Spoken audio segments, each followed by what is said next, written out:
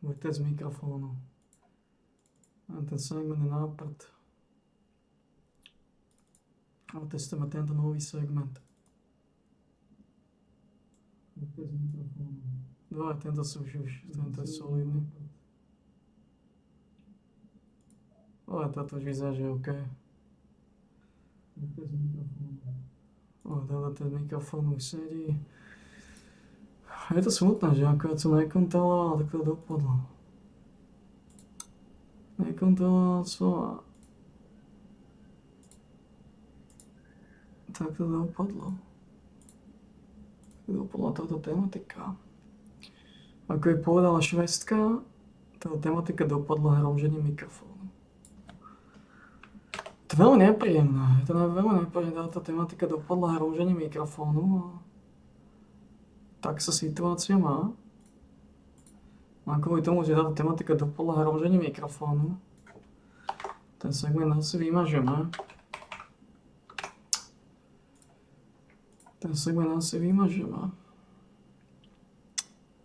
Uvidíme, čo bude. Takže pustíme si tohto pičusa. Ide o drastický nárastie zadlženia Slovenska.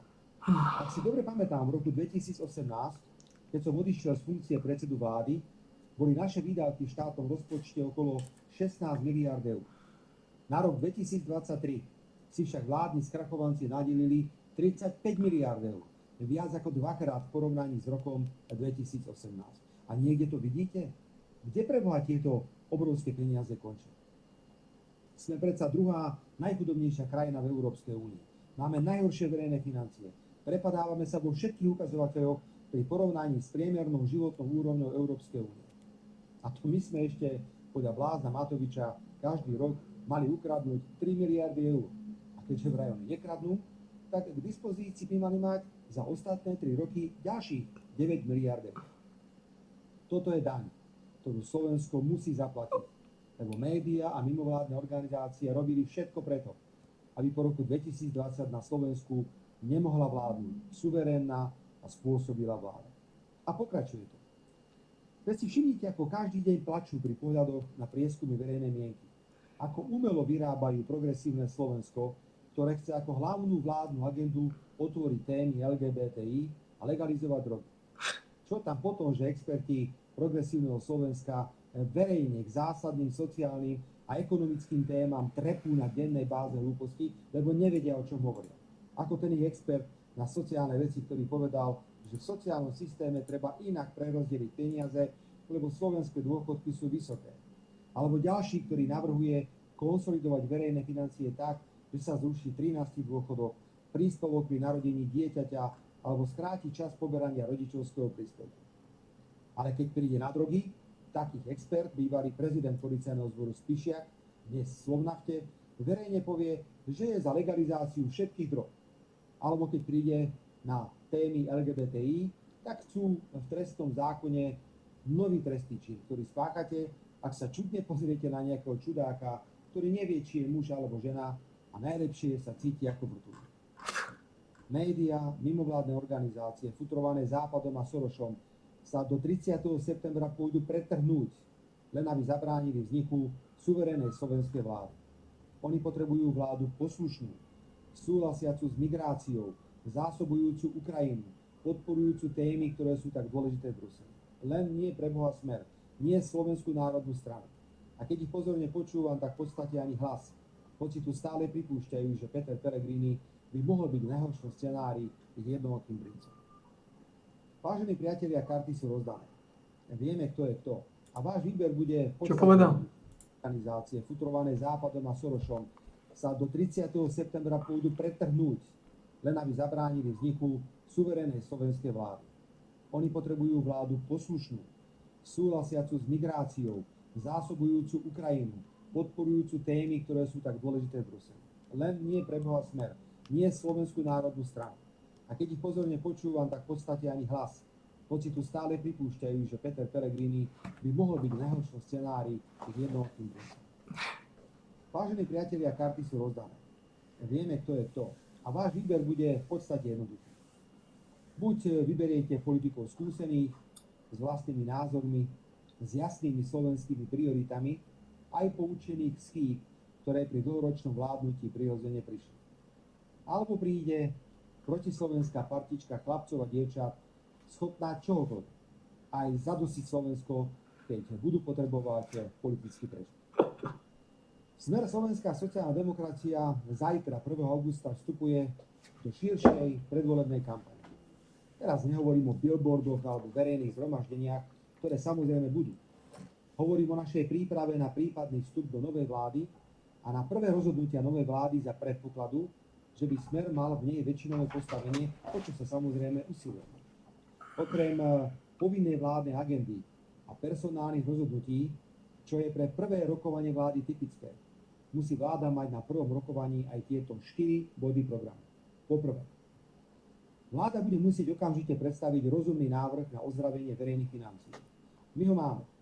Veľmi jasne zdôrazňujem, že bude založený na prísnej solidarite bohatých a s ekonomicky slabšími. Rovnako platí, že nepodporíme v mene poriadku vo verejných financiách žiadne znižovanie dosiahnutého sociálneho štandardu. Ak sú raz napríklad príplatky za prácu v noci vďaka Smeru rozmrazené, aj nimi zostanú. Smer sa bude správať ako reálna ľavicová politická sila.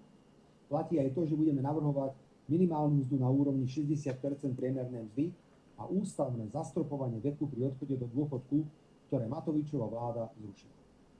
Po druhé, druhým prioritným bodom pre prvé rokovanie vlády bude situácia v zdravotníctve, ktoré treba okamžite finančne konsolidovať. Smer nebude súhlasiť so zvyšovaním výdavkov na obranu a zruší nezmyselné vojenské nákupy, ako sú napríklad americké vrtuľníky Viper pre námornú pechotu. A keďže štátny rozpočet bude ešte niekoľko rokov deficitný, získané zdroje vo výraznom objeme, opakujem, vo výraznom objeme pridelíme práve zdravotníctvu.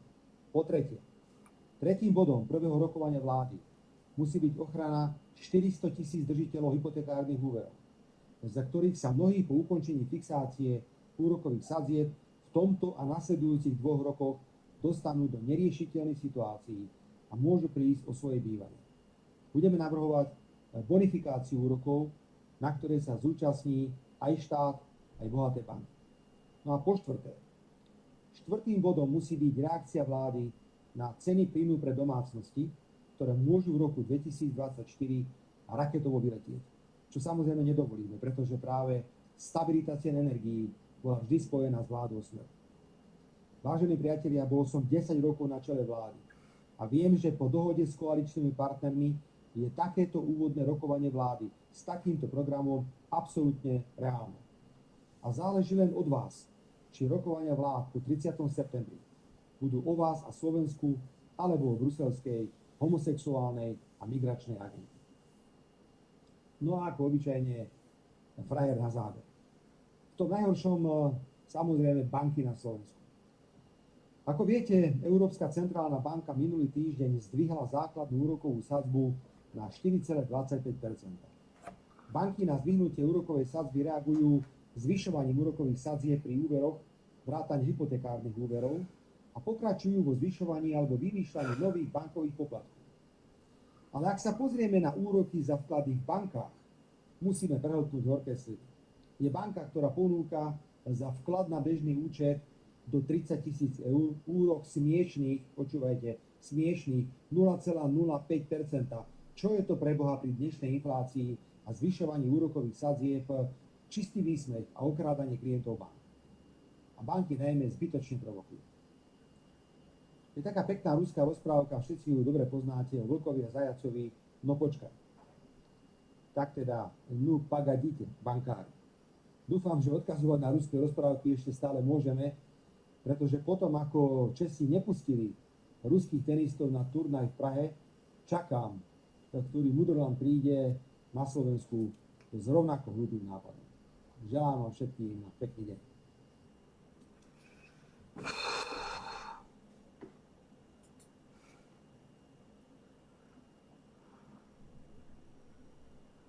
Tento čoho je? Dobrý deň. Chcem sa takto verejne kompetentných spýtať. Povedzte mi, na čo je na Slovensku ešte stále vyhlásená mimoriadna situácia kvôli covidu? Je za tým neschopnosť a amatérizmus vlády, alebo chystajú niečo viac? Nezrušia na poslednú chvíľu voľby? Pýtajú sa nás ľudia na ulici. Celý svet už funguje v normále, ale na Slovensku platí stále oficiálne mimoriadna situácia. A to dokonca dvojnásobná. Kvôli covidu a kvôli utečencom z Ukrajiny. Ja len pripomínam, že počas mimoriadnej situácie má vláda k dispozícii mimoriadne nástroje. Napríklad môžu podľa zákona o civilnej ochrane používať opatrenia hospodárskej mobilizácie a siahať ľuďom na majetky. Preto sa seriózne pýtam povereného predsedu vlády Odora, že na čo ešte držia vyhlásenú mimoriadnu situáciu kvôli covidu. Aký je dôvod na jej trvanie? To tu fakt chcú ešte niekoho strašiť nejakou koronou.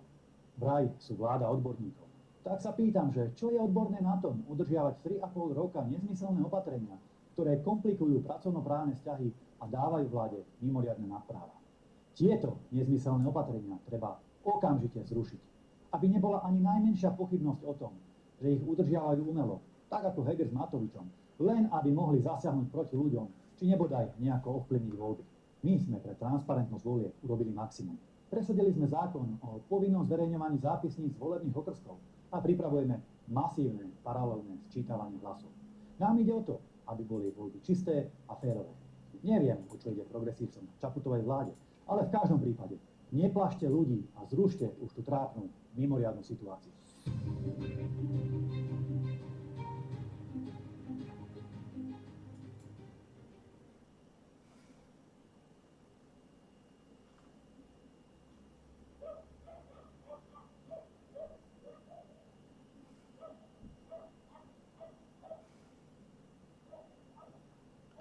No.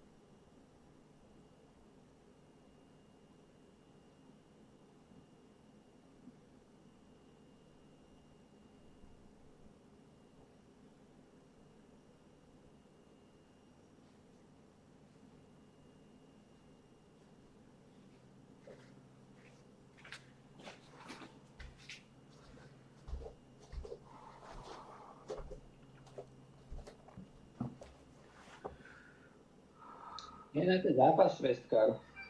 To je dobrá šveska, to je dobrá. To je dobrá. Si docvičil? Čo? Je to tak. Bola to fúška. Je to fúška.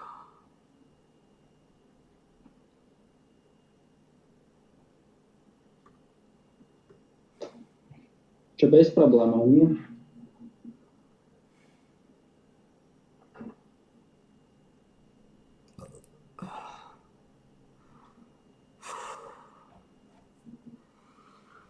Bez problémov to nebolo.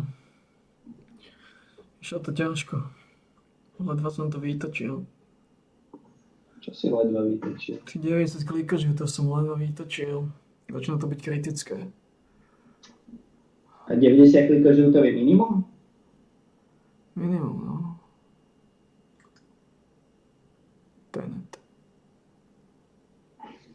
Tenet. Casino Royale. Prečo je minimum 90? Lebo tak sa to určilo, tak to určil zväz.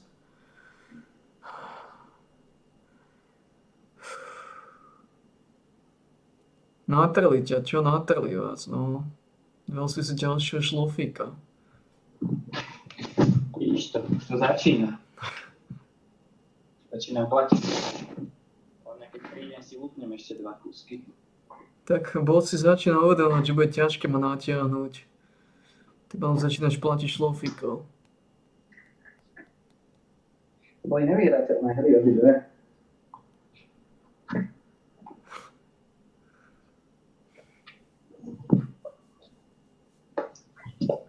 No nič, je čas. Pozrime si tohto, čo bude hovoriť. Pozrime si tohto. Nasadoval nejaké schody.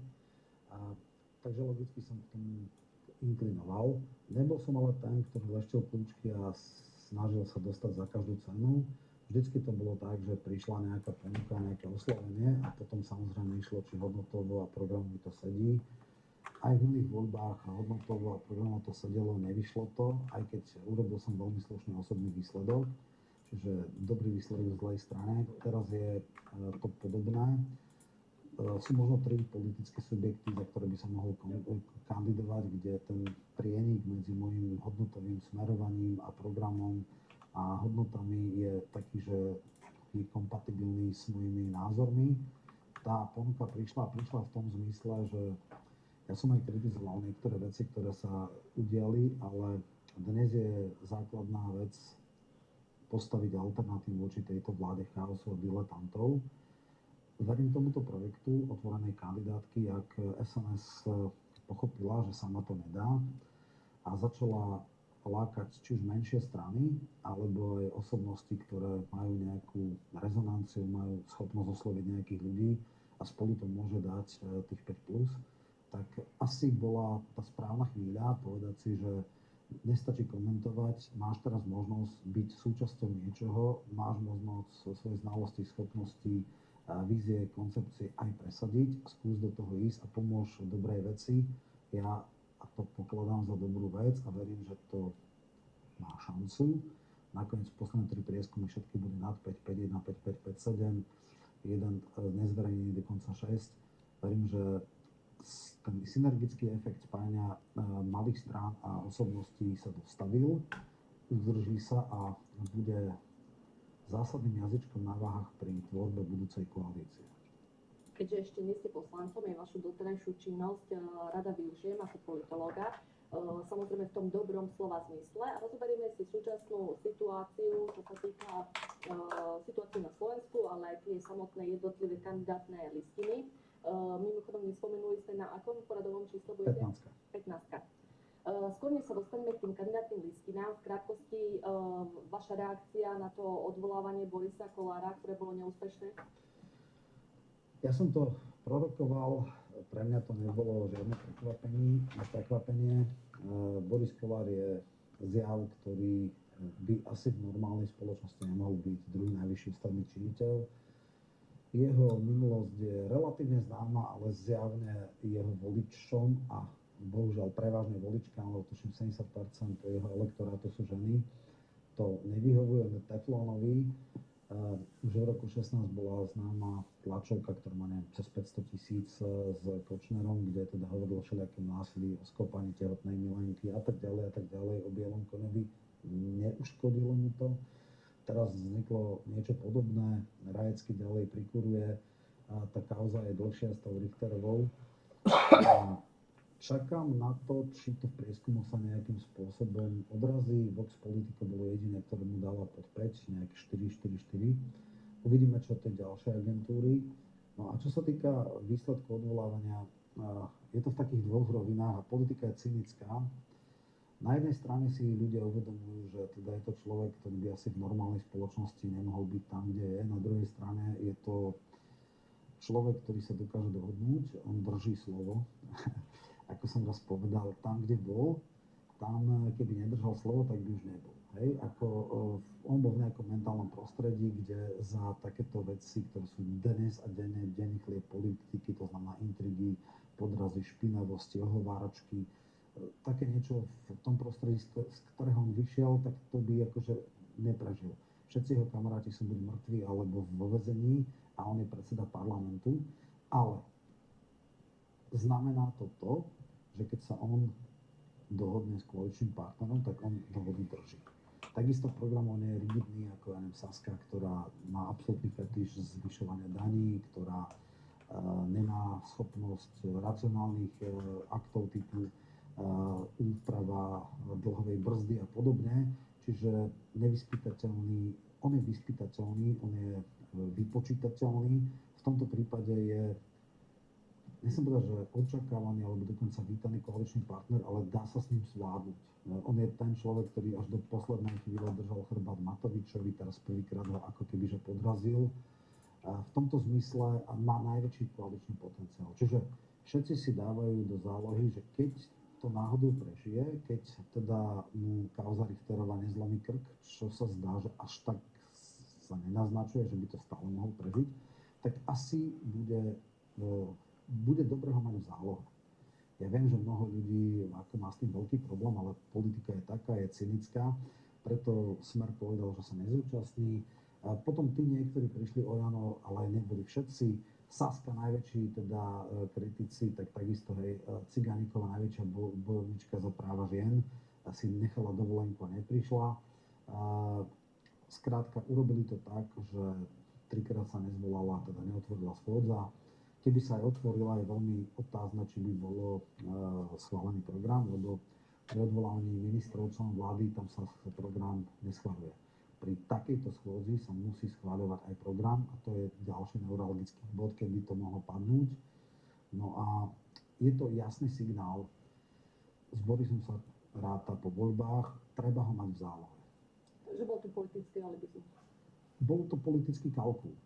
Alibizmus v tom zmysle, alebo skôr pokrytectvo, že hovoríme, že akýsi fuj, taký onaký, my sme proti, ale keď máme reálne šancu niečo urobiť, tak to neurobíme, lebo my ťa ešte budeme asi potrebovať. Čo keď ťa budeme potrebovať? Môžeme ťa, a s tebou sa dá.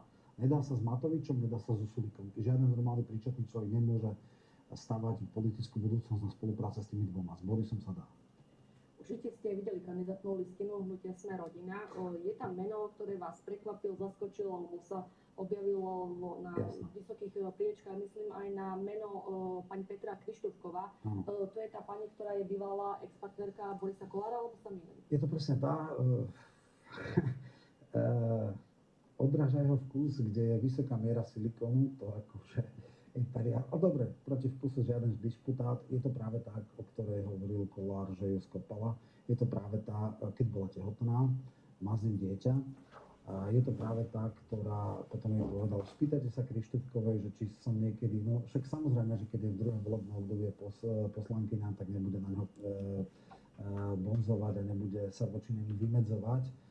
Je to aj dosť urážka pre ľudí, ktorí sú oveľa viditeľnejší a počuteľnejší, napríklad Čolínsky, ktorý je podpredseda parlamentu, šéf poslaneckého klubu a je pod ňou, alebo tu na váš Svrček, kolega, ktorý je podpredseda klubu a naozaj sa snaží patriť medzi aktívnych politikov. Takže neschopnosti sú aj v klube Smerodina tie najpodstatnejšie, ale rôzne iné mimo politické okolnosti. Čo je toto? Áno, nebolo asi možné nedať Krajňaka na dvojku, to už by bolo naozaj do neba volajúce, ale svet Borisa Kollára má svoje pravidlá. Že pani Krištúfková je na 3. mieste. Áno. Nemajú tie ex-partnerky dopad na samotné pôsobenie hnutia? Trošku ste to naznačili, ale jedna partnerka je v hnutí, druhá partnerka zase brojí proti hnutiu, aspoň takto to hovorí pán predseda. Máme do volieb ešte nejakú ex-partnerku čakať? Môže to ubližiť samotnému hnutiu? To je veľká otázka. Podľa niektorých ľudí v podstate Borisa Kollára nemôže zničiť nič, lebo jednoducho nejaký, neviem, aký šarm či čo, spôsobí, že všetky kauzy po ňom stečú ako po teflone. Druhá vec hovorí, že ak ho môže niečo zlikvidovať, tak je to bulvár. Richterová teda mu podkuruje niekoľko mesiacov, respektíve takto. On si na to ako keby zarobil sám, lebo niekedy na konci 80. a 90. rokov bola jedna taká ženská kapela Panika. A keď sa pýtali, prečo panika, že keď sa niekde vyskytne viac ako 5 žien, tak vzniká automaticky panika. No a keď má niekto 13 partneriek, od ktorých má 15 detí, je vysoká miera pravdepodobnosti, že si vlezú do vlasov. A tuším, že tie prvé, ja to iba tak úplne periférne, bolo, že koľko platí alimenty jednej a druhej a prečo, tuším, Heringovej platí viac a teraz s týmto to začali a že koľko a jednoducho, skoro sa mi zdá, že to muselo byť zákonité, lebo naozaj, ak si niekto lajzne akože 13 žien, a teda však x ďalších, ale 13 mamičiek, tak akože podľa mňa má česky, že zadeláno na prúšvih úplne jasne. Je už, by som povedal, až podivuhodné, že toľko rokov to nejak držal pod pokrievkou a nevybuchovalo to, ale skôr alebo neskôr to musí jednoducho vybuchnúť. A viem, že na začiatku tuším jeho nejaká dcéra s jeho ex-partnerkou a teraz naozaj nemám bulvár, ale dneska, keď človek sleduje slovenskú politiku a je tam takýto exot, tak musí už aj bulvár dávať. Takže ja to tak akože z boku troška sledujem. Ja sa prekvapujem, že až tak dlho to držal pod pokrievkou. Pre mňa toto je pri takomto štýle a pri takomto, by som povedal, tej koncentrácii rôznych ex-partneriek a ex-mileniek, jednej teda dohodil teraz nájom za 1 000 000 eur, či koľko ten dopravný podnik, respektíve nejaké v rámci ministerstva dopravy nejaká budova a tak ďalej. Neviem, vedel to na bulvár vždycky hrať, ale bulvár vie byť dvojsečný a zákerný a toto môže ho vážne ohroziť. Ale uvidíme, nechajme si ešte mesiac, kedy budú agentúry, ktoré sledujú tie trendy, zber materiálov, zber respondentov, keď vypukla a kulminovala tá kauza a uvidíme, že či všetko po ňom stečie ako po teflone, alebo niečo predsa len. Ako hovoríte, nechajme sa prekvapiť. Prejdeme na inú stranu. Oľano a ostatné strany, ktoré sú tam zahrnuté v tej koalícii, aj strana Demokrati stavili na ženské obsadenie v tých líderských pozíciách. Očakávajú, že sa bude v tých predvolebných diskusiách u ním správať inak, lebo sú ženy. Prečo teda tie ženské líderky? No, tak Jurinová absolútne nie. To bolo preto, lebo Matovič chcel urobiť znova ďalšiu klauniádu a to je povedal, že otvára boj o lídra strany. Samozrejme, Jurinová pre mňa nie je žiaden partner, je to veľmi nevýrazná a skôr by som kontroverzne vnímaná županka. Nekontroverzná v tom, že sa nejak nevyjadruje takým tým spôsobom Matovičovským, ale na župe za 5 rokov vystriedala 4 a teraz dokonca už 5 riaditeľov úradu. Výsledky sú katastrofálne, jej poznateľnosť okrem Žilinského kraja je nič moc. Ako šanca, že ona ho prekružkuje, sa limitne blíži nule. Potreboval mobilizovať, potreboval vždycky nejaký marketingový ťah dať a skrátka, ja neviem, čo si od toho, myslí si od toho, že sa posilí jeho postavenie. Je to úplne jasné. Akože dá chlieba hry a teda kružkujte, lebo ja som vyhlásil súťaž. Čo sa týka Letanovskej, Prchal, ktorý robil kampaň Babišovi po nejakých 2 mesiacoch, kedy ho draftovali a robí teraz kampaň pre demokratov, pochopil to, čo chápe každý bežný človek. urobiť z Hegera lídra je absolútne mission impossible. Ako nesplniteľná misia. To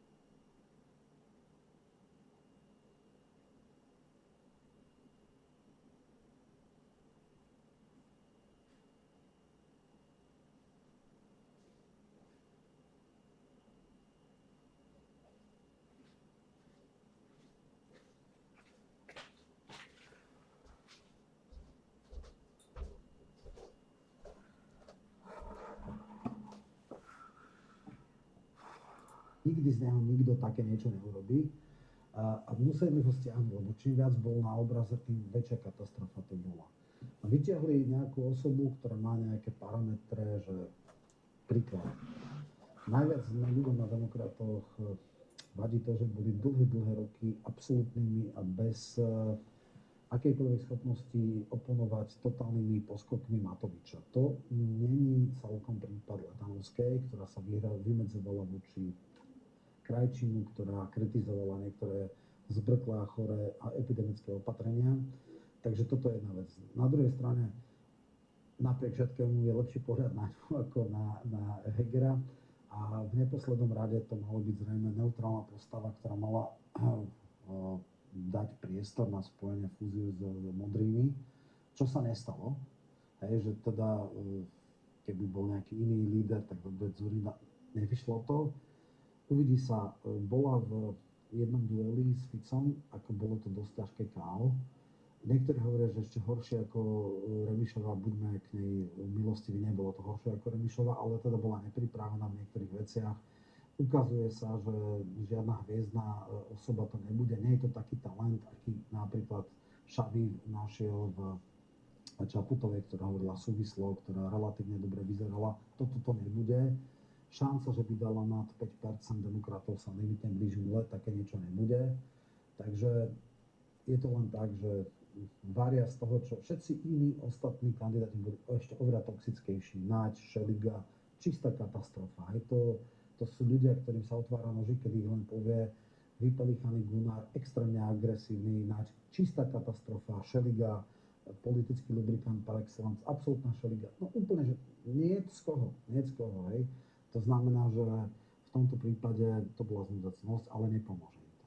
niekto by si mohol myslieť, že tí mužskí politickí predstavitelia sa skrývajú za ženskými sukňami.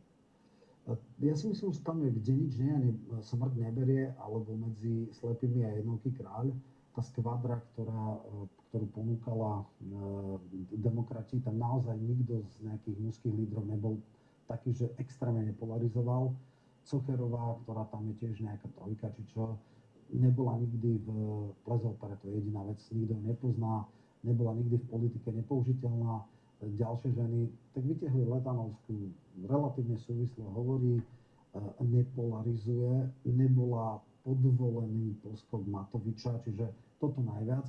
To sú nejaké tri veci a dávala možnosť spojenia sa s niekým iným. To už padlo, teraz si pôjde tak, keď v podstate ona má jedinú vec, nikomu až tak zásadne nevadí, všetci ostatní vadia. Čiže niekedy si myslí, ale to, že niekomu nevadí, ešte neznamená, že je líder.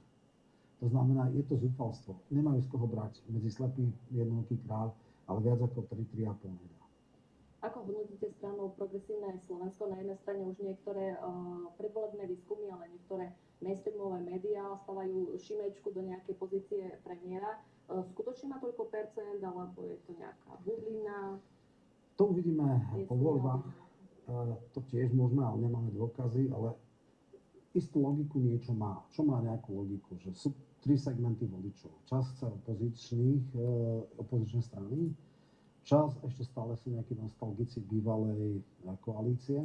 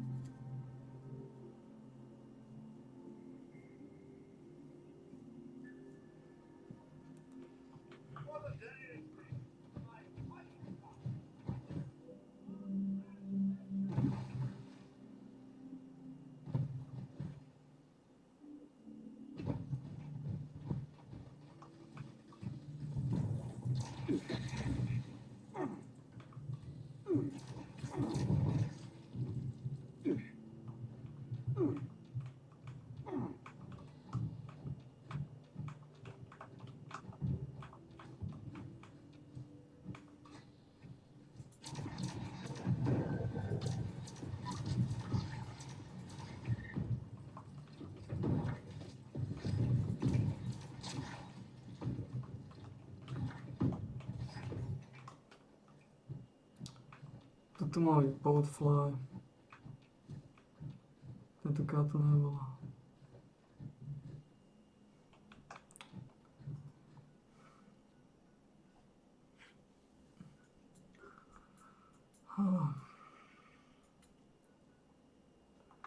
Môžem skúsiť to ešte, či to v pohode.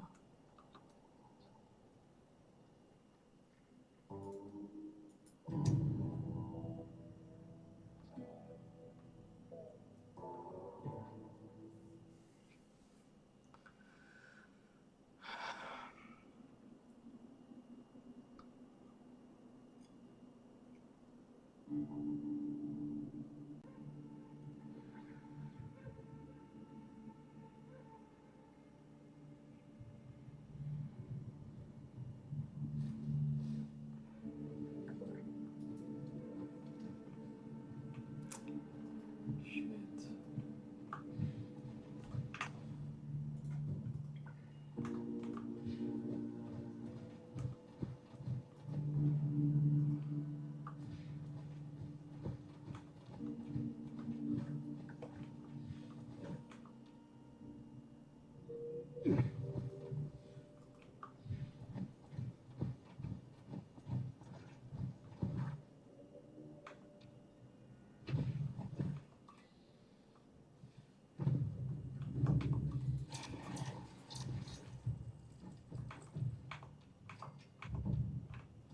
tu.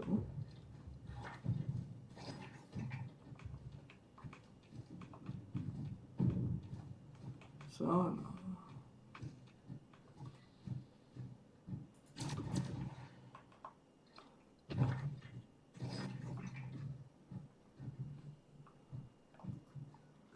Co no?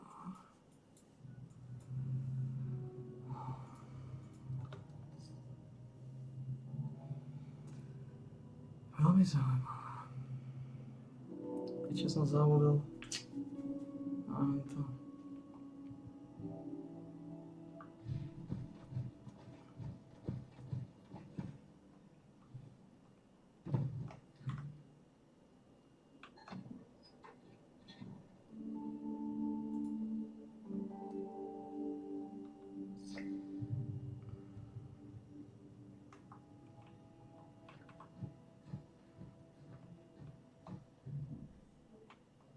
Get your rating.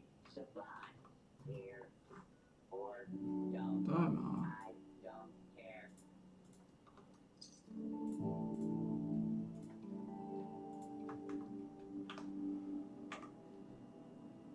Zaujímavé.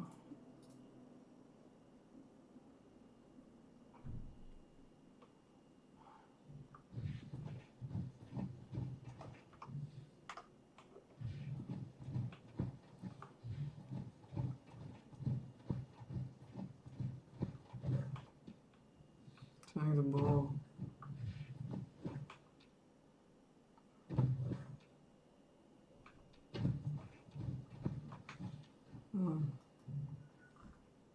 Poďme kádiť, potom to spravím. Možno mám bold flight meat. Možno mám u seba. Who cares, man?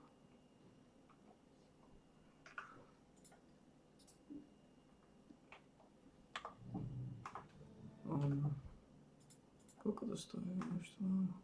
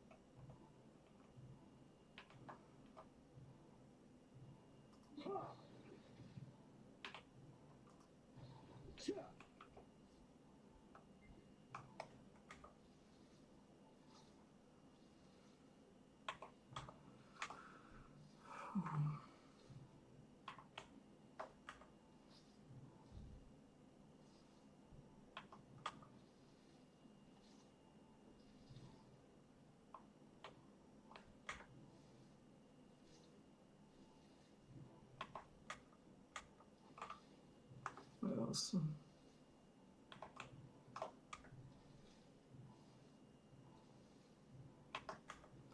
Takže 18. augusta a bude teda nová Liga Path of Exile, Chieftaina nejako zmenia. Chieftaina nejako zmenia, uvidíme ako.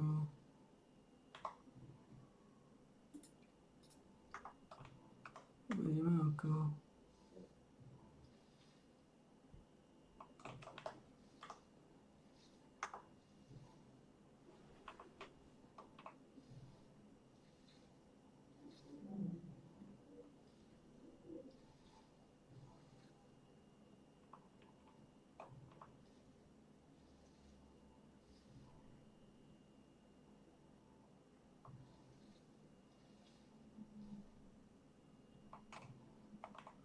teda ako zmenia chieftaina.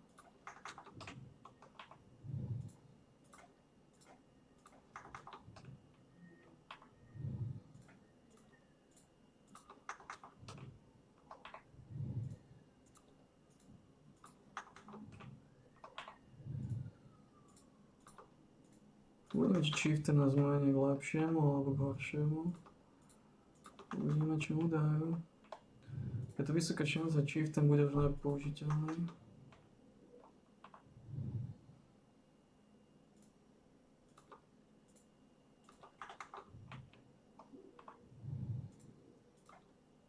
Značka do veci.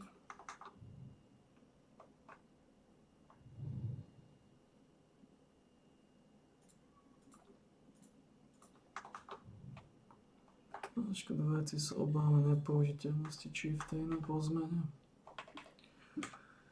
Myslím, že chieftaina zmenia k horšiemu.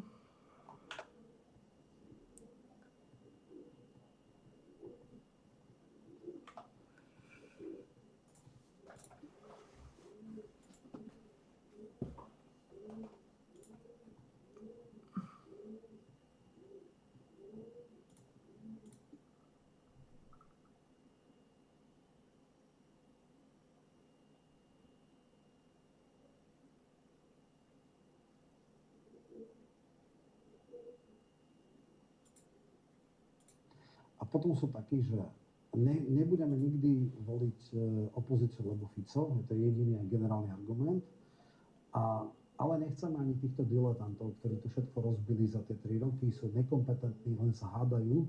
A teraz je vlastne, čo má robiť iný volič, ktorý nechce ani jedných, ani druhých. Nemôže opozíciu, lebo Fico, nemôže týchto, lebo sú to totálni výmandi. No tak títo ešte neboli, týmto to môžeme hodiť. Mali tam jedného poslanca, nezašpinili sa mocou, prepadli a dneska sú takí, že no koho tu hodím? Všetky ostatné strany z toho spektra, že ani sú irelevantné, takže ostáva PSK.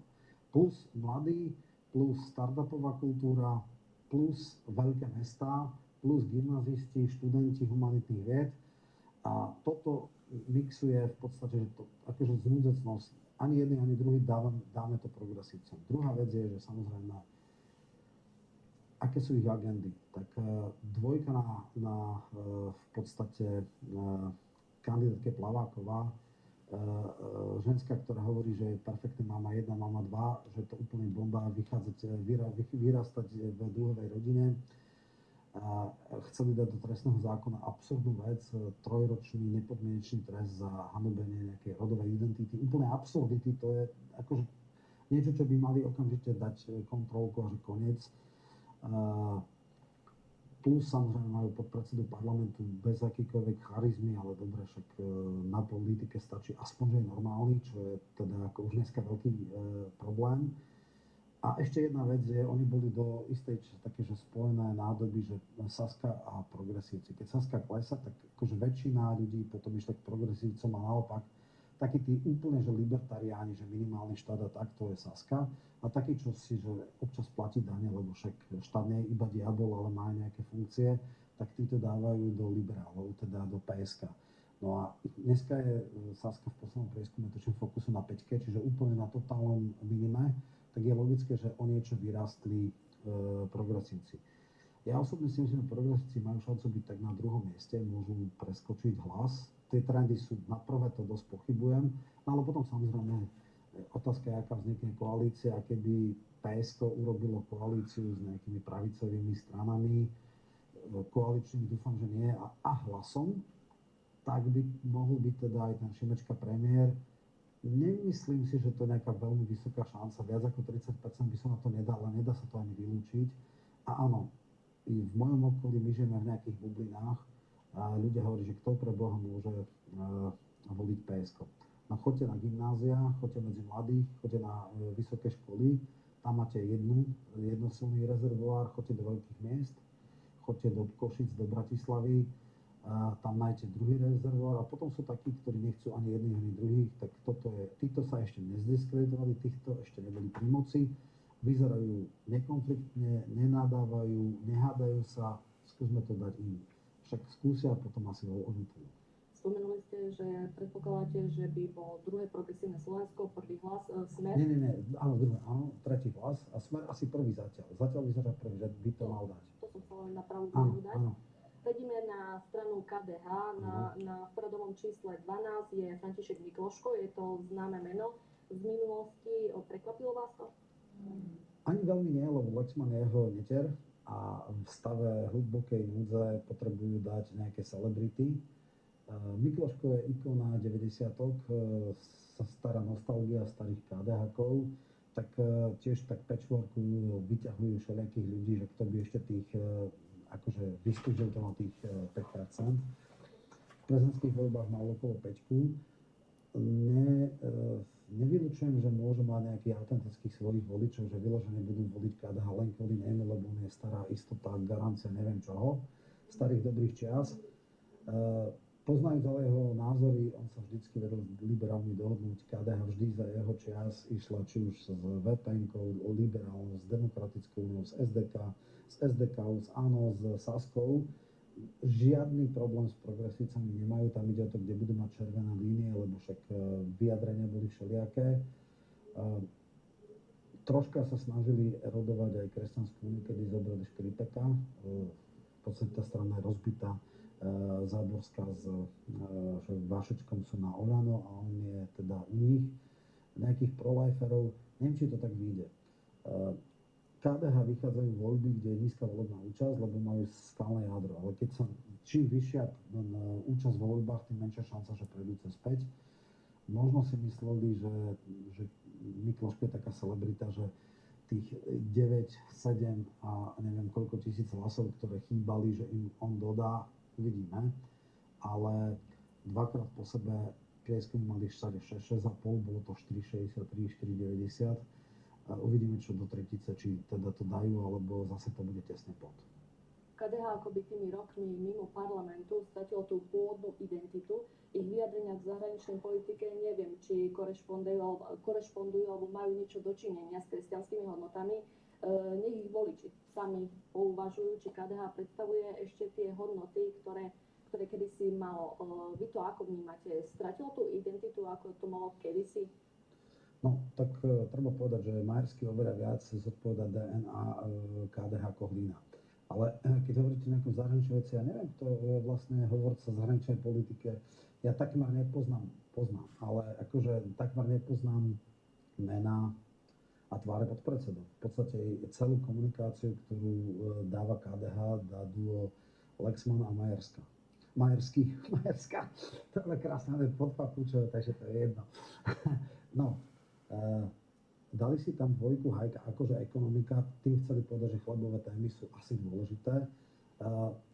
Oni majú absolútne eurohulierský model. To, čo prejavuje Lexman, to je absolútne v tej línii. Dobre, možno niektoré veci, tuším, Istanbulský dohovor, alebo čo, nehlasovali za to, ale inak je úplne konformná.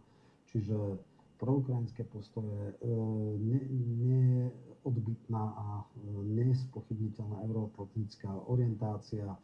V podstate nebudú žiadne problémy. V tomto budú KDH-ci absolútne konformní. Strana Smer SD prekvapila s tým posledným miestom na kandidátke. Na tom 150. mieste sa objavil Artur Bekmatov, predseda socialisti.sk. Mnoho ľudí predpokladalo, že sa pripojí k Hlasu. Prečo tak predpokladali? Tak dobre informovaní ľudia vedia, že je záť Bráňa Ondruša, ktorý je práva ruka Erika Tomáša. A myslím, že boli aj nejaké rokovania a zrejme to potom nakoniec nevyšlo. Sám Bekmatov na tej tlačovke povedal, že oni vznikali ako alternatíva ako ľavicová alternatíva voči Smeru, nejak to nevyšlo. Pre pripomenutie prvým predsedom tej strany bol Edo Chmelár, ktorý mal nejakých 2,7 či koľko v prezidentských, potom ale to padlo na 0,5. Tuším, mal nejakých 11 500 hlasov. Takže to teda žiaden úspech nebol, potom to nechal Bekmatovovi. Oni robili tú drobnú prácu, chodili na štrajky, chodili podporovať rôzne veci, akože tých pracujúcich. Majú tam takých radikálnych ľavičiarov, marxistická alternatíva a všelijakých tých front ľavicovej mládeže. Je to taká skoro generačná strana, ale samozrejme priestom v médiách nič moc, kandidovala Župana, tam to tiež nejak nedopadlo. Asi preto, lebo racionálna voľba, to znamená, keď je tu šanca, že aj by som mu dal, ale môj hlas prepadne. Hej. Tak teraz sa ukáže, že čo. Fakt je, že 150 je na jednej strane dobré číslo, oveľa lepšie ako nejaká 84 alebo aj 46. Na druhej strane strana, ktorá dá 300, 400, 500 tisíc hlasov, tak to je 15-20 tisíc potrebných na pri 300 tisíc je to 9 tisíc, keď je to 500 tisíc je to 15 tisíc hlasov na preferenčných hlasov na posuniete sa na kandidátke. Ak zoberieme, že Chmelár dal 11 500, a on mal 9 000 preferenčákov, ale strana mala 11 500, nebude to ľahké. Samozrejme tam zavážia iné argumenty typu aj by mnohí dali, ale nechceli, aby prepadli hlasy, to znamená aj čas smerákov môže vedieť Bekmatov akože mladý, aktívny, neviem čo, inteligentný. Takže myslím si, že bez šanci rozhodne nie je, ale nie je to úplne automatické. Uvidí sa. Ja by som dal 50 na 50, že sa prekružkuje. Hnutie Republika taktiež predstavilo svoju kandidátnu listinu pred pár dňami. Prekvapili vás nejaké mená? Zaskočili vás nejaké poradie? No a veľa ľudí mi volalo, že čo Lívia, lebo ohlasila vstup do strany, tak som teda hľadal a nenašiel. By som povedal Lívia Pavlíková? No tak to je Garčelo, jasné. Myslím, že keď hovoríme v kontexte republiky, tak ľudia, ktorí sú troška zorientovanejší, vedia, o kom hovorím. Takže tá zrejme len vstúpila do strany, ale nenašiel som ho na kandidátke. Z ľudí, ktorých osobne poznám, tak je tam na 149-ke Ľubo Huďo, politický komentátor, zahranično-politický asistent Uhríka, určite kompetentný človek, teším sa na to, že bude šticovať Šimečku v zahraničnom výbore a budú to veľmi zaujímavé kvalifikované debaty. Nebudú môcť hovoriť, že ľudia z tejto strany sú nejakí vypatlaní, neznali, bez kontextu, to určite nie, čiže bude to intelektuálne posilnenie. Ostatné 150 je Mazurek, ten si na to zvykol, tam nepochybujem o tom, že to dá, minulé dal 62 000 preferenčákov, takže to je už len taká nová móda, že 150 sa stane pomaly atraktívnejšou ako jednotka.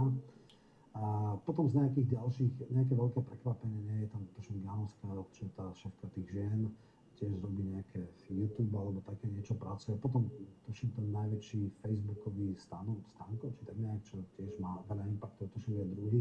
Čiže namixovali tam rôznych ľudí, niektoré také tie fosílne vykopávky, ako je Maro Handel, neviem, či toto bolo pre vás.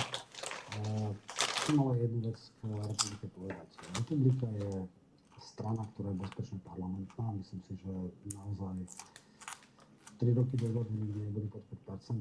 Nepotrebuje sa vymedzovať a bojovať proti svojim potenciálnym koaličným partnerom alebo partnerom v opozícii. A áno, ak niekto ich vylúčuje z koalície, tak je to Hlas, konkrétne Peter Pellegrini, že keď chcú si s niekým vybavovať účty, tak to je ten správny adresát, keď už teda v rámci koalície, ale nie voči iným stranám. Osobne si myslím, že je veľmi nešťastné, ak odradzajú od voľby SNS, ktorá je prirodzený koaličný partner a jediný pri SNS je aká taká šanca pri obrovskom prepade koaličných strán, ktorý môže nemusí nastať, aby boli v koalícii. Bolo by to adekvátne, ak by SNS mala 3,6, 3,5, 3,7, 4,1, ale keď mala 4,7, 4,9, keď má teraz 3, 5, 5, 1, 5, 5, 5, 7, sa iba stratňuje. Iba sa stratňuje, je to úplne trápne, smiešne, hanebné. Mali by sme prestať, naozaj nerobí to dobrý krv a k ničomu to nevedie, aj iba sa tým sami pochovávajú.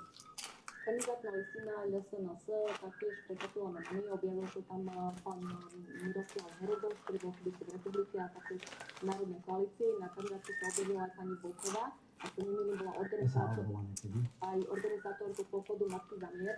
Zaskočili vás tie mená? No, oni robia testy, keď hľadajú nejaké osobnosti. Rebeša som zaregistroval, keď kandidoval tuším na primátora alebo župána primátora. Aj som sa s ním tak stretol, viem, že je to ambiciózny človek, ktorý sa veľmi snaží, viem, že bol teda aj národná koalícia tak ďalej. Asi osobnostne to nie je celkom tímový hráč, ale urobil, ako vie hovoriť, bol presvedčivý, strašne veľa ľudí ho nevolilo len preto, lebo si uvedomovali racionálne, že to stratený hlas. Ale teda neurobil si len. Čo sa týka Volková, známa aktivistka, samozrejme, tuším aj kandidovala županka Žiline. Takže a samozrejme keď antivakcerské veci a tak.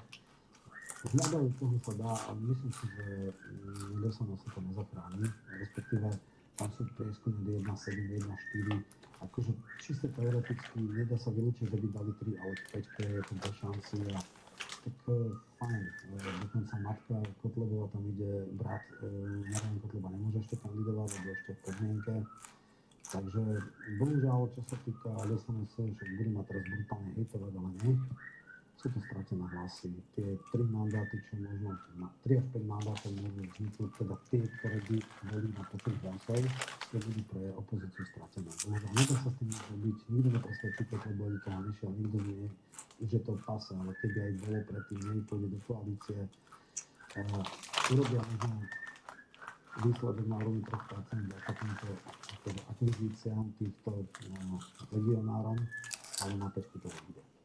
Nemáme ten čas všetky subjekty rozanalizovať, už sme si spomenuli aspoň niektoré z nich. Verím, že bude priestor ešte, aby sme tie kandidátne listiny pozreli ešte podrobnejšie zóny alebo info. Čo by som sa ešte dnes chcela dostať, je Slovenská národná strana, aby ste mohli porovnať, aký je rozdiel medzi vašim formátom a napríklad formátom koalície, ktorá sa jediná ide dovoliť. A myslím teraz Oľano. Oľano. No, Oľano je zase ďalší podvod Matoviča. On vydáva trojkoalíciu za trojkoalíciu koalícia. Je tam štatutár strany Grendel za Novu, ale priznaná iba koalícia s Kresťanskou uniou a za ľudí.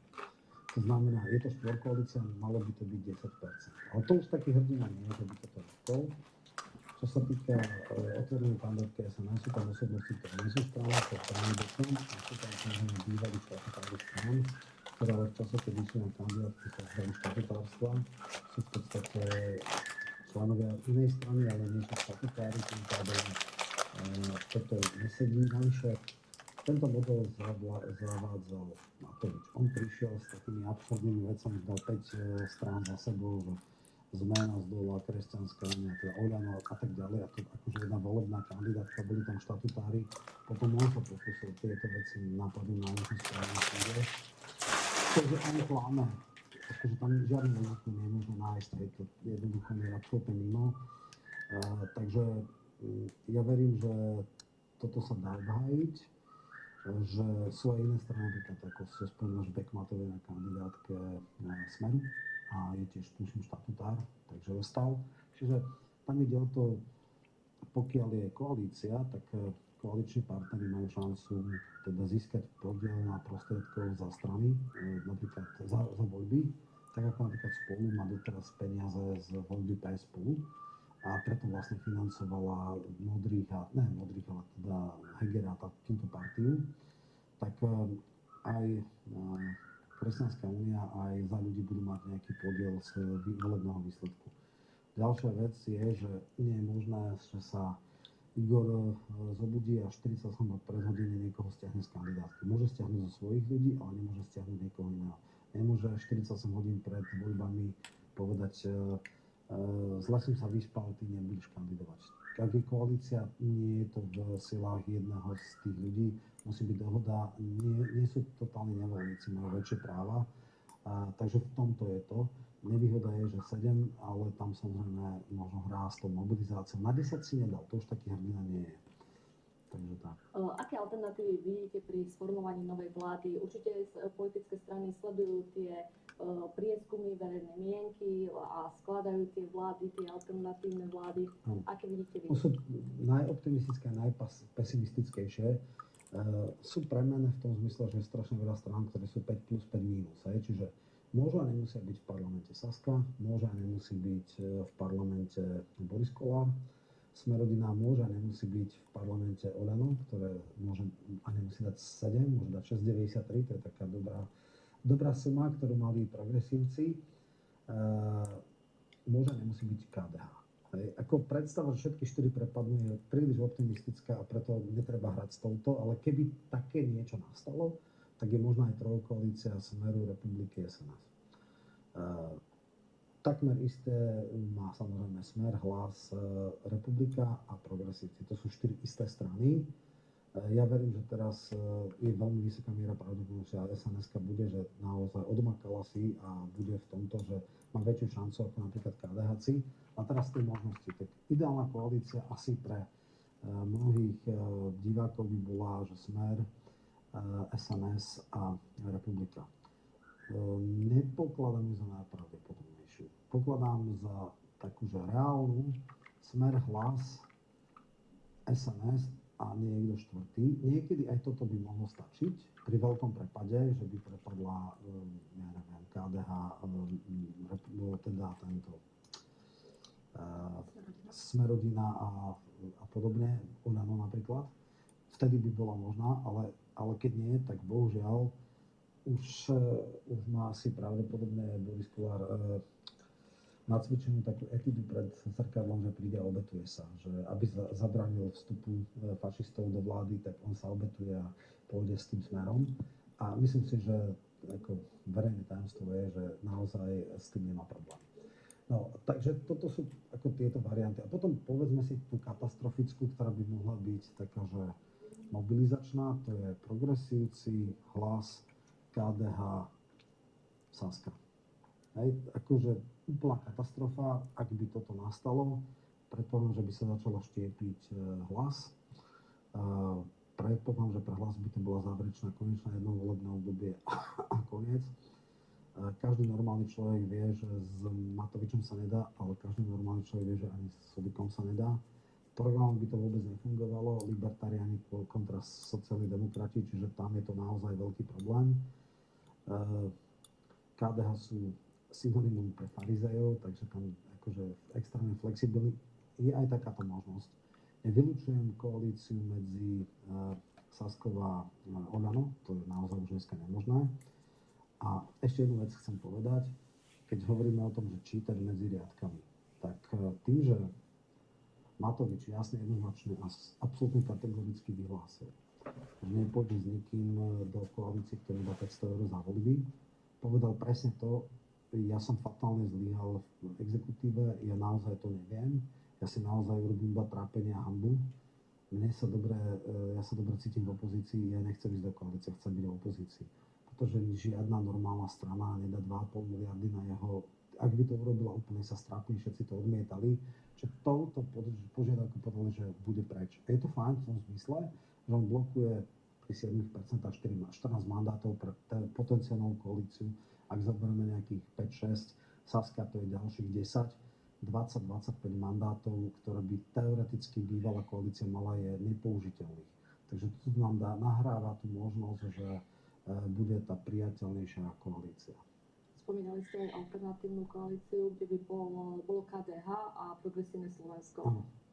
Je to možné vôbec? KDH vždycky zradilo, keď len mohlo. KDH išlo so Saskou, KDH išlo s ANO, KDH išlo s Demokratickou úniou, s SDK, s VPN-kou, vždy. Mikloško to jasne povedal. Mikloško mal také prepostoji, povedal, že minútu po voľbách zavolá Pele, že ideme s progresívcami a s KDH-kmi. Majerský jasne povedal, že nemá s Hlasom problém. Potom najprv teda povedal Šimečka niečo, čo bol bosk smrti pre svojho koaličného partnera. Povedal, že naša agenda je zásadná a ustúpiť musí ten, kto má menšie percentá. To znamená, že buď bude KDH bezhodnotová handra, ktorá bude za každú cenu pri moci a absolútne rezignuje na hodnoty, alebo teda nič. Potom na to reagoval Majerský, že my máme také onaké červené čiary a tam je otázka, či potom oni úplne rezignujú, keď Plaváková bola dvojka na kandidátke, znamená, že toto je silná agenda, toto je priorita, ktorú chce strana dať a nemalo by logiku v podstate to dať preč. Buď teda rezignujú a pôjdu iba do nekonfliktných tém, čo sa mi pri progresívcoch nezdá, že by tak rýchlo zhasli po takých siláckých rečiach, alebo jednoducho KDH je mimo. Minulé vlastne Matovič zlikvidoval Lojza Hlinu kvôli tolerančnému patentu, kvôli zmluve o neútočení. A v tej zmluve neútočení bola iba taká položka, že do volieb komunálnych, regionálnych neotvoria registrované partnerstvá. Potom sa otvoria a keď to opozícia dá, tak nehajú to tak. je úplne absurdné, bolo nemožné, aby aj Kotlebovci alebo Smer toto dal. Čiže to bola fiktívna, nerealistická vec, napriek tomu to využil Matovič tak, že úplne vydisoval a zlikvidoval KDH. Uvidíme, že kedy sa zabíjacké púdy Matoviča znova naplno rozvinú a zlikviduje KDH druhýkrát. Takže toto je zásadná vec. KDH, hovorím, vždycky bolo, nikdy neurobilo ani milimeter pre pro-liferské nejaké zákony. V podstate maxie sa status quo, ale naozaj potom by zase muselo stratiť tvár PSK. Ja teraz neviem, kto z nich dvoch bude ten, kto viac uhne. Je viac menej jasné, kto bude mať viac percent. A je viac menej, že krajne oportunisticky a farizejsky sa vždycky chovalo KDH. Takže je to veľký otáznik pre ich voličov. Otázka na záver. Ľudia sa obávajú, že k predčasným voľbám ani nemusí dôjsť. Za akých podmienok nemusí dôjsť 30. septembra k týmto predčasným voľbám, na ktoré tak čakáme? Tá šanca je veľmi malá. Ja by som teda rozptýlil tie možnosti. Teoreticky ústavným zákonom by sa to muselo nejak dať. Ústavný zákon sa na to nenájde. Nikto nemá záujem na predĺžovanie dočasnej vlády, respektíve úradníckej vlády. Naozaj nehrozí ani mobilizácia, ani nič také. Navyše v Spojených štátoch v čase volieb v 44. boli voľby. Ja si myslím, že toto sú také katastrofické scény, ktoré nie sú reálne. Táto garnitúra je v mnohom zbabela, oportunistická, zákerná, neviem aká, ale aj zbabela. Zrušenie volieb je tak zásadný akt, ktorý to sa rovná prevratu. A neviem, kto by robil prevrat. Myslím si, že armáda Slovenskej republiky sa rozhodne nepropožiča na niečo také. A kto by bol lídrom toho prevratu? Heger alebo Matovič? To je predsa absurdné.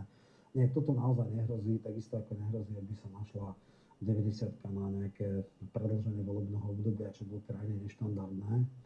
Takže toto skoro by som povedal 99% vylúčujem. Druhá otázka je charakter volieb.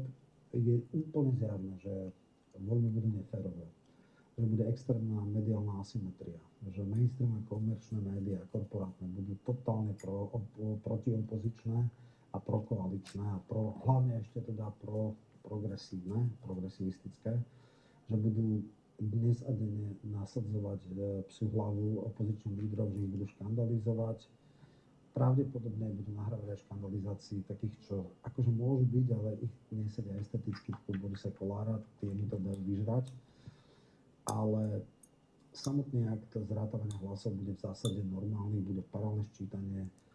Adam Lučanský vytvoril appku, kde každý člen komisie, keď si odfotí protokol, tak sa to automaticky spáruje, spočíta a nakoniec napriek tomu, že nevetovala jeden nevykonateľný zákon ohľadne zverejňovania zápisníc, tak sa urobil prílepok a bude platiť to, že v každom okrsku na web stránke obce bude zverejnený protokol z volebnej komisie a keď nie, tak bude vyvesený na nejakej vývesnej tabuli. To znamená, bude sa to aj takýmto spôsobom môcť. A ešte posledná vec, my máme stále analogové voľby, my nemáme hlasovacie stroje ako niekde v niektorých amerických štátoch, my nemáme internetové hlasovanie ako v Estonsku, my máme všetko cez okrskové komisie. To znamená, fyzicky sa zrátajú hlasy, fyzicky sa zrátajú strany a preferenčné hlasy, tie sa zapíšu do tých protokolov a hovorím, ľudia budú automaticky to dávať na okres, na kraj a bude paralelné ščítanie. Čiže tieto voľby budú neférové, ale nebudú zmanipulované. Aspoň nie v nejakom relevantnom tomto, keď máme 3700 okrskov, tak samozrejme nejaké jemné detaily, že to niekde v nejakom okrskove neúplne presne sčítajú a bude rozdiel 5 hlasov, to nevylučujem, ale nebudú to žiadne nejaké masívnejšie veci. Naozaj s týmto ESET ani nič podobné nemá spoločné. A hlavne máme paralelné ščítanie, takže motivujem všetkých ľudí, choďte voliť, ak chcete, aby katastrofálna vláda diletantov a psychicky narušených ľudí skončila, aby prišli ľudia, ktorí nie sú dokonalí, ale majú základné kompetencie vládnutia. Už ste ich plus minus mnohých mohli v výkonnej politiky vidieť asi to nebolo úplne dokonalé, ale nebola to taká katastrofa. Musíte mať reálne očakávania. Je podľa mňa reálna šanca, že budúca vláda bude podstatne lepšia ako tá, ktorá je dnes. Aby prezidentka Čaputová citlivo podchytila, že je naša krajina v ohrození, Áno. mohla by tieto voľby zablokovať? Nemohla, prezidentka nemá právo ani vyhlásiť termín volieb, ani vyhlásiť stále právo. Na to musí byť ústavná väčšina. Prezidentka nepriamo mohla tlačiť napríklad na termín volieb v prvom polroku, že by povedala, že ak teda to nebude do 36., tak vymenujem úradnícku vládu. Neurobila to napriek jasnej požiadavke, ale mala na to neformálne tlaky. Ona nemôže prísť a povedať, sú niektoré prezidentské systémy, kde prezident môže rozpustiť parlament a vyhlásiť voľby. Slovenský politický systém to neumožňuje. Je jasné, že dočasná alebo úradnícka vláda je viacej sedí, ale nemá tú ústavnú kompetenciu zrušiť voľby. To ona nemôže. To môže jedine ústavná väčšina parlamentu. Ďakujem pekne, to boli vaše záverečné slova. Teším sa na ďalší rozhovor s vami. Pri dnešku ďakujem. Ďakujem za pozvanie, budem sa znova tešiť.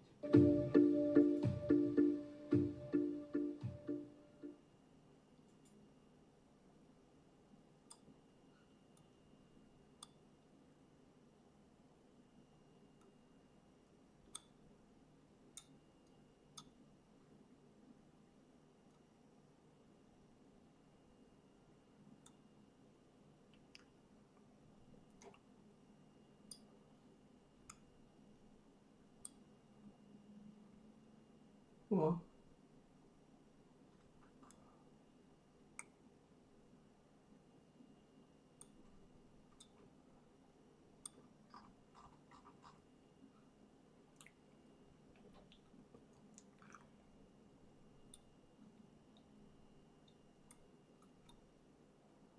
No.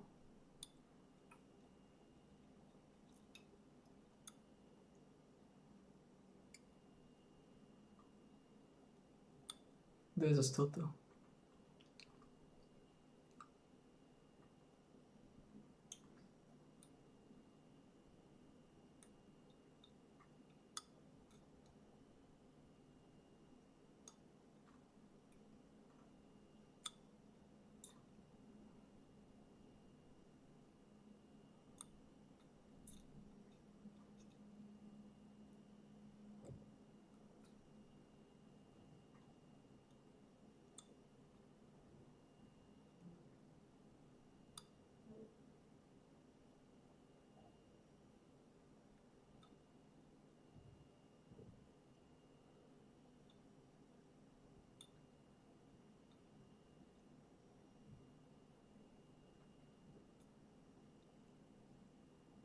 To je Cigánikova.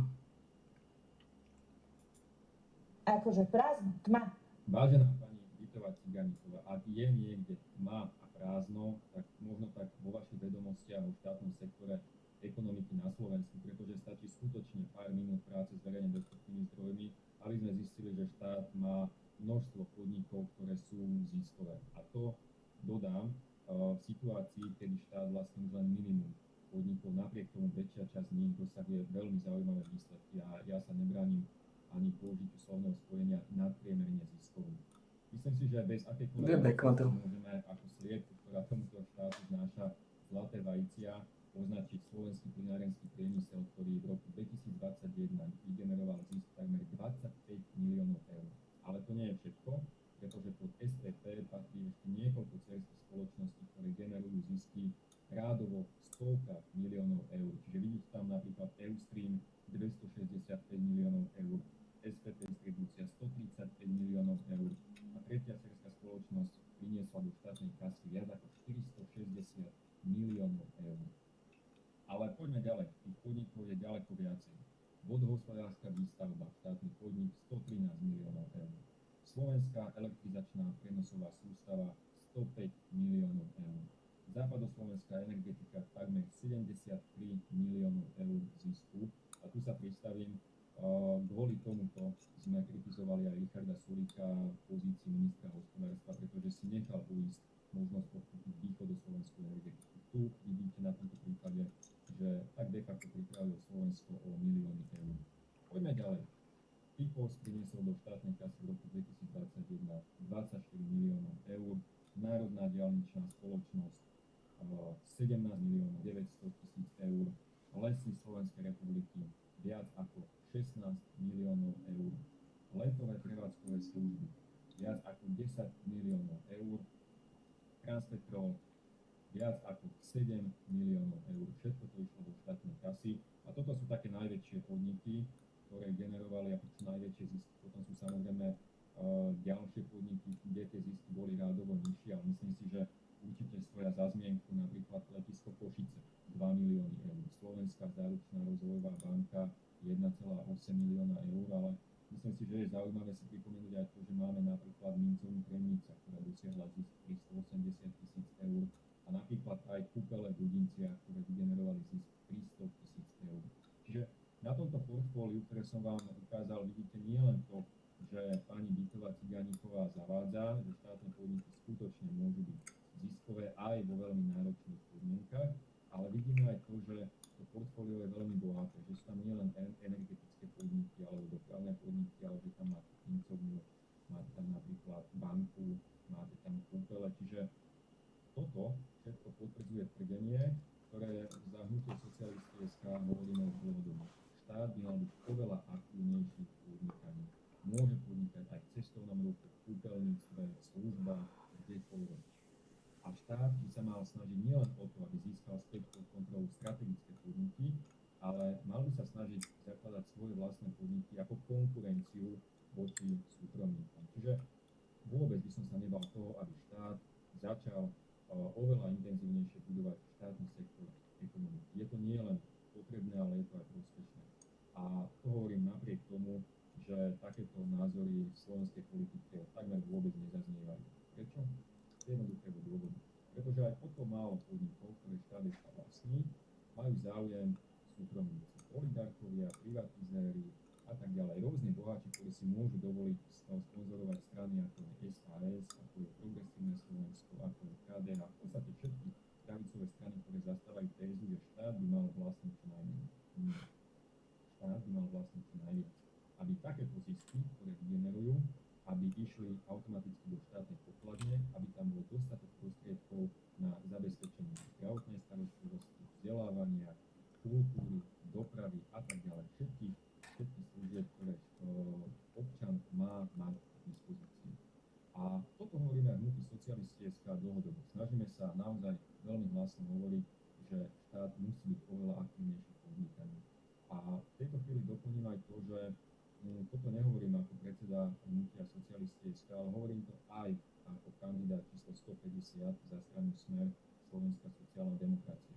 A toto budem presadzovať samozrejme v kampani pred parlamentnými voľbami, ale ak mi dáte dostatočnú dôveru, tak tieto názory budú odznievať aj v Národnej rade Slovenskej republiky a budem sa ich snažiť pretláčať aj do pozícií a do politiky strany Smer Slovenská Sputniková. Zo strany Sloboda a Solidarita sa nás snaží presvedčiť, že štátny podnik nemôže byť ziskový. Počúvajte, čo povedala pre televíziu JOJ. Neviem, kde je kamera tu, tak keď sa pozeráte na nás a diskutujeme, tak zamyslite sa sami a povedzte teraz v fleku jednu štátnu firmu, ktorá prosperuje. Akože prázdno, tma. Vážená pani Bytová Ciganíková, ak je niekde tma a prázdno,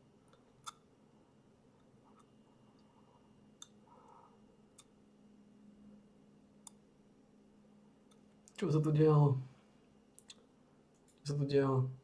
Pani komisárka, pán riaditeľ Frontexu, myslím si, že tieto tragédie sú dôkazom toho, že tú imigráciu do Európy treba práve že zastaviť a nie podporovať. A ak majú európske štáty v niečom spolupracovať, tak to nemá byť na rozdeľovaní imigrantov do celej Európy, ale práve naopak na spoločnej ochrane vonkajších hraníc, na zabránení tomu, aby sa tí imigranti cez nelegálne cesty vôbec prichádzali, pretože práve to je problém a potom práve preto sa stávajú aj takéto tragédie. Viete, rozprávate tu o tragédii o potopenej lodi. Je to tragédia, nespochybniteľne. Ale na druhej strane sme svedkami aj iných tragédií, napríklad to, čo sa deje v súčasnosti vo Francúzsku, kedy sú tisíce domov, tisíce obchodov podpalované, 10 000 ľudí trpia a sú napádané a 10 000 policajtov musia byť poslané do ulic. Aj to je dôsledok práve tej masovej a často aj nelegálnej imigrácie. A povedzme rovno, tým imigrantom vo Francúzsku sa nie žije zle. V porovnaní s Afrikou určite oveľa lepšie. A vy sem potom prídete s nápadom, že správame migračný pakt a každý štát, ktorý nebude chcieť prijať imigrantov, bude musieť platiť pokutu 20 000 eur. To nemyslíte vážne, my máme platiť 20 000 eur za každého človeka, ktorého odmietneme prijať. Za 100 ľudí to budú 2 milióny eur. To je šialené. Skutočne treba a povzbudzujem aj riaditeľa Frontexu väčšie zasahovať proti nelegálnej migrácii a najmä proti pašeráckým loďam mimovládnych organizácií. Ďakujem pekne, to je môj názor. Nemusíte vykrikovať po mne, to je môj názor, to si myslím za tým. A point of order, Madam Chair. Everybody's entitled to their opinion, but this is now the third time that somebody in this morning's debate is making a direct connection between immigration and crime and murder. It's unacceptable. That's not an opinion. It's not an opinion. It's a lie. It's racism.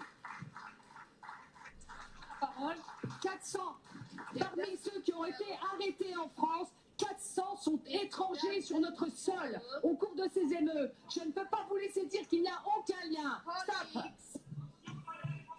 Colleagues, this is not any event, this is the European Parliament. And it's not helping if we shout at each other. So please calm down.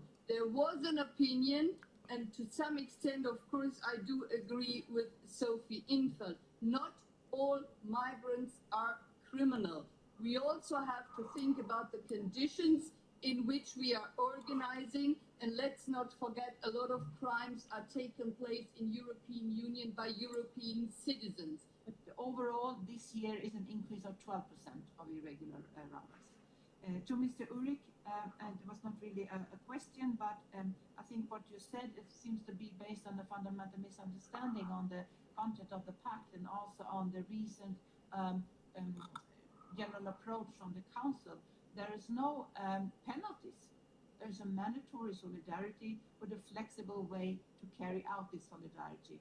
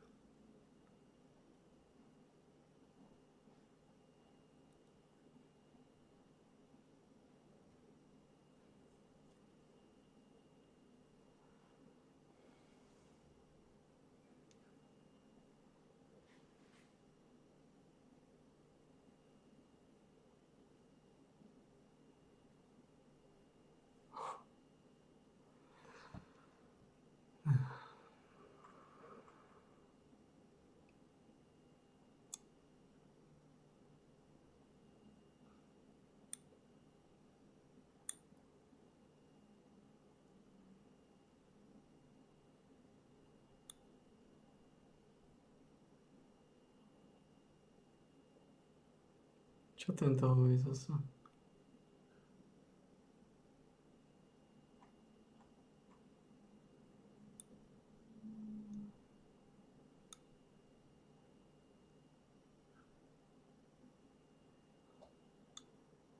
F4, dobre sme. That Ukraine used some sort of underwater drone, a lot of speculation about a British particular.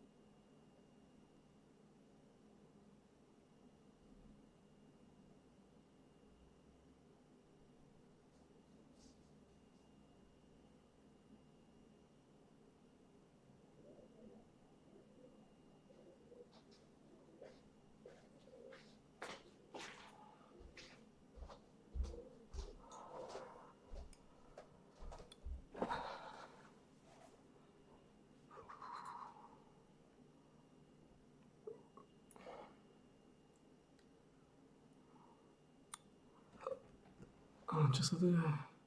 Particular British drone that was used, packed with explosive, an increased amount of explosives, and that this was used to attack the bridge, and it dropped a span, the part of the road traffic side.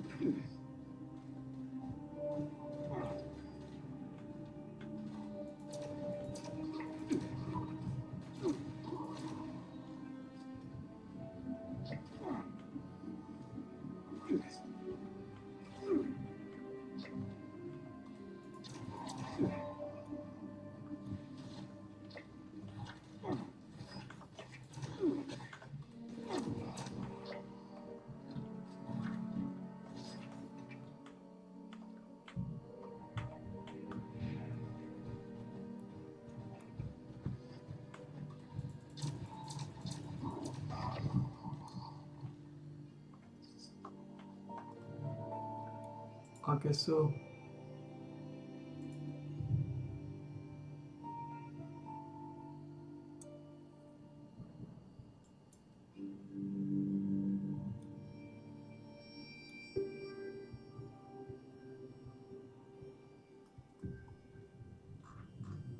Очевидно.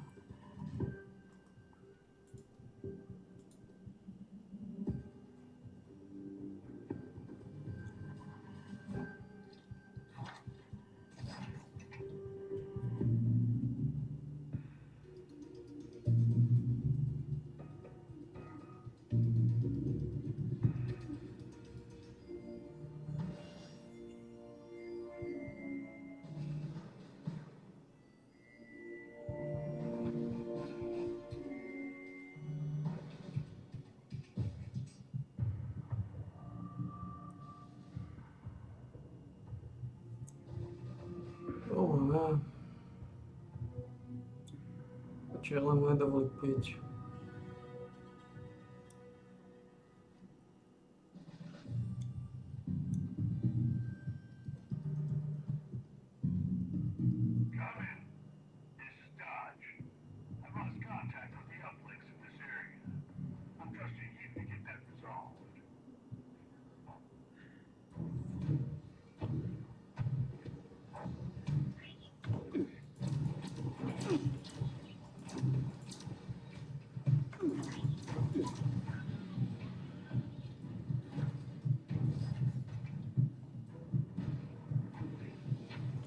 Že čo môže dovoliť piť, to je veľký problém.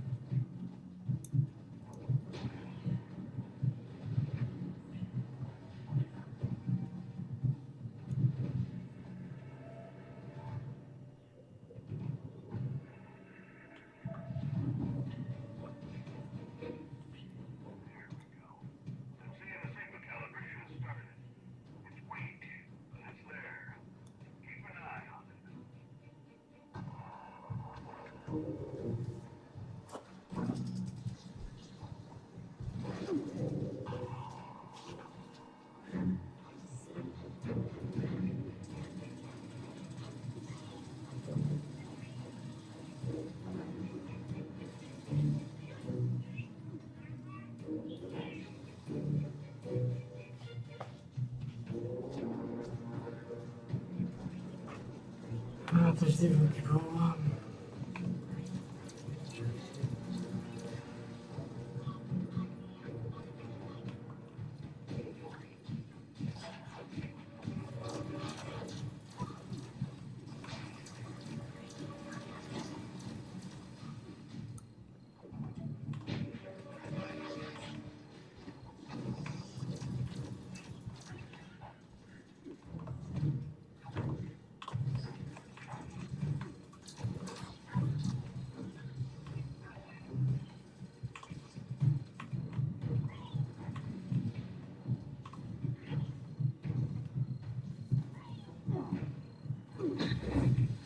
What?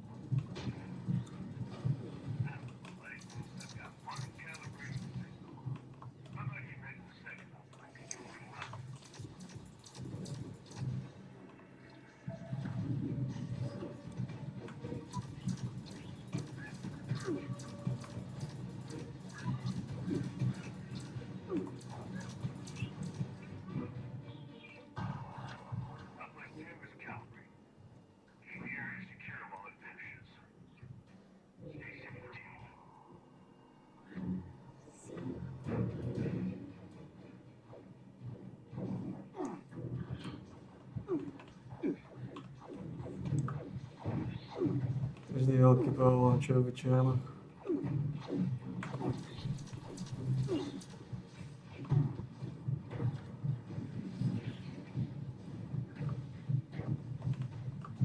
Vždy veľký problém. Že nedovoliť sa mu napäť.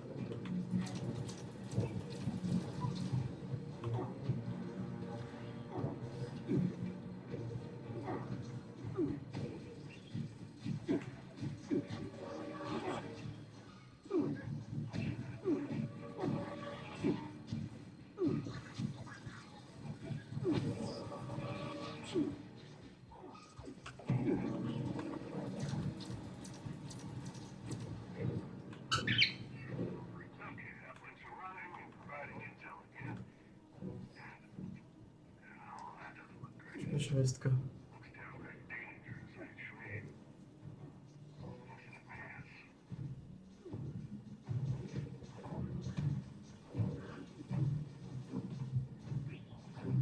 Šestka.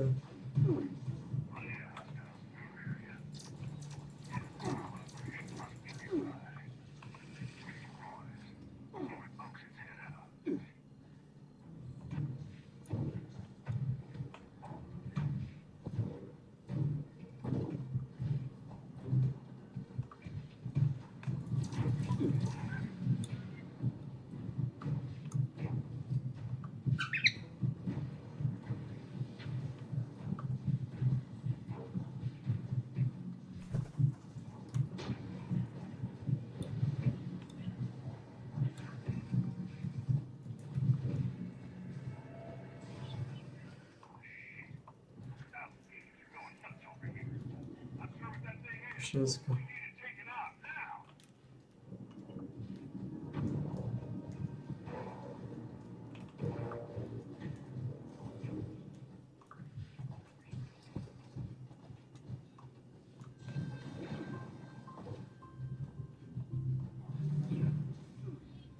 Yeah.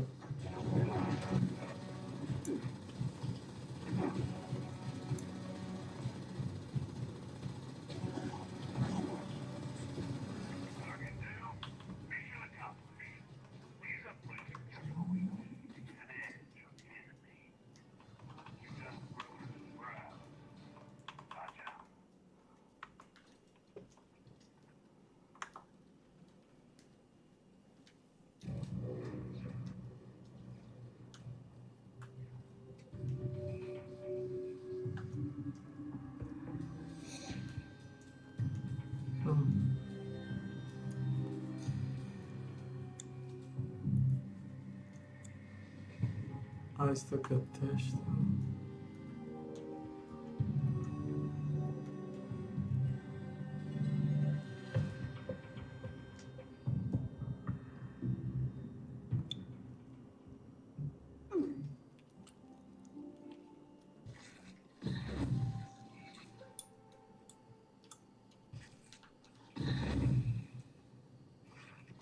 É lá.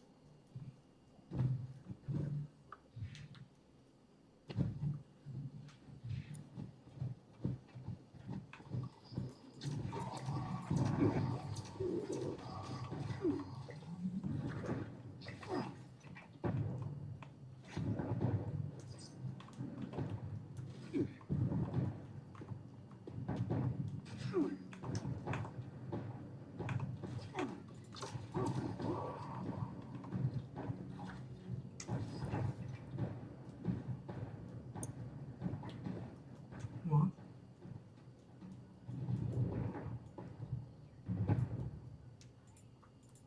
What was the man like a boat fly?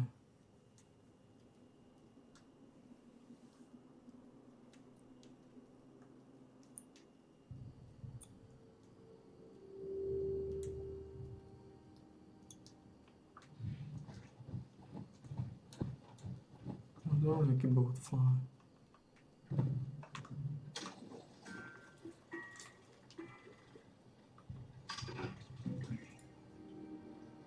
Oh, it's fine. I make a boat fly. This vendor unit is equipped with anti-theft measures. Don't get any ideas, chump.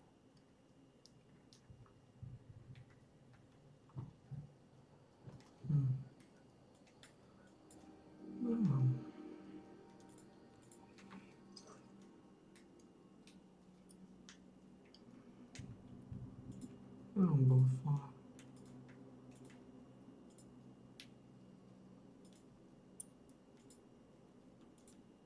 Kto z nich to bol? Tento, čo?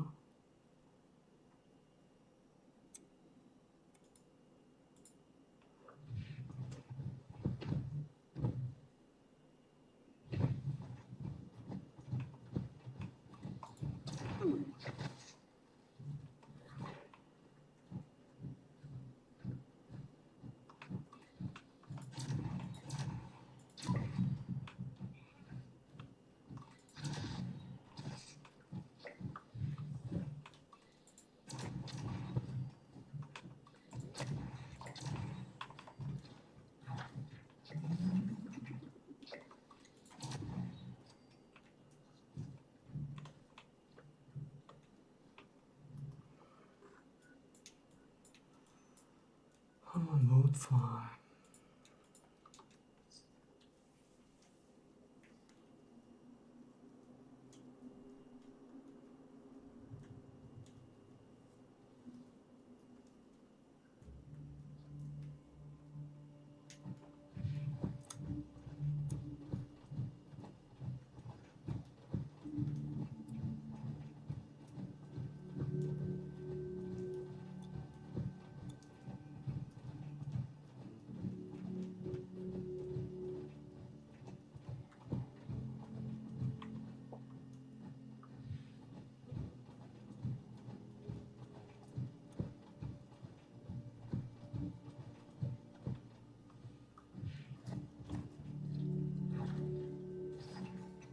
Možno sa to bol tvár.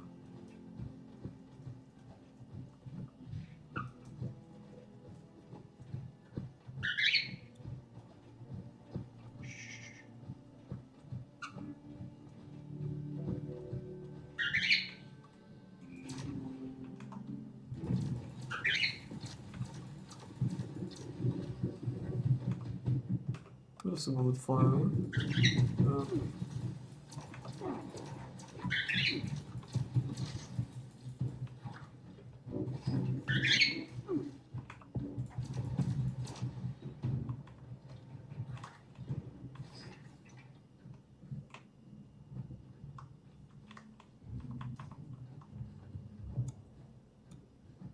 Oh man.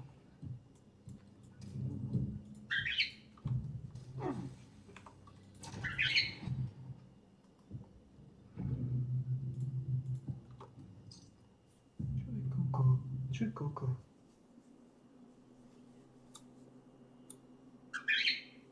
Čo je koko? Teraz si došiel.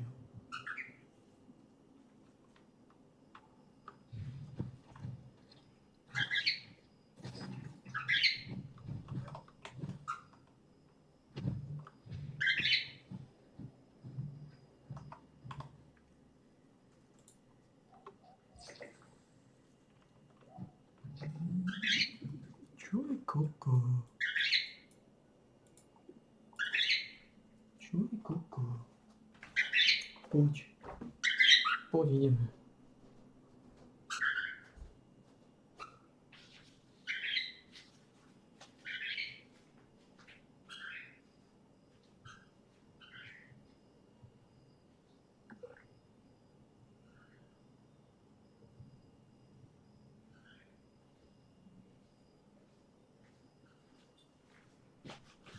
Máš kokse, máš kokinu.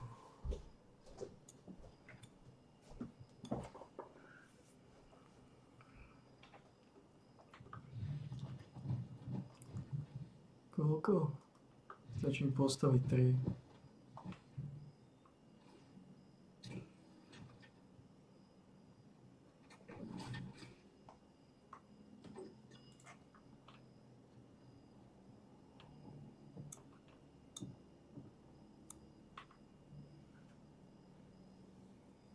Stačí mi postaviť 3.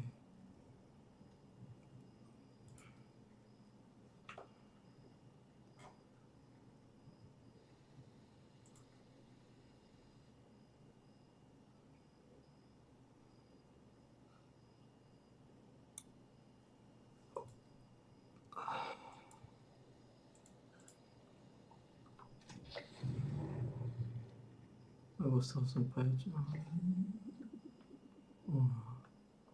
Skrepneme ich.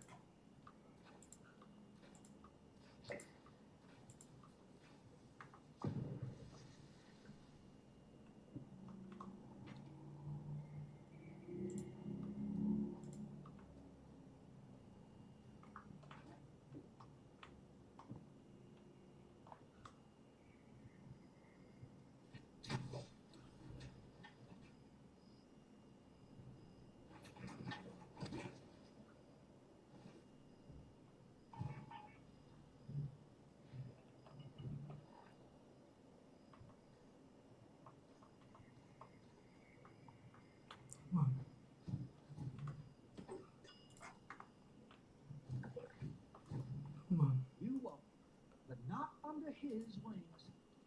Then the system. Zlý event chýba. To už je nič. To už je pohoda. Ukoniť.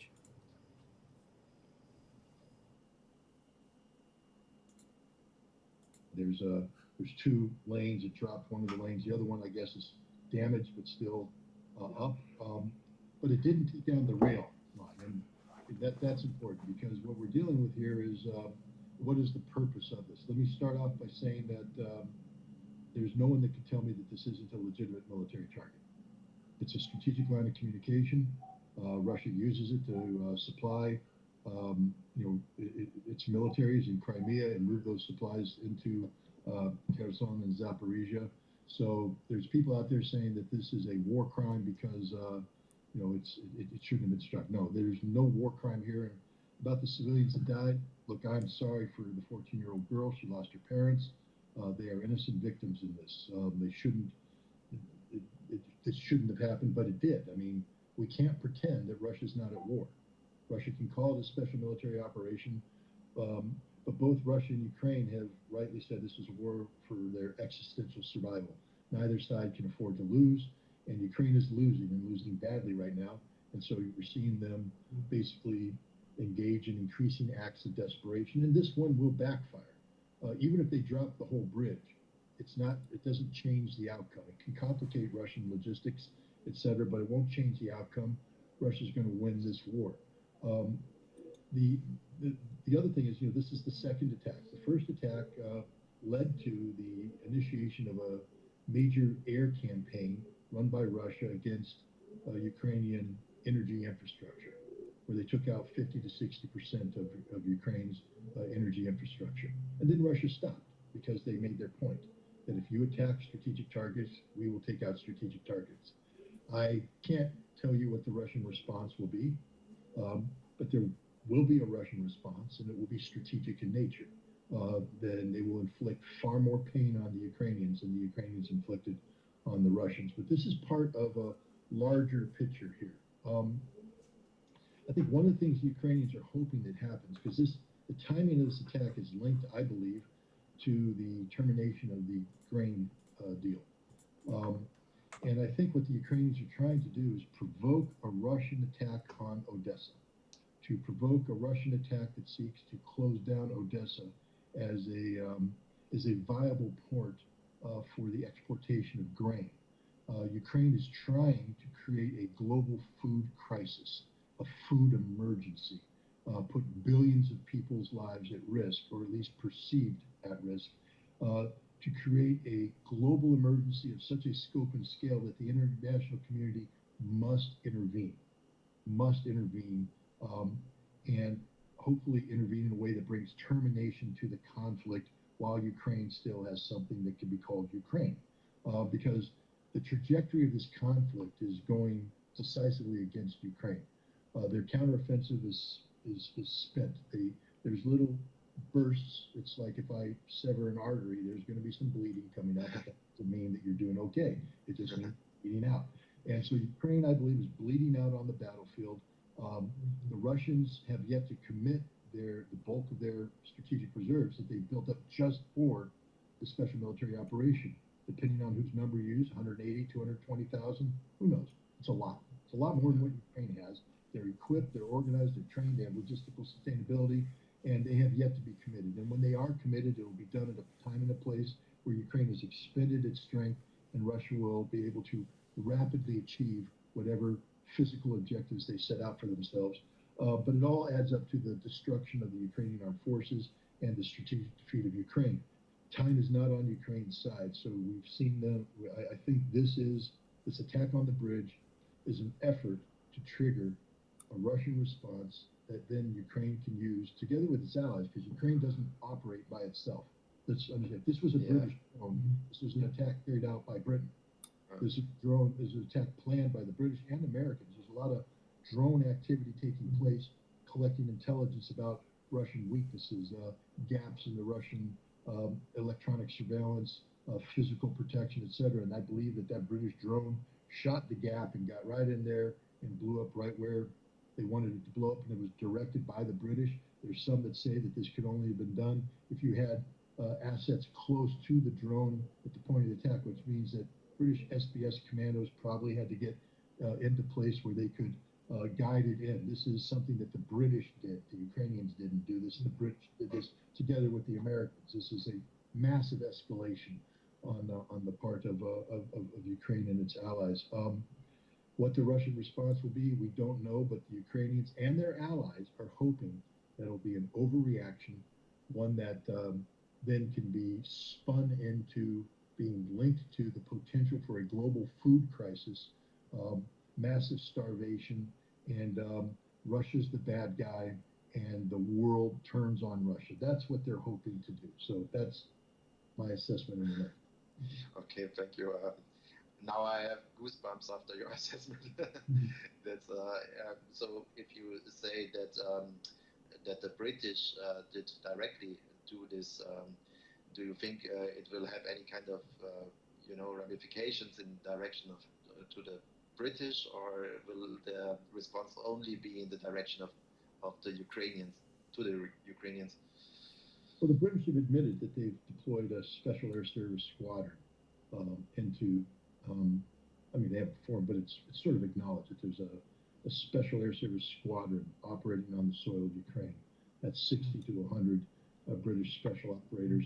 I believe the special air service squadron has been supplemented by a special boat service capability, and it's the special boat service that did this.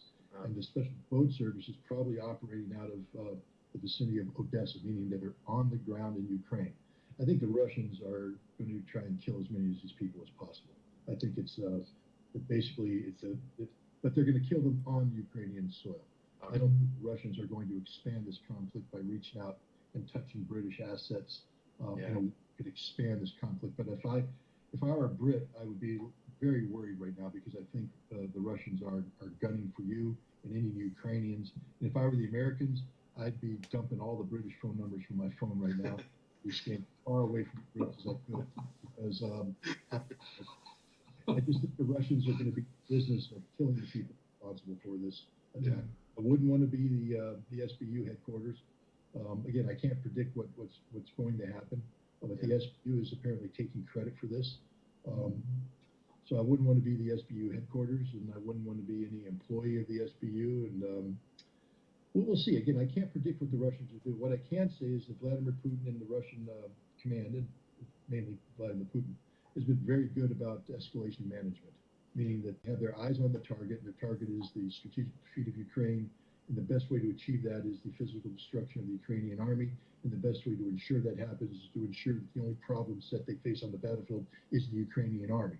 They don't want to do anything where there's an excuse for NATO forces, either as part of NATO or as a coalition of the willing, to come in and complicate this battlefield. So I think you're going to see the Russians continue escalation management, continue not to take the bait, and continue to push forward. But politically, this is a problem for Russia, because escalation management sometimes has been misconstrued in the West as a sign of weakness, when actually it's a sign of strength.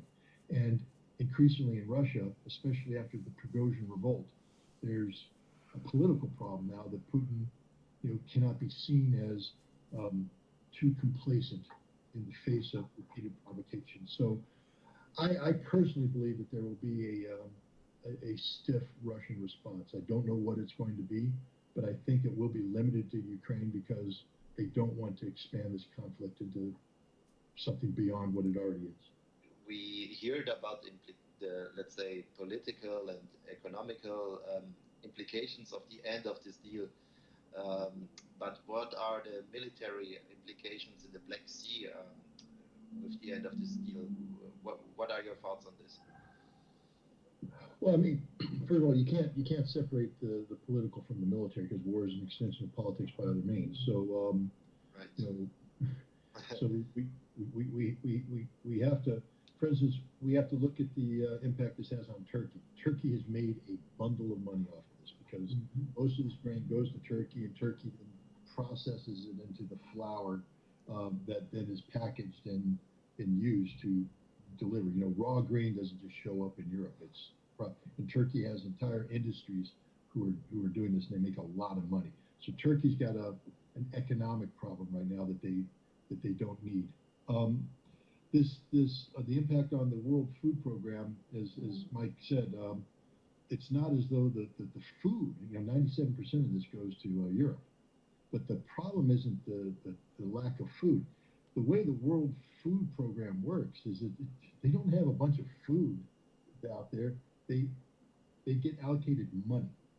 And so, for instance, when the United States supports the World Food Program, we give a tranche of money, and that money is used to buy a product.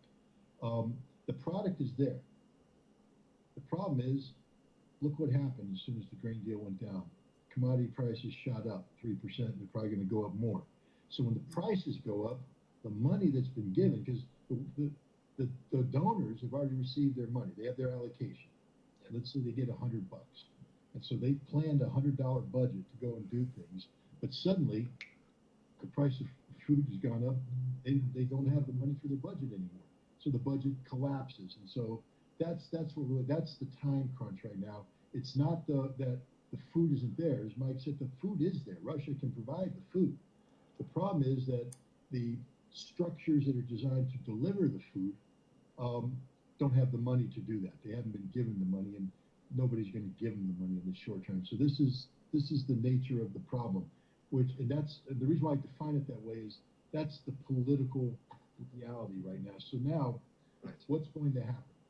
In order for Russia to get grain to the places that need it, Russian ships have to be able to go through the Bosphorus and the Dardanelles. And so when people say, what's going to happen in the Black Sea? As Mike said, there's the Green Corridor, and Russia doesn't control the Green Corridor.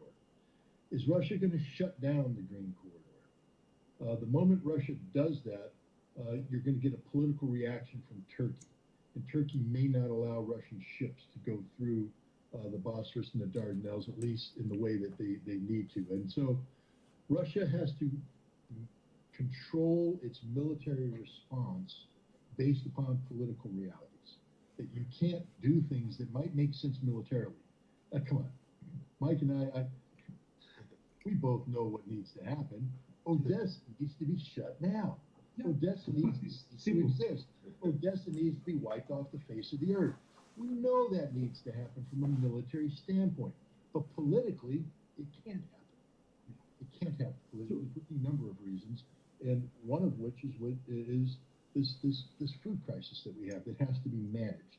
There's a political need to manage this because Russia needs to ensure that when the whole world, for instance, when China picks up the phone, Xi Jinping calls up and says, "Hey, Vlad, buddy, pal, Bubba, we got a food crisis. And I'm getting a call from Modi. Modi's unhappy right now because there's a food crisis. And he's getting a call from Lula down in Brazil. And the BRICS is like, what the hell's going on with this food crisis? What are you going to do about that, Vlad? And Vlad's got to be able to go, we got this one under control, pal. Z, I've sent ships right now full of grain. They're going to make it to Africa. Nobody's going to starve to death. And Z's going to go, good job, Vlad. No more political pressure. Because that's how it works. But if Vladimir Putin sinks every ship and blows up Odessa, everything else, Z's going to go and go, Vlad, what the hell's going on, buddy? Buddy, it's got out of control. This is insane. Because this isn't just about sinking ships in the Black Sea, pal. We're all for that. We want to sink ships in the Taiwan Strait, too. But we don't because we're smarter than that. We understand there's ramifications. Stop sinking ships. Putin doesn't want that phone call. And so I believe that the Russian response is going to be a very measured response that relates to the political realities, the geopolitical realities of the food crisis. And so I don't think you're going to see ships sinking, because if that was the solution, the ships would have been sunk already.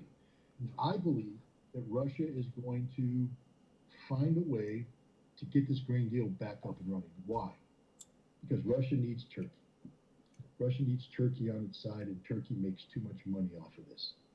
Plus, the entire food system is geared around Turkish, I'm losing the word, but when you grind the grain into flour, it's called something. There's a process there. A milling. Milling, is that it? Milling? Yeah, I think. Yeah. Translated from Serbian, it would make sense. I know about killing. I don't know so much about milling. But milling, I think you mill the grain into flour and all that. Turkey has sort of a corner on that market, especially for the stuff coming out of Ukraine and Russia. It goes to Turkey, and Turkey does that. And the whole World Food Program, therefore, is geared on a Turkish supply. So I think Russia is going to get back. And if you take a look at their response, they say we can start this thing up immediately. Immediately. Russia says we can begin this. They wouldn't have put that clause in there if they were going to blow the hell out of Odessa. Excuse my language. They were going to take Odessa out of the problem. So I think you're going to see a very measured response from Russia in the Black Sea. I think, as Mike indicated, the response is going to be very targeted, and it's going to be targeted on the ground. It's going to be targeted against physical structures on the ground, geared towards Ukrainian leadership, British presence on the ground. I think Odessa will be hit, but not in the way that it should be hit. Because frankly speaking, Odessa should not be allowed to ship another shipment out because they are using this. There's good reason to believe that Odessa was the source of the explosive that blew up the Crimea Bridge the first time. That they used a ship coming out to that. There's a good reason to believe that the British and the CIA and others have adapted many of these ships to smuggle weaponry in and out. And it appears that the British used one of these ships as a mothership to get them close to Crimea along the Green Corridor, from which they launched their attack. So the military response is to shut it down. And the Russians could shut it down that quick. But the political response is you got to keep the food program viable. This cannot be allowed to be spun into a global crisis that puts Russia on the wrong side of the telephone call that we talked about. So I think we're going to see a very measured response in the Black Sea. Scott, what do you think? No, I agree. I'll take it even a step further.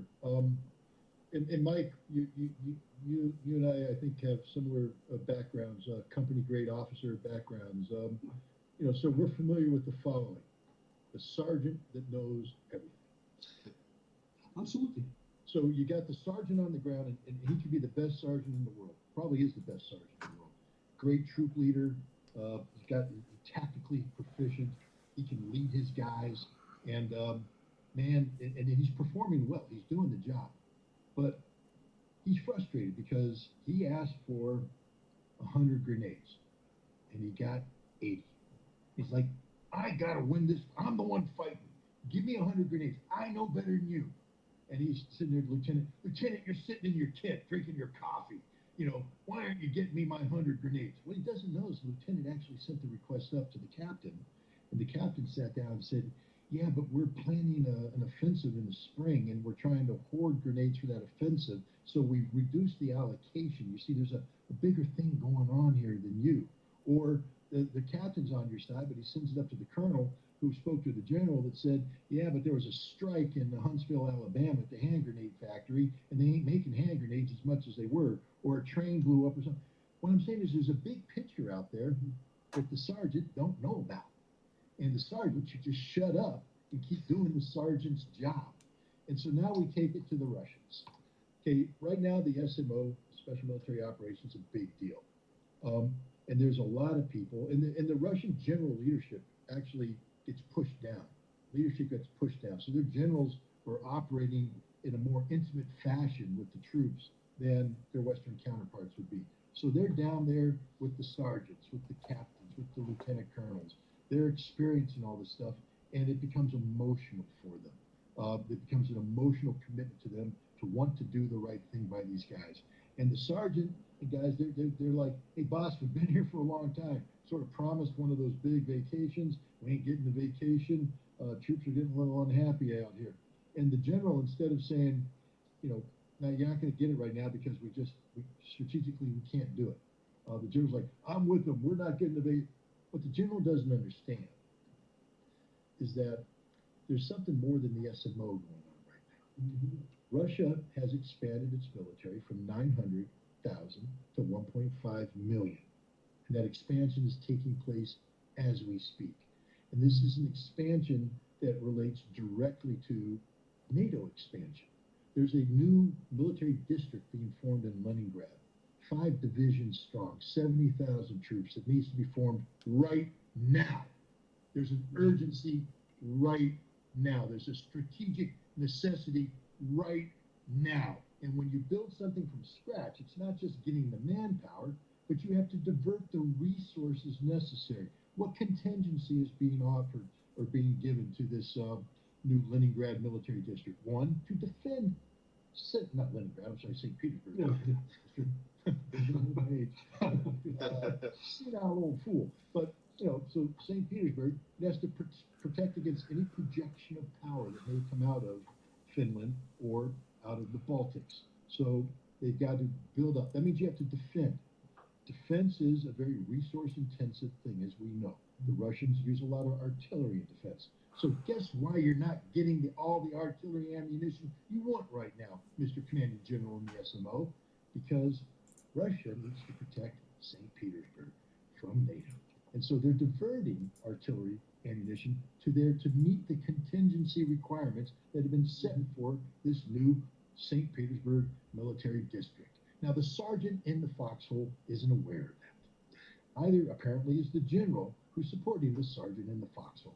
So the general's spouting off stuff and creating a political problem. And that's what's happening here. There's a political problem. Musíte tam The generals stať. are causing a problem. And they're accusing Musíte sa ukazovať dementom. of malpractice, of Ešte corruption, pán. of incompetence. But the fact of the matter is, Shoigu and Gerasimov are geniuses, literal geniuses, because they're not only winning the war on the ground, General. Think about it, General. The reason why they're winning right now isn't because of you.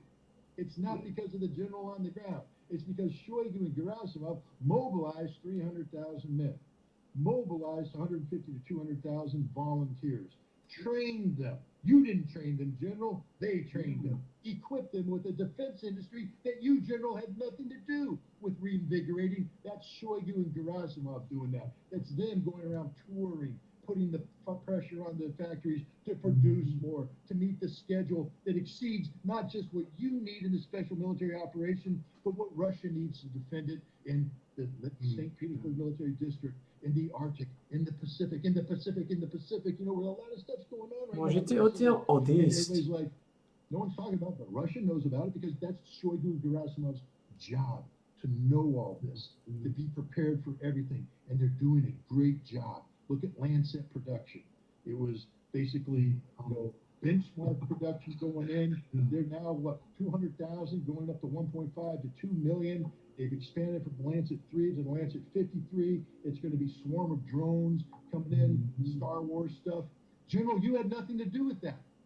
Shoigu and Gerasimov had everything to do with that. You're winning because they built a defensive line. Now, Surovikin had something to do with that too. But Surovikin learned to take orders and execute the orders. The generals that are being rotated out are generals that forgot that their job is to execute orders, not challenge the command, especially when they don't understand what the command's doing. Now, these generals aren't being fired. This isn't Stalin-esque. They're not going to be taken out, have their teeth knocked out, and sent off to the gulag. They're going to be reassigned to places like the command, command academy. Well, they'll be given a job instructing. And they'll teach people about what they learned on the battlefield, but they'll also start to relearn, by the way, because they once knew this, that there's a bigger thing out there than just a special military operation. That there's a huge thing called the Russian defense enterprise that's being stressed as we speak by expanding NATO, a NATO that wants to move into the Pacific. To je strašne depresívne, že tam stoja. Russia more aggressively Ja sa ukazujú kokotom. on Korea that could spin out of Chodte sa zašiť. Korean Peninsula. Russia's involved. All these things are out there, and these generals are going to get a chance to re-educate themselves, and eventually they could be rotated back once they've been suitably re-educated. But this isn't a purge in the classic sense. This isn't a Stalin. But this is a problem that's brought on by the Prigozhin effect. Because Prigozhin was the ultimate crybaby. Prigozhin was the guy who thought he knew everything. And the Wagner commanders, shame on them because they know better. They allowed the mouthing off to take place without putting him in his place as they should have done early on. They've paid a price in a loss of prestige. But, it looks like some of them may be given an opportunity to commit to a training mission in Belarus. But Wagner also had a global mission. You got to remember that they had 30,000 guys in Africa who weren't rotating out for the last year. And those 30,000 guys are rotating out, and 30,000 are going into Africa, and they're continuing that mission as part of the Russian enterprise. So there's still good relations there. I think Russia's going to repair the relationship with whatever Wagner is going to be called. I don't know if it'll be called Wagner or something else. It doesn't matter. All we do know is that Prigozhin won't be a part of it because Prigozhin can never again be trusted. And these generals that bought into the Wagner mystique and bought into the sergeant syndrome of criticizing their seniors when they don't understand what's going on, they'll be rotated out, and those that can be rehabilitated will be brought back in. Russia's not in vindictive business, but I think that's what it is. They just don't understand the big picture, and there is a very big picture out there. And Shoigu and Gerasimov are doing a very good job. Maybe they have what all senior management has sometimes, a problem with empathizing with their subordinates. Oftentimes, leaders get caught up in the big picture and they don't pay enough attention to what's going on, because a lot of this could have been resolved by through simple communication or, dealing with an issue on the periphery. You don't have to give them everything they want, but you just have to make them think that you actually care about them and are giving them something. You could solve a lot of these problems. I think there is a tendency amongst the senior Russian leadership chain to sort of get caught up in the rarefied air of running Russia, and they sometimes forget that there's a war going on and stuff. And you see that. You saw Shoigu suddenly realize he has to make a physical presence in the theater. He has to go down there and be seen, and Gerasimov the same way. But fundamentally speaking, I think the Russian defense enterprise is very healthy. I think they're very well positioned for victory on the battlefield. And I think what's going on with the Russian officers is a situational rotation driven by an infection of sergeant syndrome amongst generals that should have known better, and they will be appropriately re-educated. As Mike said, the Russians are professional.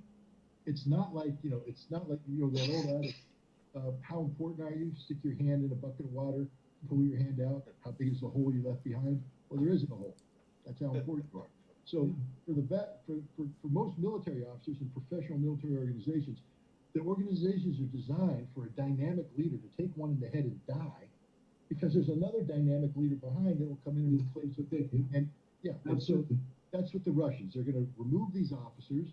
They're going to replace them with dynamic officers who aren't going to be infected with sergeant syndrome. We saw the last 2 days some columns, big columns of Wagner troops driving in Voronezh, and I don't know, to Belgorod, in a column with pickup trucks and so on. It looks to me like a big sparkling carrot. What are your thoughts on this? And Mike, if you like, you can add also something. What do you think? Musíte tam stát, musíte se ukazovat dementom. Já to nechápem. Proč tam stojíte?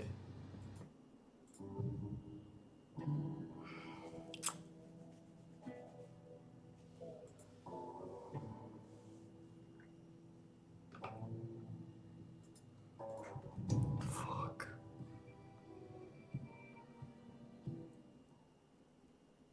Čo sa nejdete zašiť? Prečo tam stojíte?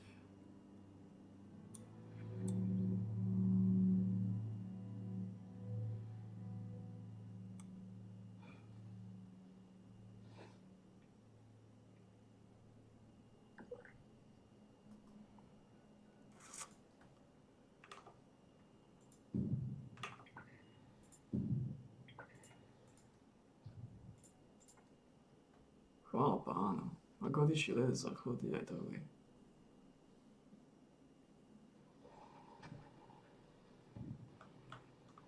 Ale pohni si, odíď odtiaľ.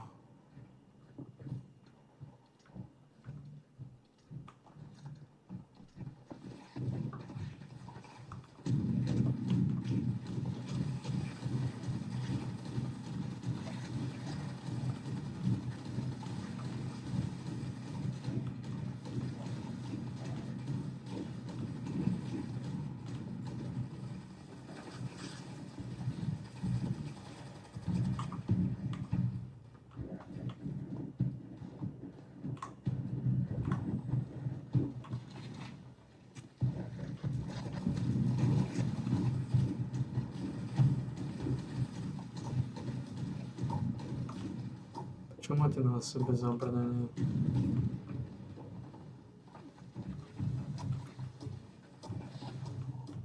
Vôbec nevyzeráte ako kvalitní šmáci.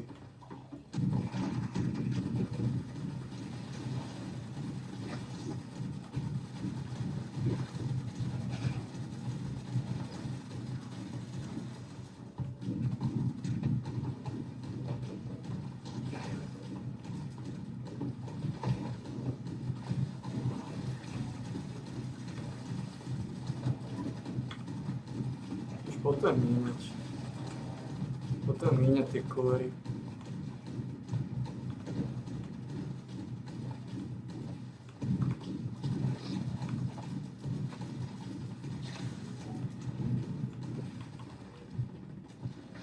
Už veľa kolorov sa množí.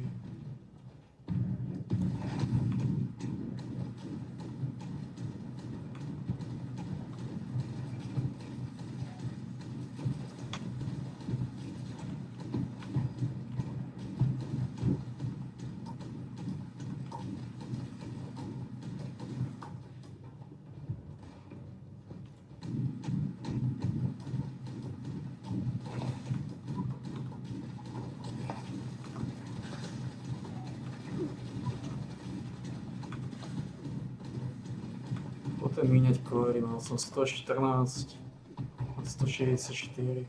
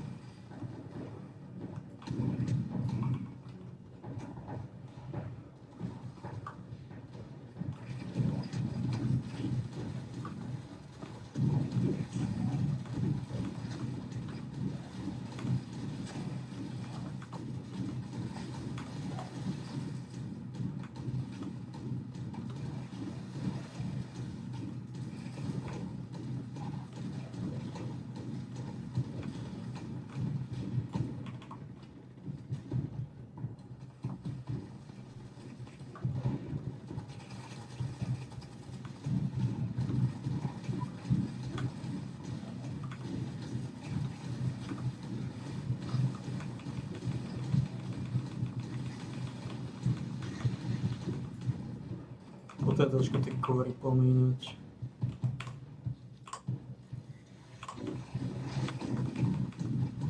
Príliš veľa kolorov.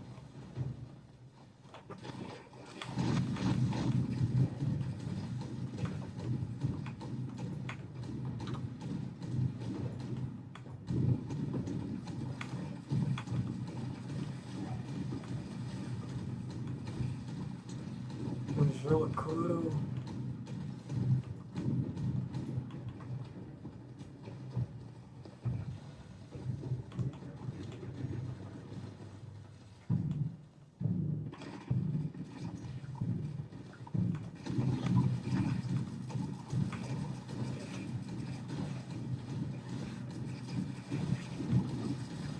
Príliš veľa kolorov.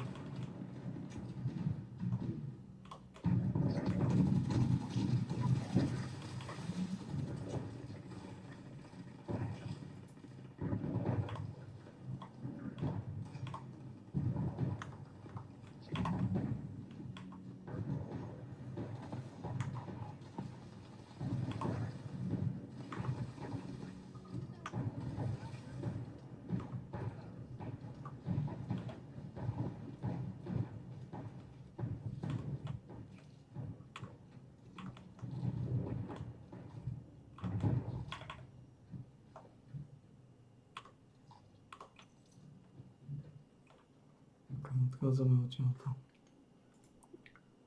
Všetko hotové, sme tomu týždenné misie, týždenné fufera,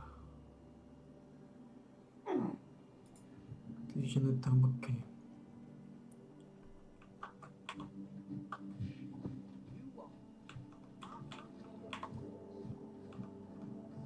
Takže ako sme na tom? Áno, celkom provizorne. To je celkom dobré action point kosty. Bulety explodujú, armor penetrácia, všetci môže tie zbrane. že tie zbrane jednoducho smrdia.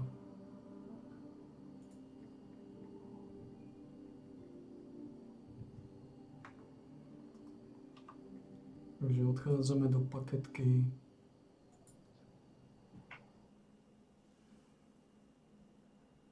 Ako mohol by som predať nejaké tie šmarky odtiaľ.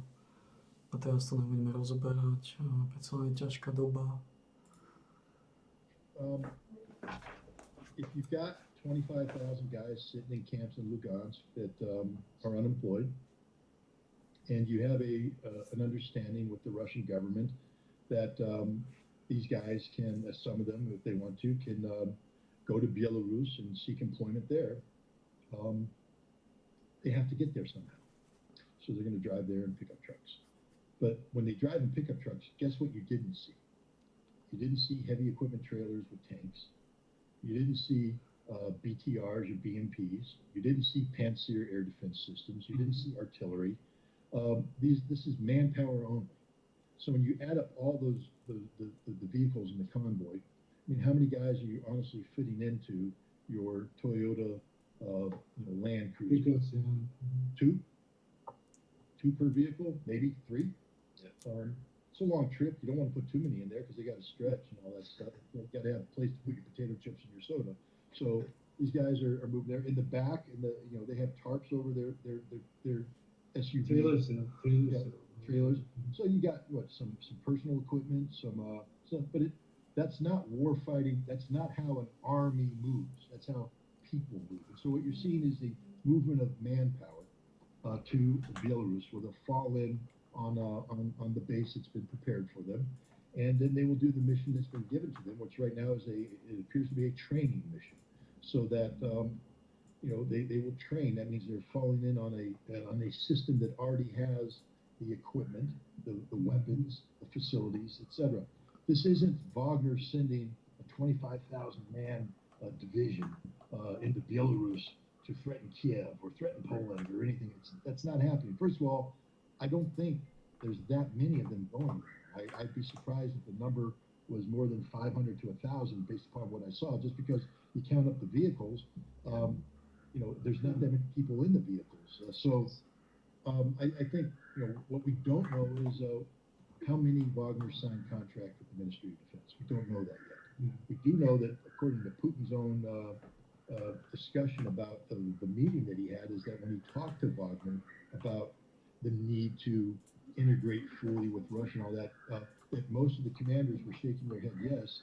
But Putin says that Prigozhin, who couldn't see them, was saying, my guys will never accept this. But Prigozhin doesn't count anymore. He's finished. He's done. So the question is, those guys are nodding their head. How many of them signed contracts with the Russians, and what did those contracts constitute? Wagner had some very capable units. Because remember, Wagner started as literally a battalion-sized entity back in 2014. Then they developed some specialized units, some reconnaissance units, things of that nature that were used to train Lugansk and Donetsk militias and to fulfill specific combat needs. These are very experienced guys who have also gone to Syria and Africa and mastered their skill set. And so if I were the Russian Ministry of Defense, I would want to take some of these units and incorporate them as a unit, keep this capability together, and send them over as a volunteer unit. In many ways, same thing that the Chechens are doing. The Chechens built the Akhmat forces. They're not designed based upon Russian Ministry of Defense table of organization and all that stuff. The Chechen Republic says this is what an Akhmat unit looks like. This is what it does. And they build it, then they sign a contract with the Russian Ministry of Defense. They're certified as a volunteer unit, and they go forth and subordinate themselves underneath the Russian command structure.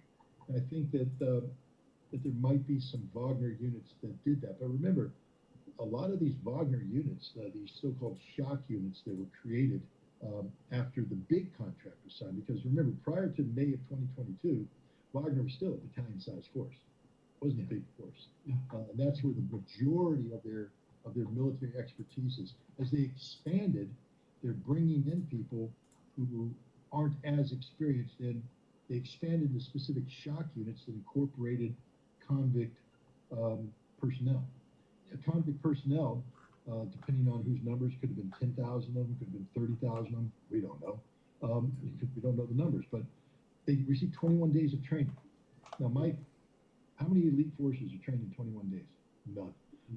How many competent military forces are trained in 21 days? None. So 21 days of training allows you to hold a weapon, aim a weapon, shoot a weapon roughly, and move forward with some minimal tactical expertise. But the bottom line is you're going to be killed in large numbers, which is what their job was. Their job was to go in and absorb casualties, take terrain, and then the reconnaissance companies, the strike companies, the good guys came in behind them, took over the position, laid down base of fire, and then they moved on again. So these shock units don't exist anymore. So the majority of Wagner's structure doesn't exist anymore because you're not getting the manpower that's there. And so I think what you're going to see is, maybe at the end of the day, several thousand Wagner guys may show up in Belarus as training. I would be shocked if the Belarus government allowed them to consolidate into a combat unit, because fool me once, shame on me for twice, won't get fooled again. But we'll see. I can't predict the future. I don't know what the future holds. I do know that Wagner still has its African mission and its Syrian mission, and those missions haven't gone away. And they're doing a rotation right now to rotate the troops out, and the guys coming back from Africa. The Wagner contract has not been dissolved, meaning that it was interesting when the FSB raided Prigozhin's mansion, they took a photograph of the initiating document for Wagner. It's a fascinating document about what it talks about. But one of the guarantees there is a guarantee of employment, which is still part of the contractual lease. So these guys coming back from Africa have to be given employment opportunities by Wagner. And right now they have 3 opportunities: go back to Africa or Syria, go to Belarus to be a trainer, or go sign a contract with the Ministry of Defense. Those are the 3. Those are the 3 employment opportunities for the Wagner guys. There's no longer go join the big SMO unit. That unit doesn't exist anymore and will never exist again. I'm wondering whether the Russians are going to use these cluster munitions as well, because they consider the land as Russian territory, the soil. I'm wondering whether they will use it on this soil. Scott, what do you think? I mean, that's first of all, is there a military necessity for Russia to use cluster munitions? I believe the answer is no. I think there might be a political component. Again, war is an extension of politics by other means, to be seen as replying in kind. But the last thing I think Russia would do is to use these weapons indiscriminately in a way that led to the kind of pollution of the terrain, so to speak, that would have to be cleaned up. Remember, this is Russia they're fighting on right now. Russian soil. Donetsk is Russia. Lugansk is Russia. Zaporizhia is Russia. Kherson is Russia. Now, the Ukrainians can disagree, but from the Russian perspective, it's Russian soil. So why would you do that? So I don't think it will be indiscriminate use. Cluster munitions are very effective in breaking up mass armor assault. That's what they're designed to do, infantry in the open, etc. So you may get a demonstration use if the Ukrainians sought to. Čo je švédstka? Čo tam robí tá naša švédstka? Čo tam grgá? Naša švédstka tam odgrgáva. Čo robí naša švédstka?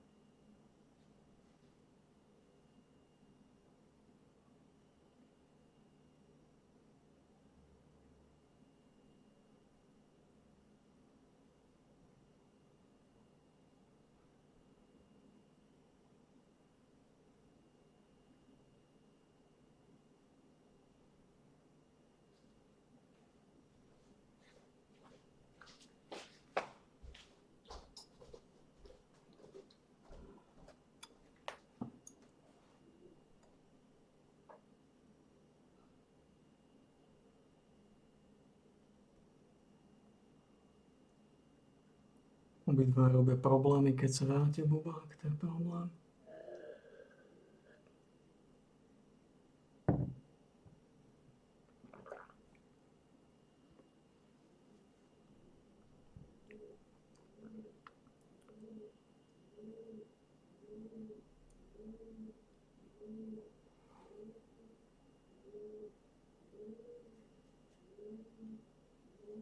Potom sa Černoch ukludnil.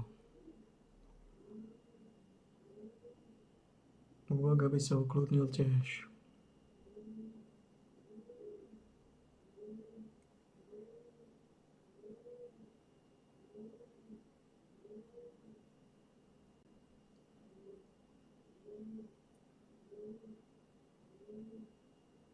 Aby sa Černoch ukludnil.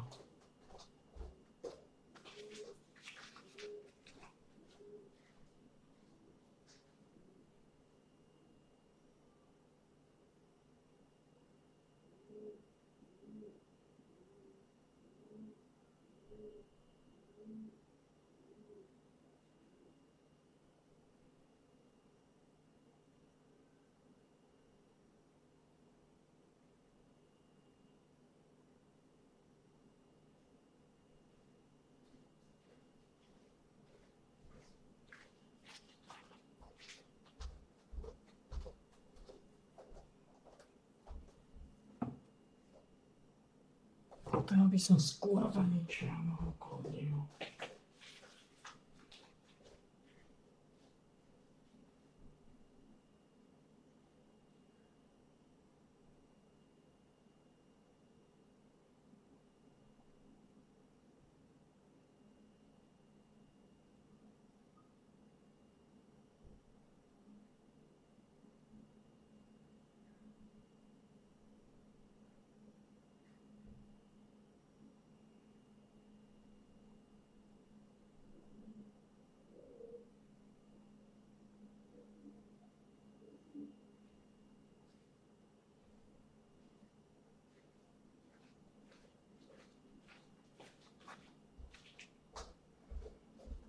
Naozaj potrebuje, aby sa Černoch ukludnil, aby sa posadil, aby ďalej v kľude relaxoval.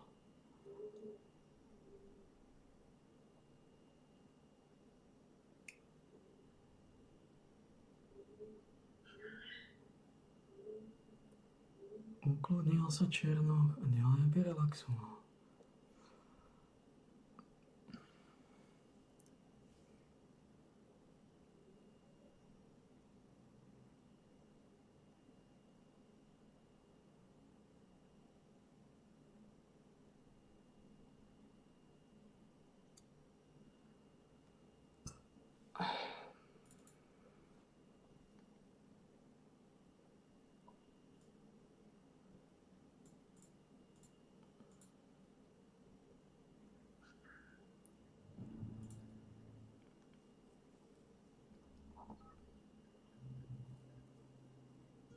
No, good enough.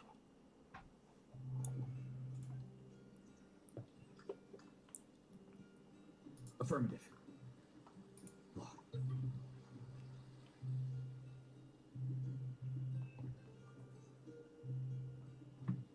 Si mŕtvy v mozku? Úplne si mŕtvy v mozku? Proste si úplne mŕtvy v mozku? Som zabudol už, ako operuješ. Sure.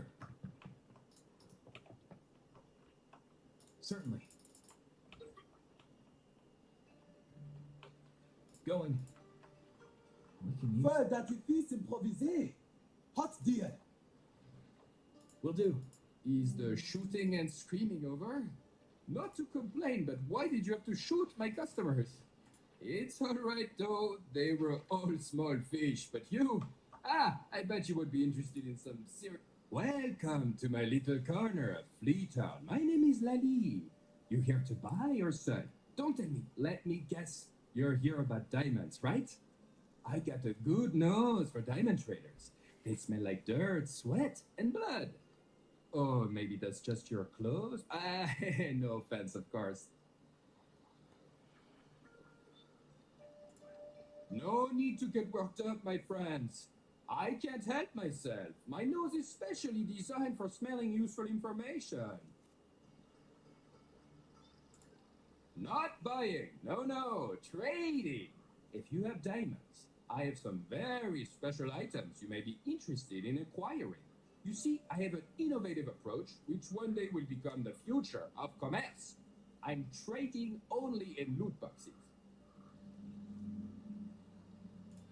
Oh, yes. A loot box is a box of mystery. Maybe you'll find a pile of treasure, or maybe you'll find a pair of dirty underwear. Who knows? Fun, right? No money involved, just one tiny diamond buys you a box. Buy as many boxes as you like.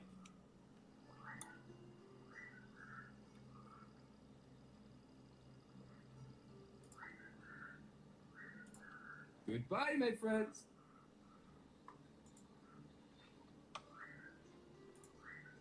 My friends, I heard that Boss Flaubert wants to meet you. You won't forget your old friend Lali now that you're swimming with a big fish, eh? Just one tiny diamond for a box, my friend. There could be anything inside. Definitely won't be nothing. There you go. Do you like it? This here is a powerful substance, my friends. It prolongs life, grants visions of the future, and makes your eyes blue. You might have to take a lot of it to make that last thing happen.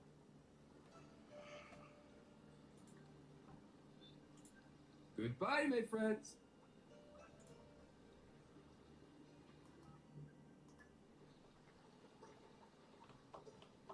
Sure. Affirmative.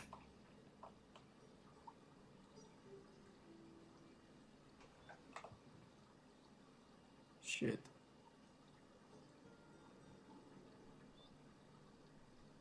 Jak je možné, že nemám ona? Will do. Certainly. Nič. Sklepně. Going. There's some quality stuff in here. Oh, kind of good.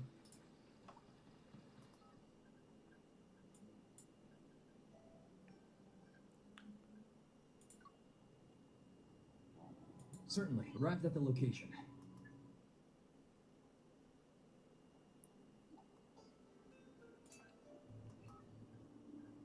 Úplně málo viděl.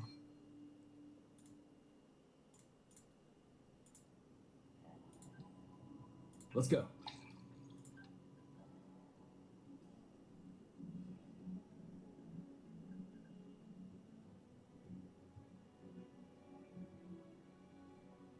I'm done here.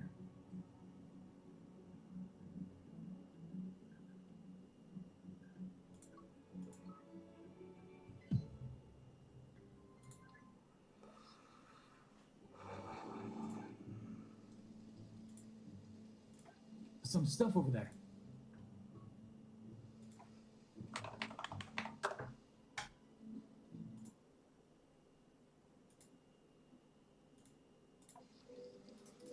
Will do. Affirmative. There's a trap here. Sure. Going undercover. Mowing. Found one. Okay.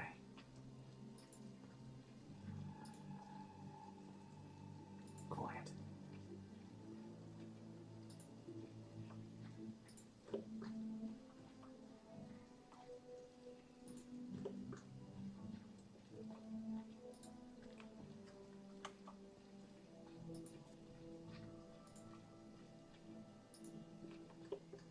Mowing. We can use this. Okay.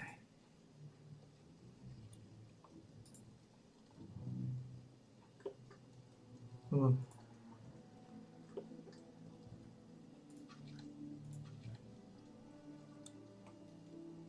Aiming. Quiet. Huh? Whose turn is it to take out the piss bucket? Don't look at me, boss. I did it yesterday.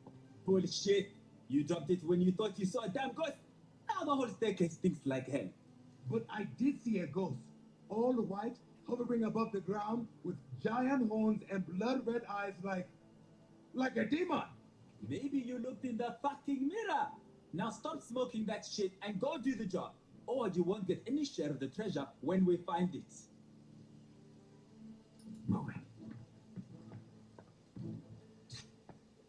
We're under attack! Oh. Jo. Takže 87 sila. Ešte 3 bodíky do sily. Mali by sme byť za najhoršieho vonku. Going undercover.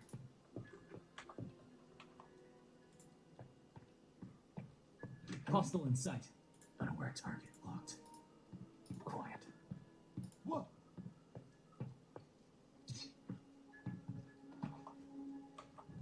Okay. Tu 3 bodíky sila. Moving.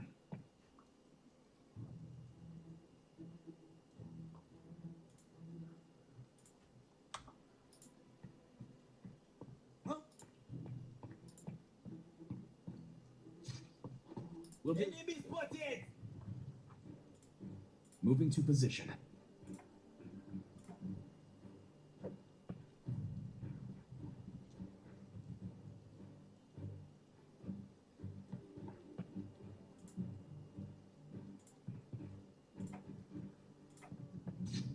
Oh.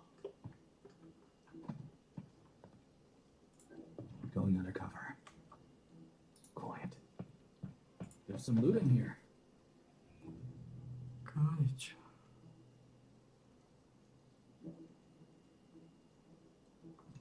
Moving.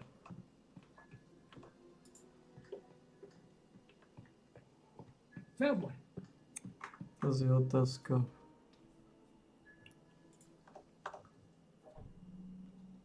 Ako sa zbaviť týchto pičisov.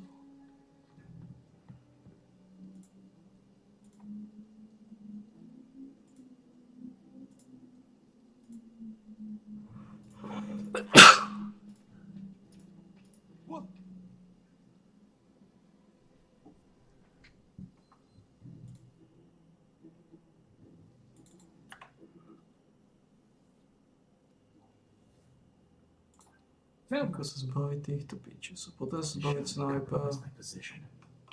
Moving.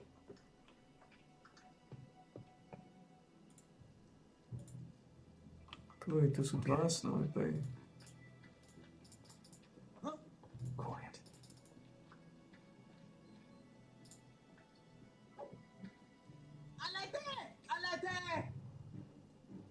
Ale zase musel mísnúť. Ako nehovorím, že by to bol nejaký veľký problém. Going undercover. Zaujímavé. Toto vyšlo celkom provizorné. Moving. The foreigners are here! To arms! Teraz si ma všimli pičisovia. Going right now. Put down!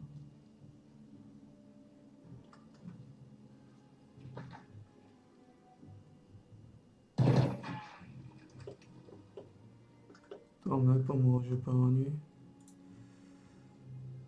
Minimálny loot, ale to vám nepomôže. The Major will hear of this! Bad one! Oh.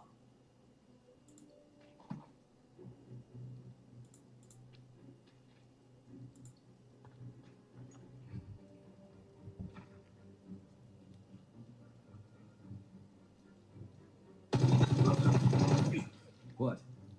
14 bodíkov si mi nabral. Nechce byť navrlý. 14 bodíkov ti nepomôže k ničomu. Je suis de mon blessé! Jak to, že nemám body? No sa prsou. Tak to nepríjemné.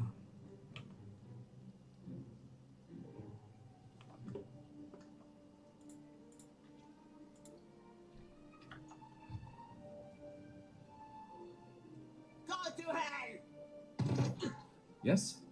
Ach, to ti tiež nepomôže, chlapina. Tentokrát už naozaj zaopraskáš. Moving to position.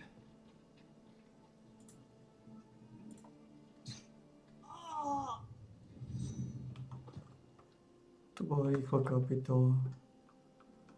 Rýchlo fútra. Going. A samozrejme rýchlo bombonie.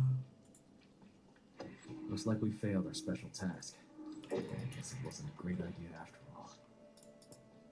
Affirmative.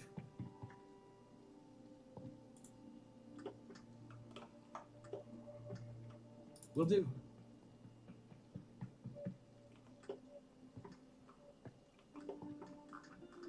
Zaval som tie spodné dvere. Tam som aj nebol. O.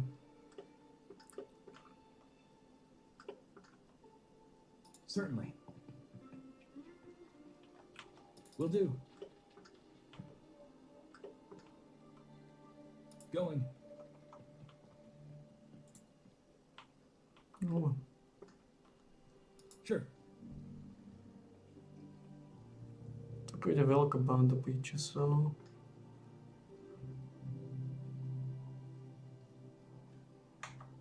O.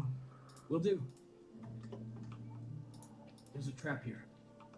Going. No. Sure. Affirmative.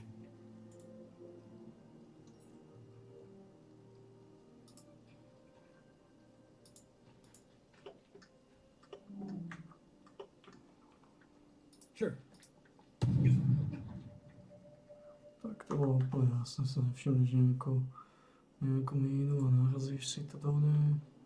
Will do. Going undercover. Quiet.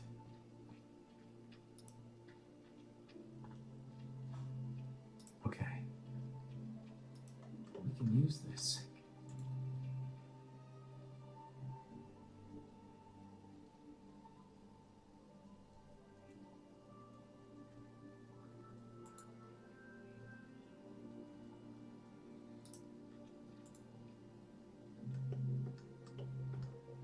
Moving.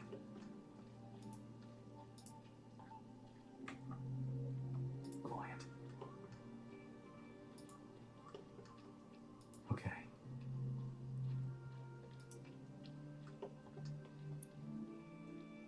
Take a look at this.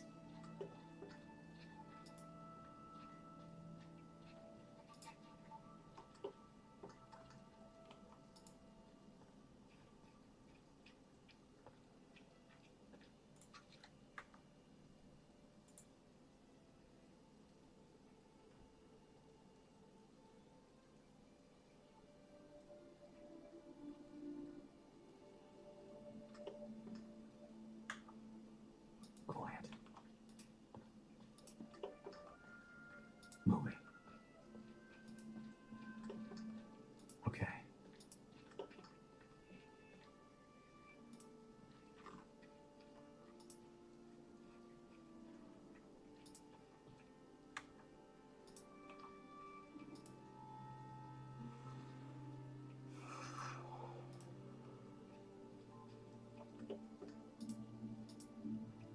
Quiet.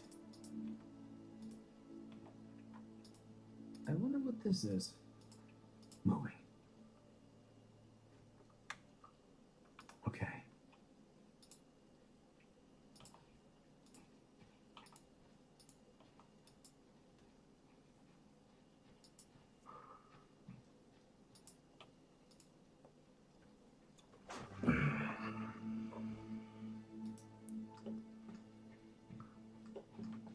Quiet.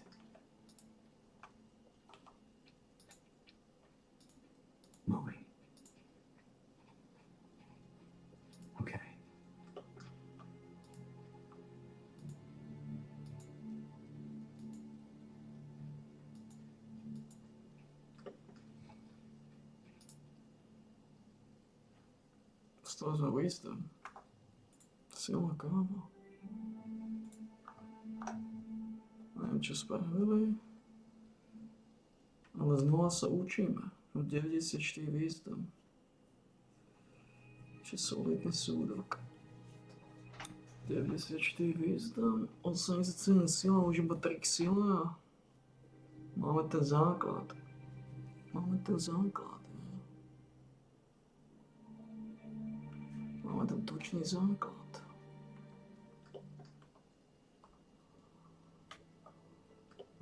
Moe. Okay. Quiet.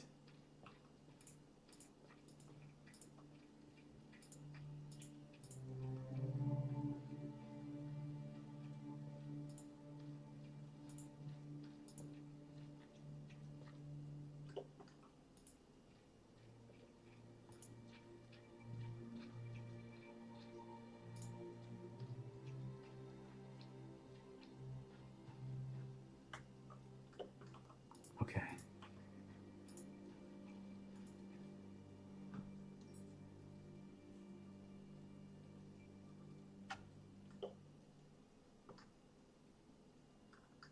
Moe.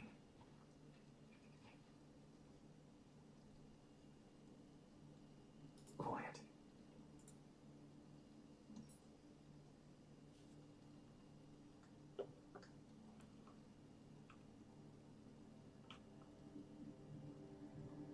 Okay. Jeden z týchto hrochov to mal otvárať.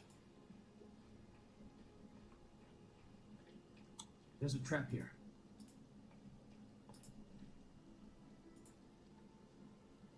Moe.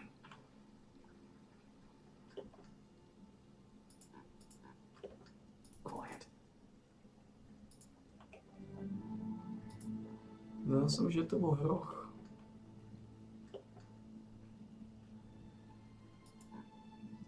Okay.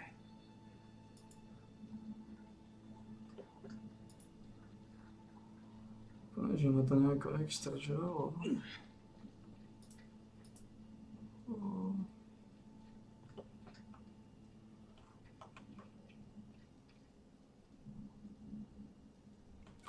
Quiet. Moe. Mohlo to byť niečo z tohto. We can use this. Okay.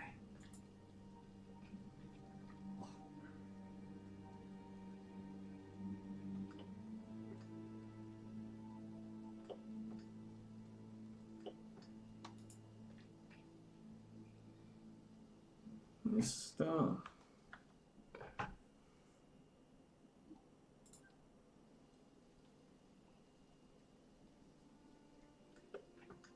Moe. Okay. Už ma nebavíš mi slova. Affirmative.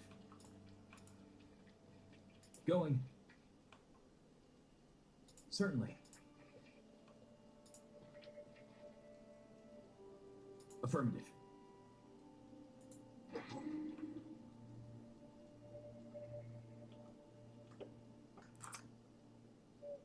Shit. Going. Ten roh to mal. Will do. Certainly. Affirmative. Going. Sure. Affirmative. Som váčku. Certainly.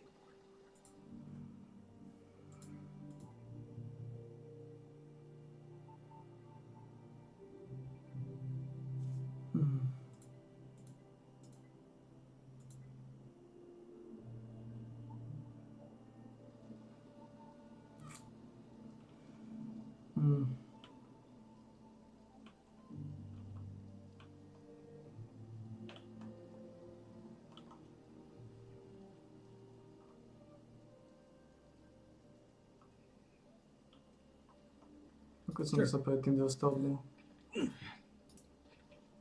Affirmative. Ale tuším. Going. Sure. Není to ani také dôležité, popravde. Chcelo by to spáliť tú misiu. Affirmative. Sure. Nie je to také dôležité. Will do. Popravde sa mi nechce. Certainly. Going. Nechce sa mi s tým moc zapodievať. Will do. Going. Viem, že niekde tu bola páka. Tento jeden z tých pičusov sa mi zdá, že má páku. Teraz to nemá. Sure. Či zaujímavé. Affirmative. Aj vtedy sa mal veľký mechanical skill.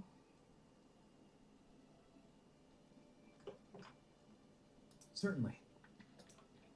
To je zaujímavé.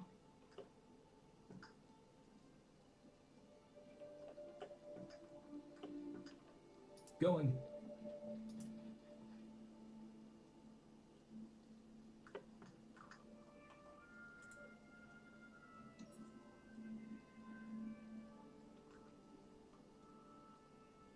To je zaujímavé.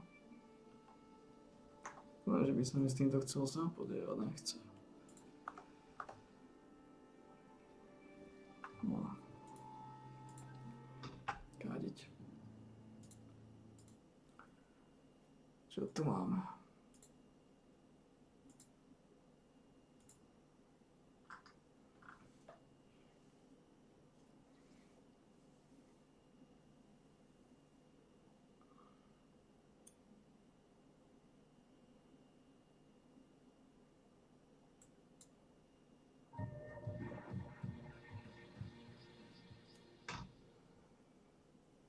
It's the Real News. I'm Aaron Mate.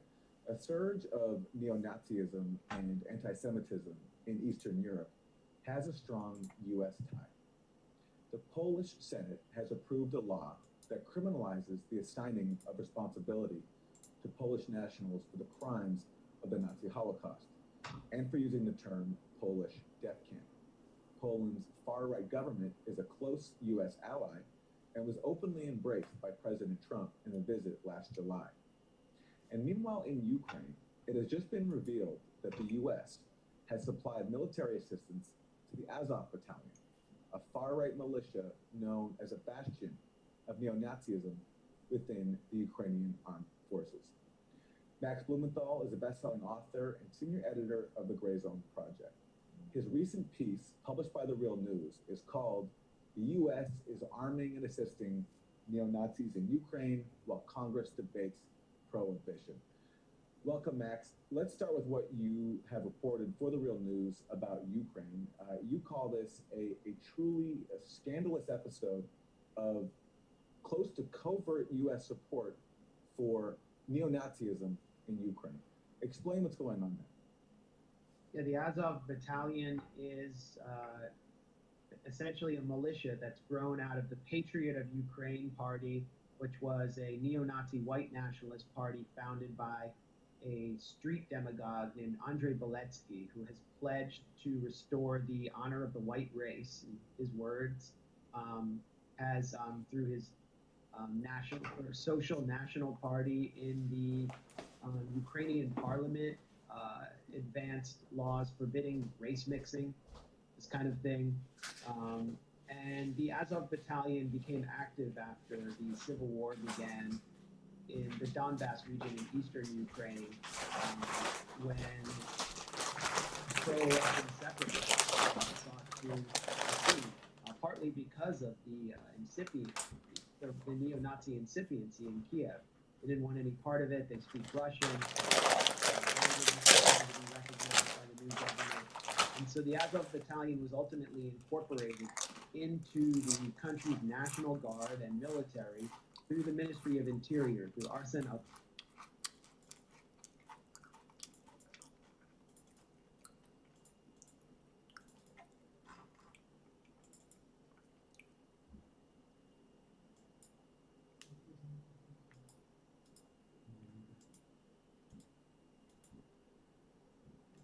Chodíme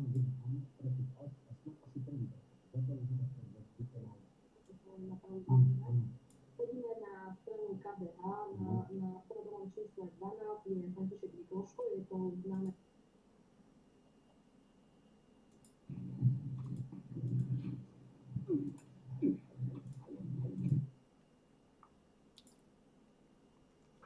Avakov, who's been basically a supporter of its agenda all along. He also at one point installed another figure from Patriot of Ukraine, Dmitry Yarosh, as the police commissioner in Kiev. This is another neo-Nazi figure.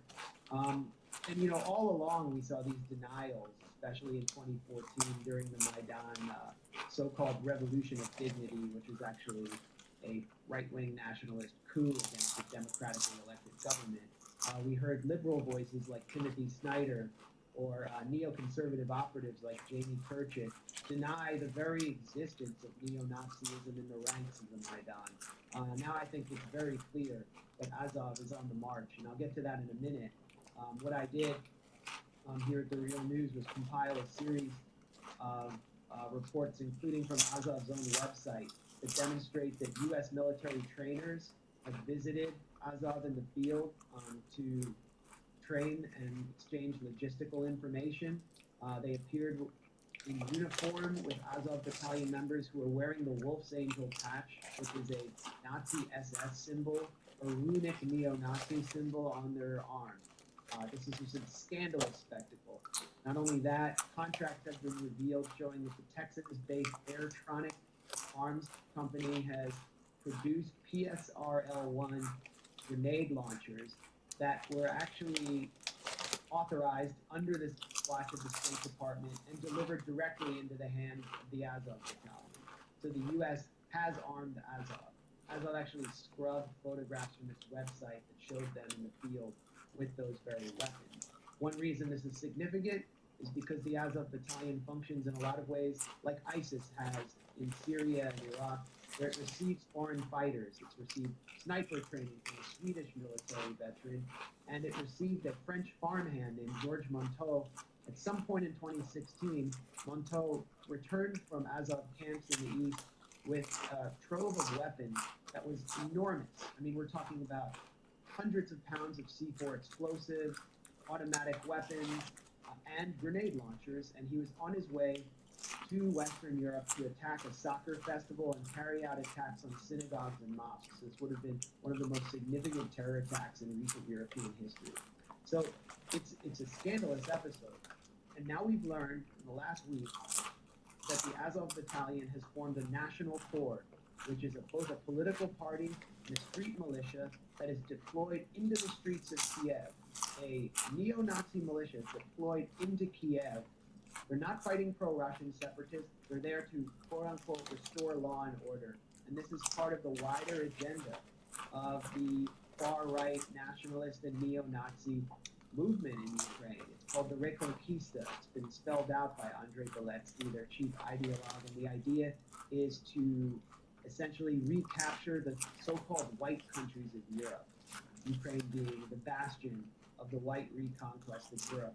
And so you have hundreds of armed neo-Nazi militia members in Kiev right now. They've actually interrupted a city council meeting. They took over a city council meeting in central Ukraine, and it's beginning to look like a putsch. President Poroshenko is weaker than ever. He's even been denounced by the Kiev Post, which is basically an arm of the pro-NATO Atlantic Council. He's, I don't know why, getting attacked by all of the pro-Maidan Western commentators. And meanwhile, this neo-Nazi putsch is happening completely beneath the radar of U.S. media, and it's absolutely terrifying, not only to the Jewish community of Ukraine, but to average Ukrainians. You know, Max, in the piece you quote anti-Nazi activist Efraim Gurov, who says that Ukraine has more statues of killers of Jews than any other country. I found that chilling. Now, there have been efforts in the U.S. Congress to bar the delivery of weapons to neo-Nazis in Ukraine, but they've been defeated. Is that right? Well, they haven't been defeated. They've been continually pulled from congressional defense authorization bills, and there is one prohibition that's on the that's been proposed. The House Appropriations Bill contains the language forbidding weapons to Azov, but in the meantime, while Congress dithered, the Trump administration authorized the shipment of tandem anti-tank missiles, extremely advanced anti-tank missiles from Raytheon. The U.S.'s envoy to Ukraine, Kurt Volker, who is connected to Raytheon through various means, which I explained in a separate article, Truthdig, is in favor of this arms shipment, and it's inevitable that we'll reach Azov because, as I said, Azov has been absorbed into the national Ukrainian military and are considered some of the best fighters. Another point is that, if you look at the 600 or so Azov National Corps members who deployed to Kiev to restore national order, just the cost of their coats alone would cost over $1.7 million, according to several Ukrainian media sources. So who's paying the bills for them? How are they able to maintain advanced weaponry, such high-level uniforms? All of these questions suggest that they're operating hand in glove with the Ukrainian government, specifically the Interior Ministry of Arsen Avakov. Let's talk about Poland.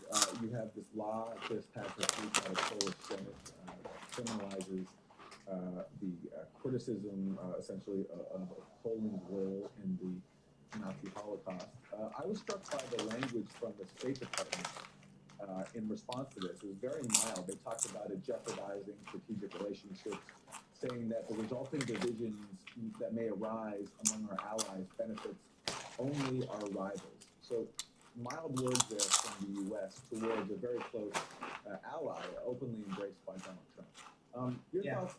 Your thoughts on the role of the U.S. in supporting the Polish government, and also one of your areas of focus, which is Israel, which also has developed ties to Poland, although they have criticized this legislation. Yeah, first I should mention that Ukraine has enacted very similar legislation forbidding, basically banning any Ukrainian citizen from condemning Nazi collaborators like Stepan Bandera or Roman Shukevich, who had streets, boulevards, and memorials named for them across Ukraine. These are the Jew killers that Efraim Mazurov was referring to. In fact, Stepan Bandera Boulevard in Kiev leads to Babi Yar. It's one of the sites of Jewish slaughter that's remembered in Holocaust history. That's just disgusting to me, and it should be to everyone else. American Jewish organizations have been very silent on this matter.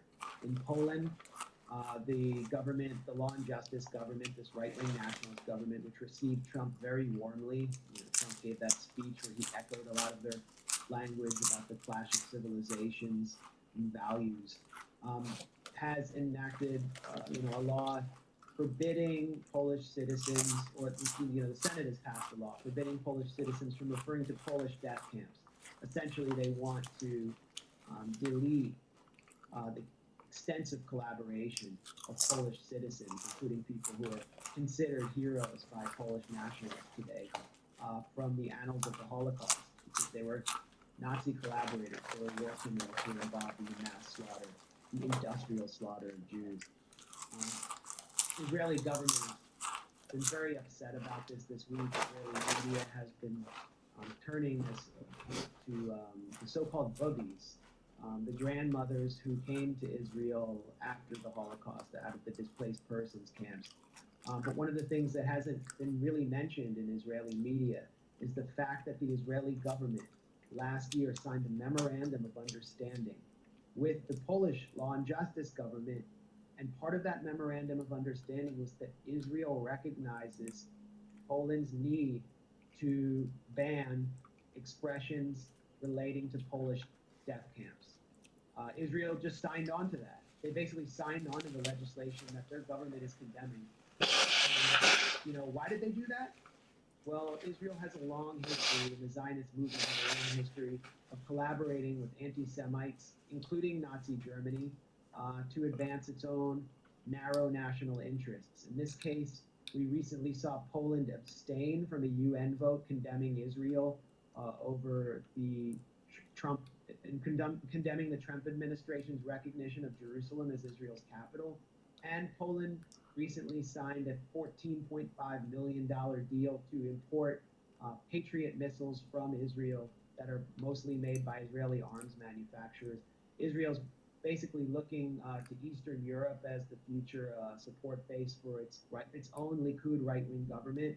And Israel really has no place to condemn Poland or Ukraine or any other country that engages in banning certain recognitions of the Holocaust, because Israel's government has authorized its own legislation to forbid its Palestinian citizens from observing their own destruction, specifically the Nakba, which represented the organized campaign of ethnic cleansing from 1947 to 1948 and the ongoing campaign of destruction and dispossession of the Palestinian people.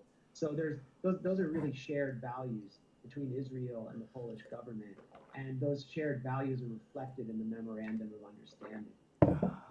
You know, on that historical point about the history of figures in the Zionist movement, prominent figures collaborating with anti-Semites, there's an episode of the Moderate Rebels podcast hosted by Max Blumenthal and Ben Norton with guests Joseph Massad on this topic, and we'll link to that on the Real News website on this page.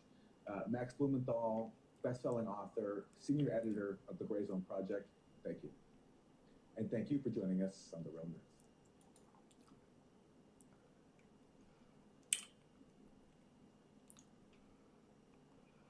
Je to ještě nějaká sranda s těmi pitchusmi.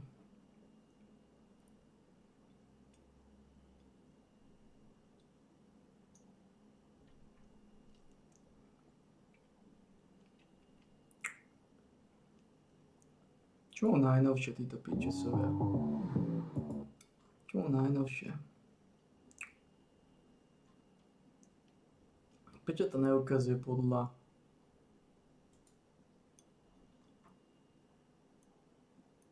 to bolo pred jedným dňom.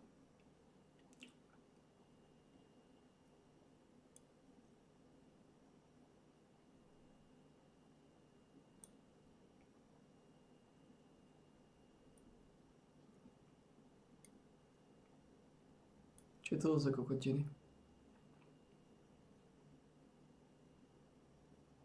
Čo je to za kokotiny? What the fuck? Čekáče na bicykli.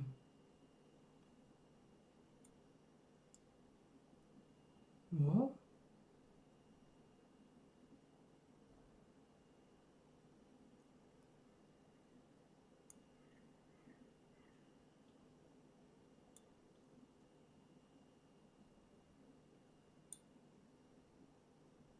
To som nevidel.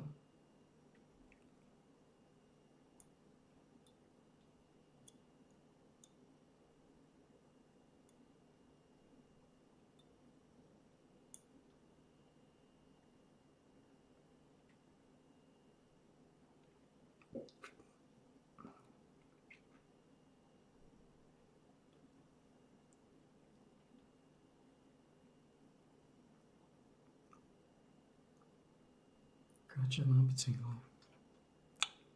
Okay.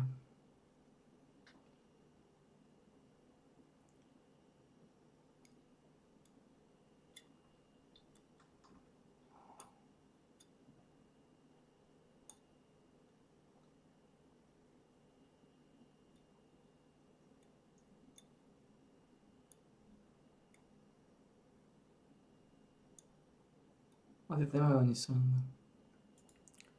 Áno. Čo sa tu deje? Čo si ticho? To si ticho, švestka.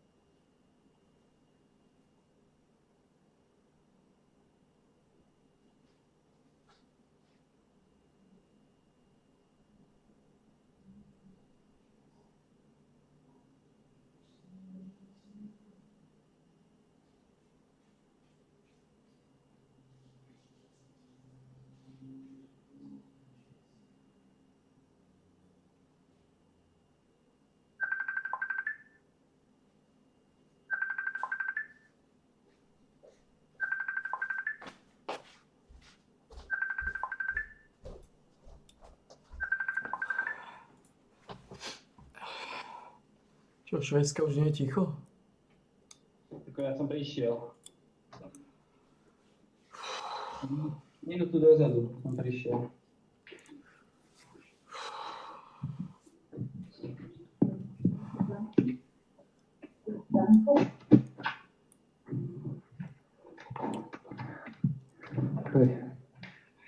Idem si dať rýchlu sprchu.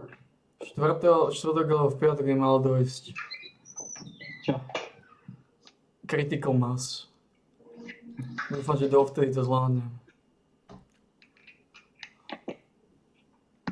Ešte potrebujem dokázať také 2-3 dní si nerozdrtiť ruku. Alebo nohu sa nerozdrtím ruku.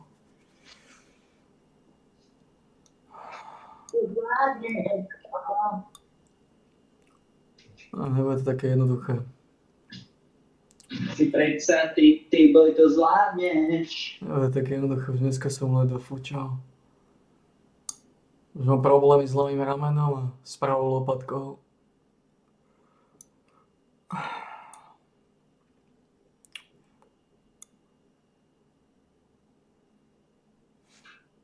Pár dní zvládneš. Ne, strašne veľa svalov mi odchádza do hybridného dôchodku. Strašne veľa svalových vlákien sa mi odchádza do hybridného dôchodku. Ideme do sprchy, zohrajem si jedlo a idem vytočiť toho nuláka večerného. Toho nuláka idem vytočiť. Neviem, či vytočíš nuláka. Čo? Neviem, či vytočíš nuláka.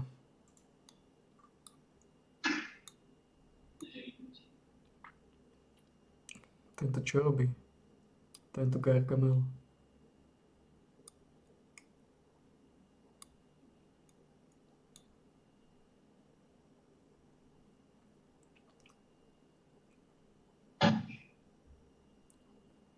Čo je to za Rus? Nejaký divný Gargamel Rus.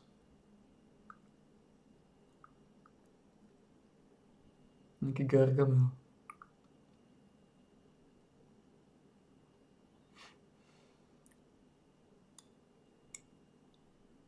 Plný Gargamel.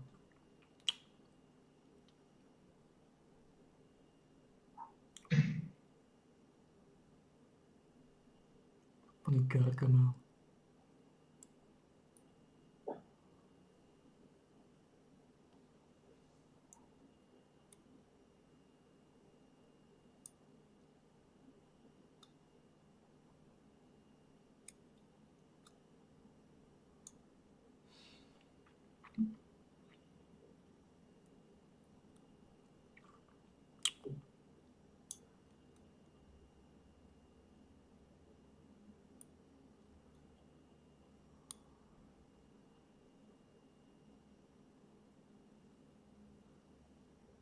Dožijeme sa strašne prekerných časov.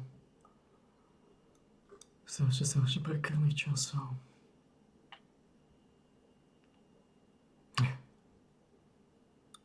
Toto je dobré.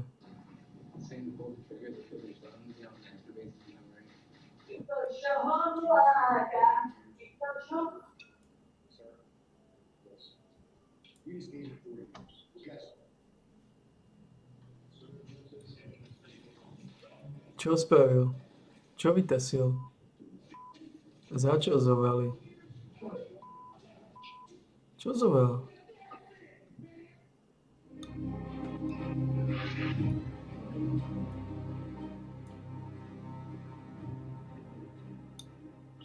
Čo spravil? Chcel sa zabiť alebo niečo?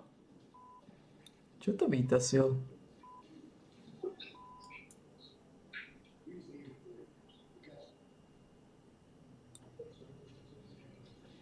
Čo ťa vytasil?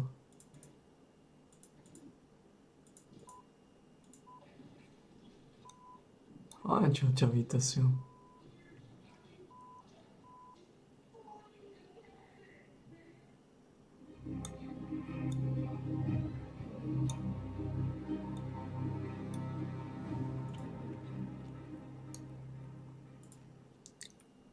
This is Julia Smith, running who is facing charges for murder in Michigan.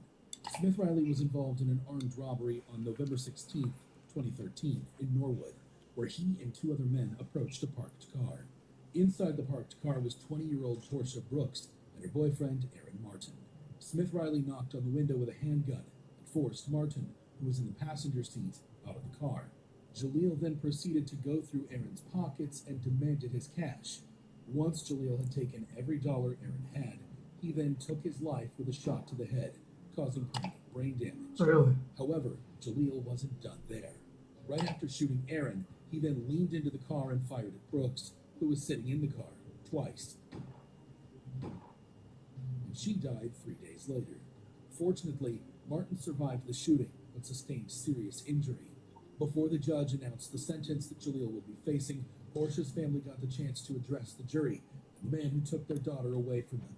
Sharon Brooks, Portia's mother, brought the box containing her daughter's ashes to the courtroom that she had from previous court dates. She stated that Smith Riley had ruined her life and killed her identity as a mother of 3. This is what I have left because of his greed, his selfishness, his complete disregard and disrespect of others and life. But as you can see, I get nothing back except the reality that she is gone. Tia Marie Brooks, Portia's sister, also spoke emotionally and requested that Smith Riley be handed the maximum sentence. I have to deal with life without Portia, so he should deal with life without parole. Then, Aaron, who Jaleel shot in the head, spoke to the court. She's still here with us, and she will always be here. So, she's our angel looking over us, helping us get through the tough times. As if Smith Riley's crime was not outrageous enough, his reaction to his sentence was even more dramatic. During the trial on August 11, 2021, Smith Riley pleaded guilty to aggravated murder and attempted murder. However, he later decided to withdraw his guilty plea against the advice of his attorneys. From the beginning, this was an emotional day for the families of both of these victims, but when Smith Riley decided to reverse his plea after the sentencing hearing, they were shocked, and his attorneys were too, in part because it puts the death penalty back on the table. Prior to receiving his sentence, Jaleel was heard apologizing in court as what appeared to be a last attempt at showing remorse.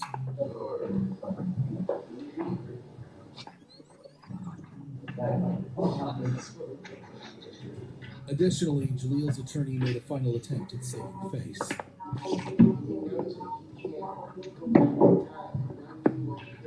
Despite the tears and the apologies, Judge Charles Kubicki, presiding over the case in Hamilton County Common Pleas Court, denied Smith Riley's request and sentenced him to life in prison without the possibility of parole. The 24-year-old monster that is currently rotting behind bars to the floor of the courtroom upon receiving his sentence. Smith Riley also received an additional sentence. However bad you think Smith Riley's case was, it can't be compared to the infamous case of TJ Lane. This is TJ Lane, who's facing charges for murder in Ohio. Čo vy dva tam šmiclujete? Čo sa tam deje zase? Čo sa tam deje? Čo sa tam grupujete v tej kúpeľni? TJ Lane was a convicted.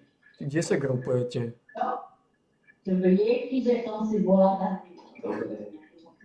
American murderer who gained notoriety after committing a horrific crime at Chardon High School in Ohio.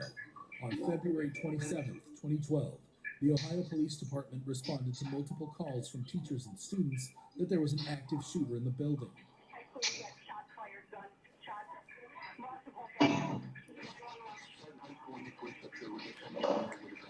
According to police reports, Lane entered the school and headed to the cafeteria. It was here that TJ Lane opened fire and killed 3 students and severely injured 3 others. 6 people got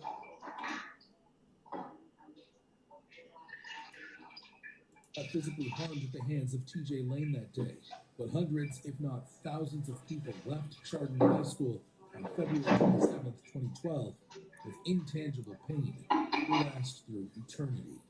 Glances of your friends laying all over the place. There's blood. There's people screaming. Everybody's running in different directions, and you're just trying to get out. I saw a kid holding a gun, pointing it towards a group of kids. Do you remember the look on the gunman's face? I never looked at his face. I just looked at the gun. I still can't think about it all because it's just so scary. Lane's actions sent shockwaves through the community. He was swiftly apprehended and charged with 3 counts of aggravated murder, 2 counts of attempted aggravated murder, and 1 count of felonious assault. As if the murders were not bad enough, Lane showed no remorse for his actions at the trial and refused to cooperate with his attorneys. Instead, he appeared in court wearing a t-shirt with the word killer written on it, and even gave the middle finger to the victims' families. During the sentencing hearing, Lane made a shocking statement.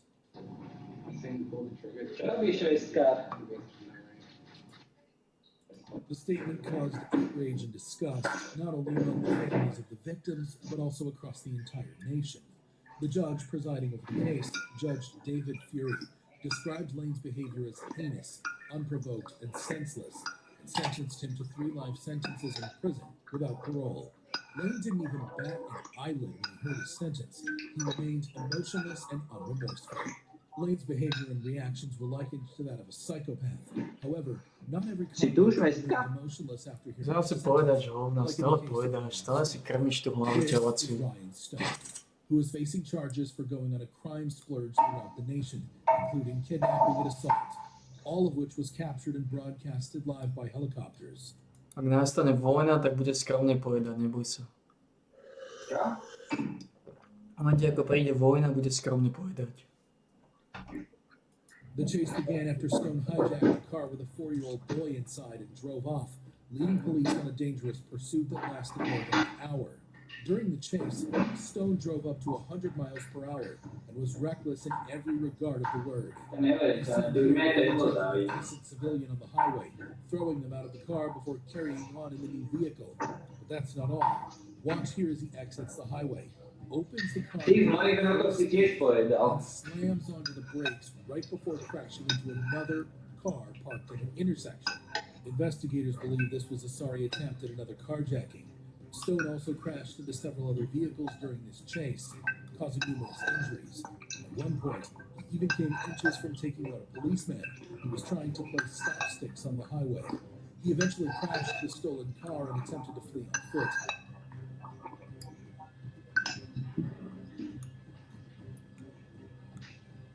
Sandisti. Ako v Amerike sa strašne sandy dejú.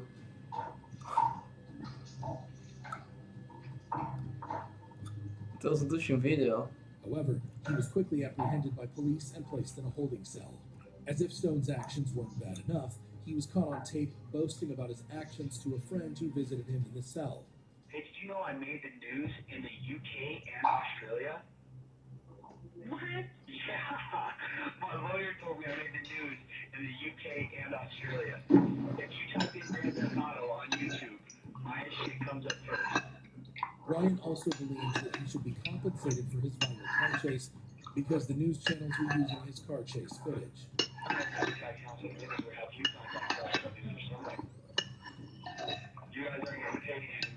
Stone was charged with 26 crimes involving kidnapping, motor vehicle theft, assault, and eluding police.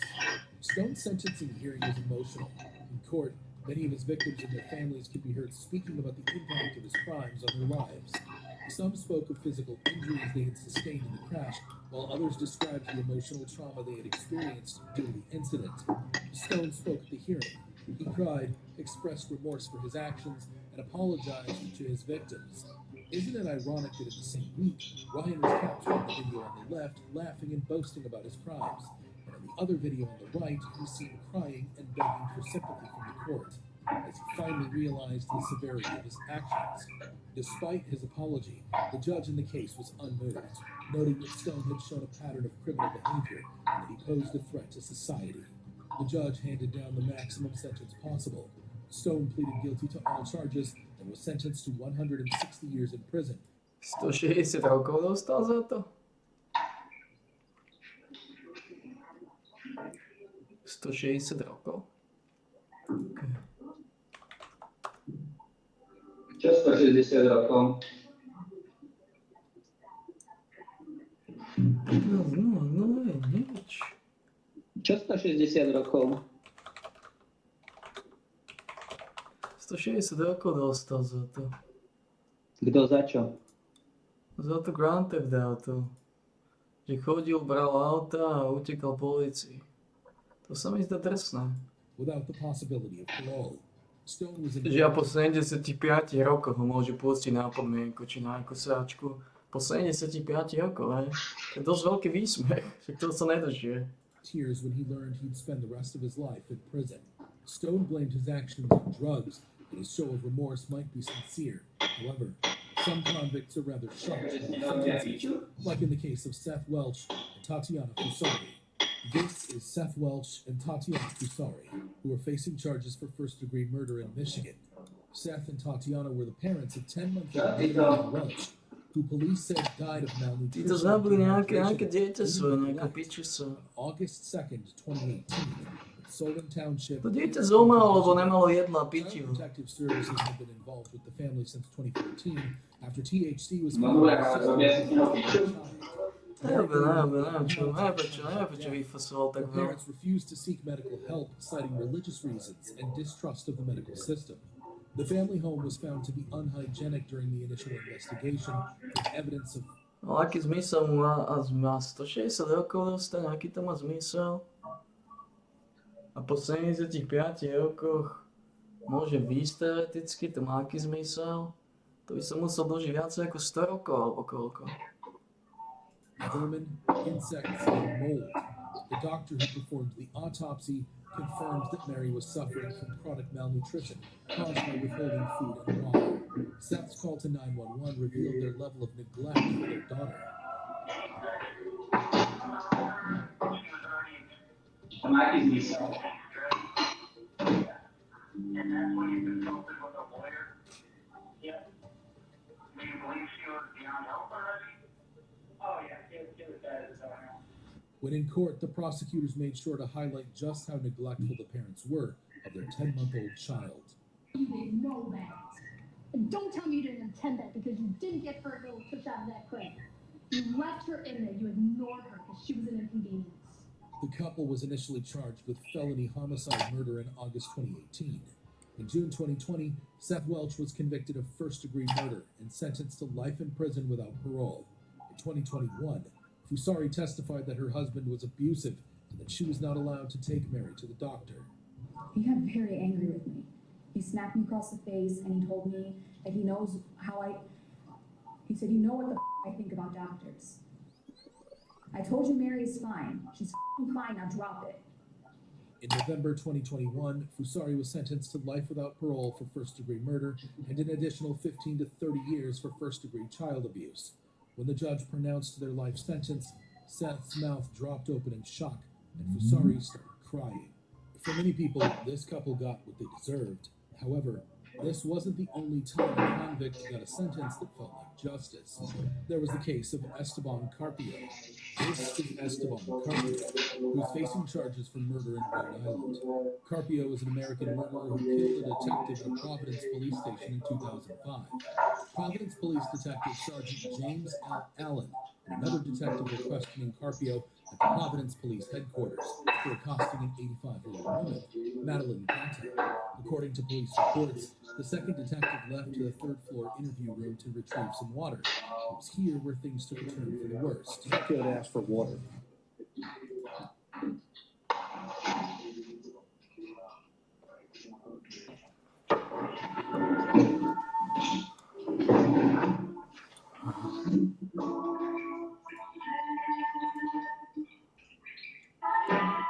The two detectives that were in there with him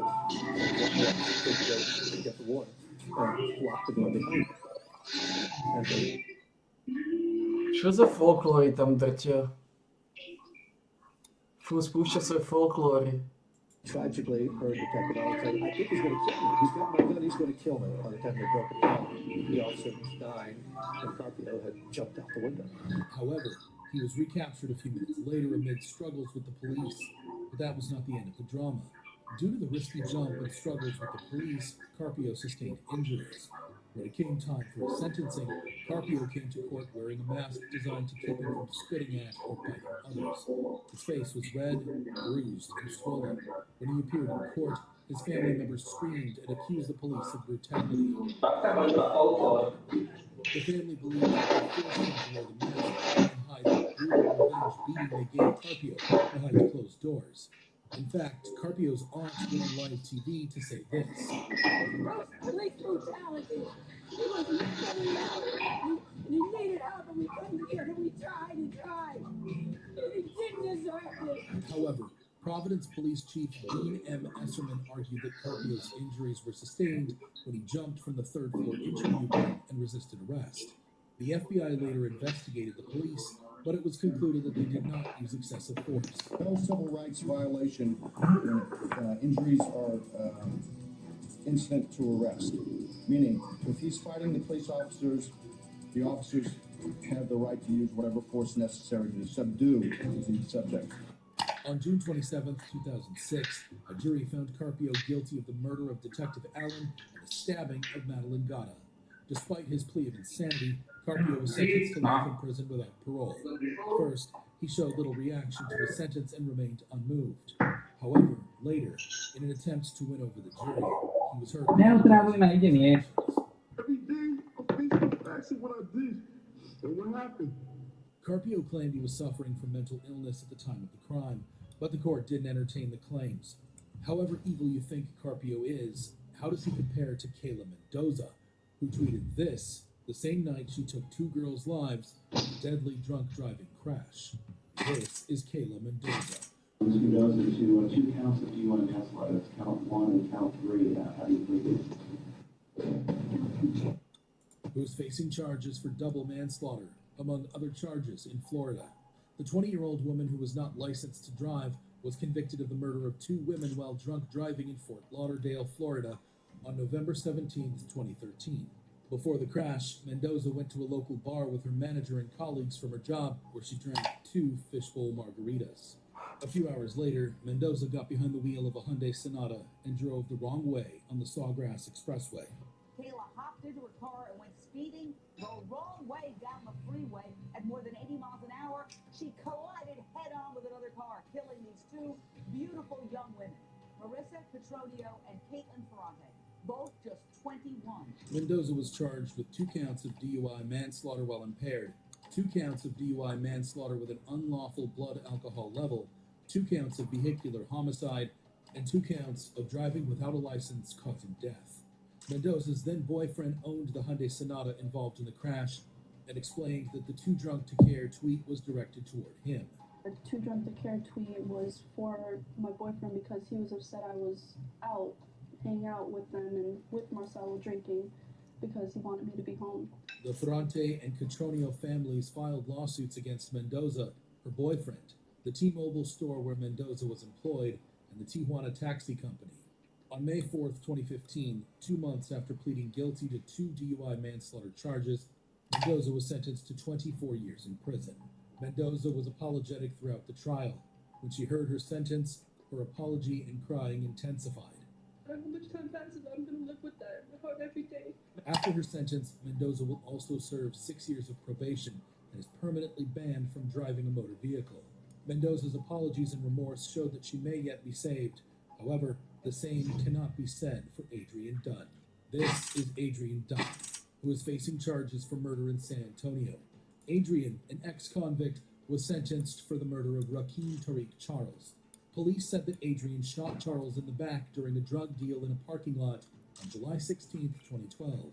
To make matters worse, this wasn't even Dunn's first encounter with law enforcement. To prison twice for possessing a firearm after this murder. He committed another shooting a month before this murder. And he's shown zero remorse. Prosecutors urged the jury to impose the maximum sentence, noting that Adrian had an extensive criminal history and had shown no remorse for the murder.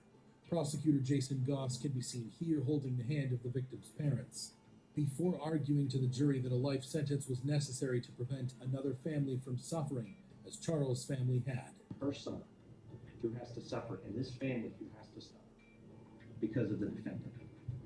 And that's why we're asking you for a life sentence. If you thought the crimes were horrendous, wait till you see how Adrian reacted to his sentence.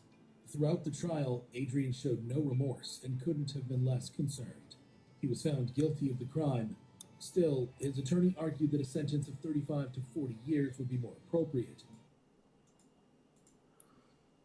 His reasoning? Don't give Adrian a chance to go into prison and try to make something of himself so that when he gets out, if he ever gets out, he can try to be an asset to our community. However, the jury deliberated for just 2 hours before returning with a sentence of life in prison. As the jury's decision was read out, Adrian began to fight with Bexar County Sheriff's deputies, attempting to escort him from the courtroom. Dunn's behavior was marked by profanity and outbursts. He was eventually subdued and removed from the court. Adrian's case can be termed a drug case gone bad. However, while he remains stoic and combative, there are other convicts who break down in court and feel genuine remorse for their actions, like in the case of Ellis Nelson Ortiz Nieves. This is Ellis Nelson Ortiz Nieves. The bruises, some of the bruises were in the shape of a belt buckle. I'm gonna let you sit here and say crazy shit about me, man. No, man, because he's saying shit he don't even know, man. He's facing charges for the murder of an infant in Michigan. The cause of death was physical abuse, which was later ruled as murder. The 4-year-old boy, Giovanni Mejias, was the son of Ortiz Nieves' girlfriend, Sonia Hernandez. Sonia claimed she had no involvement in the crime. However, her neighbor had a different side of the story. Sonia was well aware. She was well aware of what was happening because she told him that was his responsibility to whoop them. Ortiz Nieves denied abusing the boy, but the judge and prosecutors believe his beating the child resulted in his death. Kent County deputies reported that when they arrived at the Gaines Township trailer, where Ortiz Nieves was left to care for several children under 11, it was here that they found Giovanni left on the kitchen floor. An autopsy showed that Giovanni died from internal bleeding caused by an abdominal tear, which would have been caused by an adult, not a child. During the trial, Kent County Circuit Court Judge Mark Trusock can be heard condemning Ortiz Nieves' actions, reprimanding him in very strong words, and insisting that he should never be allowed out of prison. You are the lowest form of human life that I've been able to observe or see. That you committed this murder and that you beat this little boy to death. The judge described the injuries suffered by Giovanni before his death, causing Ortiz Nieves to become upset and struggle with deputies, who had to remove him from the courtroom. You had put cigarettes out on this poor little child. There was evidence of that from the pictures. Anybody says anything back here?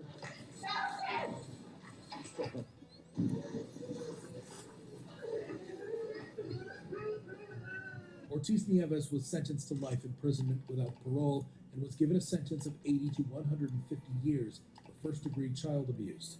Ortiz Nieves' reaction might suggest that he is guilty. Just a dead boy, This wasn't the only time a convict reacted emotionally to their sentence. There is the case of Jordan Fuss. This is Jordan Fuss. Pojď, žláva ty. Tlačí si tu cashin.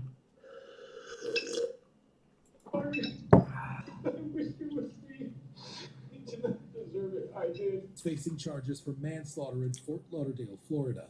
The 22-year-old was found guilty of DUI manslaughter in a 2014 crash that claimed the life of 6-year-old Santiago Geraldo. Fuss, shaking uncontrollably as he entered the courtroom with his family, had a blood alcohol level of 0.21%, which is more than twice the legal limit. He was traveling over 90 miles per hour on Sterling Road when he crashed his 2004 Infiniti G35 into another vehicle at Davie Road just before midnight on October 3, 2014. Prosecutors had sought the maximum sentence for the crime. Fuss' attorney argued for a reduced sentence, stating that his client had been so remorseful that he had contemplated suicide. However, prosecutors stated that Fuss had admitted to using alcohol and smoking marijuana since the crash. The Geraldo family cried in court, while the defense argued for a lighter sentence. Santiago's father took the stand and had this to say while staring directly into Jordan's eyes. May God forgive you, because I can't. You didn't just take my son's life, you took mine too. During the trial, Fuss can be seen apologizing to the victim's family in tears. I'm sorry. I wish it was me. I did not deserve it. I did. He also expressed his love for his family members and girlfriend, whom he met online after the crash. Then came the verdict as Jordan was sentenced to 14 years in prison. Imposes the lowest permissible prison sentence allowable by Florida's Criminal Punishment Code, 14.625 years. He continued crying as he learned his fate. Fuss might have learned his lesson. However, some crimes require more than being remorseful, like in the case of Antonio Barbo, a 13-year-old who murdered his own grandmother for money to buy pizza and pot. This is Antonio Barbo. Tento keď mal 13 rokov, zabil svoju babku, nesúdim, aby si kúpil pizzu a marihuanu. Si predstav, že ako 13-ročný by si zabil babku, nesúdim, aby si zobral peniaze a kúpil nám pizzu a marihuanu. Facing charges for murder in Wisconsin. 14 years old, Barbo was in court for the murder of his 78-year-old great-grandmother. Zabil svoju babku, nesúdim ako 14-ročný. To mám povedať. A čo si kúpil? Pizzu a marihuanu. Čo je marihuana? Marijuana. To explain what this 14-year-old monster did, let's hear it directly from the mouth of the killer. I tried to scare her to get money and then use force if needed. An attack, I guess to kill. The boys hid weapons in their pants before catching a ride to be dropped off at Antonio's grandma's house. What happened when the boys got inside is shocking. She knew I was on the run and she said she was gonna call my mom. Áno, ona sa do ňou pustila. Ona povedala, že zavolá jej matku. He said she was gonna call my mom. He nodded and then I took the first swing. Okay. When you say that you took the first swing, is with the hand axe? Yes, sir. Antonio also said that he tried to put his great-grandmother's body in a car trunk, but when he couldn't, he left it in the garage and covered it with a blanket. Sekero. Judy, Barbara's granddaughter, was the person who discovered the body. She quickly ran to a neighbor's house to call the police. Please send an ambulance from the police. My mother is laying in the garage and there's a lot of blood and there's a blanket over her head. Niekde dám do krku, no do tej časti. How did the blanket get over her? I have no idea. And how old is your mother? She is 78. And is she breathing? I don't know. I can't look. The blanket is over her head and I can't look. Okay, who's there with you? Oh, God, the neighbor. Okay, can the neighbor check if she's breathing? Oh, you don't have to call and log. You don't have to call. If your neighbor can just call and check if she's breathing. Okay, they would like it. Are you sending somebody?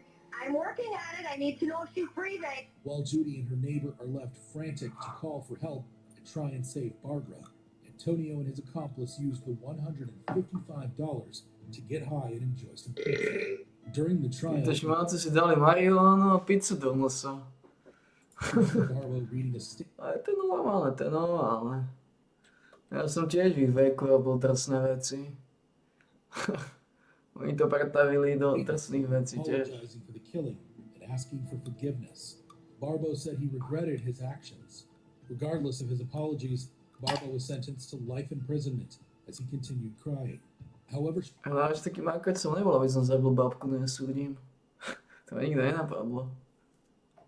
shocking you think Barbo's case was, LaShirley Morris's case gives it a run for its money. This is LaShirley Morris, who is facing charges for murder in Atlanta. LaShirley is accused of killing 3-year-old Kaywan Mason. The cause of death... Oni tam v Amerike non-stop zabijajú svoje deti, ty koňo. To neuveriteľné. Proste im sa narodí dieťa, oni ho nechcú, oni ho vždy dorazia. Neuveriteľné. Was physical abuse with a baseball bat, which was later ruled... Ona ho rozdrtila s bejsbolovou pálkou. Nechávam. Oj, tí ľudia niečo chýba, oni nemajú. The incident occurred October 21st, 2017. Oni nemajú cítenie vôbec. As punishment. But what punishment could be so severe that a child is beaten to death? Well, listen here. And then a violent death for taking a cupcake from the kitchen. A child who was inside the home witnessed the attack and reported the events to the police. not awake, he's not alert. No, he's not alert. He was breathing at first. Then he's not breathing. Morris's sister, Glendria Morris, was also charged in the A tak child's nevieš, death prečo to spravil, because vieš? she Je did to not opäť intervene psychický during the chorobou. incident. The victim, Kwan Mason, lived with Glendria Morris, who was also his legal guardian at the time of the alleged killing. Kwan and 3 of his siblings entered the Division of Family and Child Services care after their mother was arrested on a reckless conduct charge. A pravdepodobne to bolo nevyhnutné. Kto vie, čo by z nich vyrástlo, toto je to. Ako som to vždy hovoril, a tí ľudia, oni keď sú mali, všetci vyzerajú ako zlaté malé bacúlka, ale čo by z nich vyrástlo z tých šmákov? Tam na to bude nejaký takýto seriózny dôvod, prečo ich boss popravil. A taký, to dáva potom zmysel, prečo seriózny dôvod, že ma boss nechal. Je to zaujímavé. Asi by z nich vyrastlo niečo naozaj masívne, čo boss odmietal. Ja to nerozumiem. In March 2017.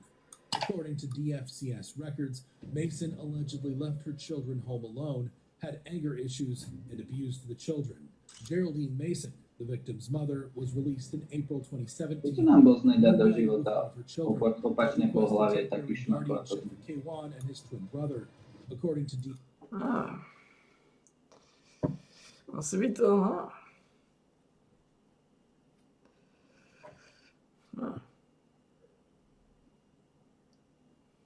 Toto hovno mi padlo do pitia.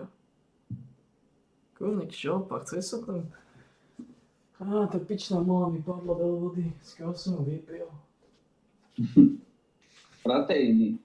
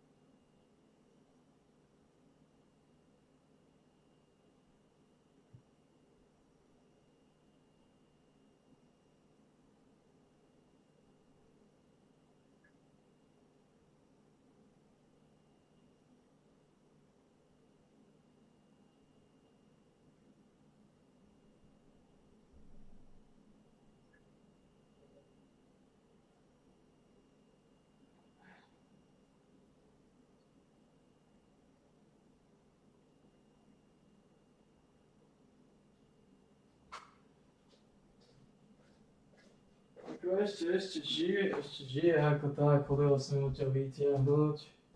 Veľmi decentné, ale to neraz chodí. Veľmi smutné. Mal by si ju doraziť, nech sa netrápi. No, nemôžem ju doraziť. DFCS records. In court, a 911 call to Shirley Maid showed that the baby was already dead before first responders. Ale to možno teraz chodí. Shirley Morris was found Aká je guilty of šanca? murder, aggravated assault. Netuším, nemôžem učiť šance, vôbec netuším.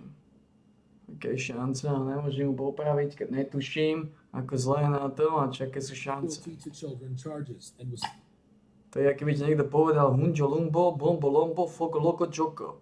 A ty by si ho zabil, lebo by si vysedol, že ti nadáva. sentenced to life in prison with the possibility of parole after pleading guilty. Aj ty by si ho zabil, nie? Keby Shirley's si to actions were horrible. However, Hoskins' reaction Nie, však preto ti hovorím, že keď do niečoho nevidím, tak to nemôžem riešiť. This is Jalil Hoskins, who is facing charges for murder in Michigan. Ale môžeš to His skúmať. girlfriend Latrice Mays. Mays, Môžem ho zabiť. disappeared in March of A hovorím, že to môžeš skúmať, môžeš sa na ňu pozerať a keď budeš vidieť, že už sa moc trápi, ultimately a nationwide Nevidíš search. nič. Initially, Hoskins denied being involved. nechal si ju len tak na pospas. I have nothing to do with the murder. I have nothing to do with the disappearance. Poslal si ju do piči. Hoskins quickly changed his plea when he heard the testimonials and evidence being argued against him. First, Boss Hoskins' own si povedal, že bude platiť tvrdé dane. Čo zase robíš? Si to pustil to hovno? Ako pičus? Boss mi dal ako ABC Marksmana Lee Sina. Tak to máš dole. Čokoľvek je lepšie ako marksman. Si sa ešte nenaučil? Ja som mal veľmi vysokú výnet, keď som mal marksmana, ale ja som bol namiesto dole. Lee Sina. Ale Sina sáčka, ale čokoľvek je lepšie ako marksman.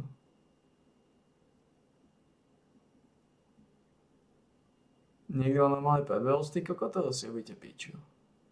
Čo? Ako ma mohol niekto predbehnúť v nulákoch?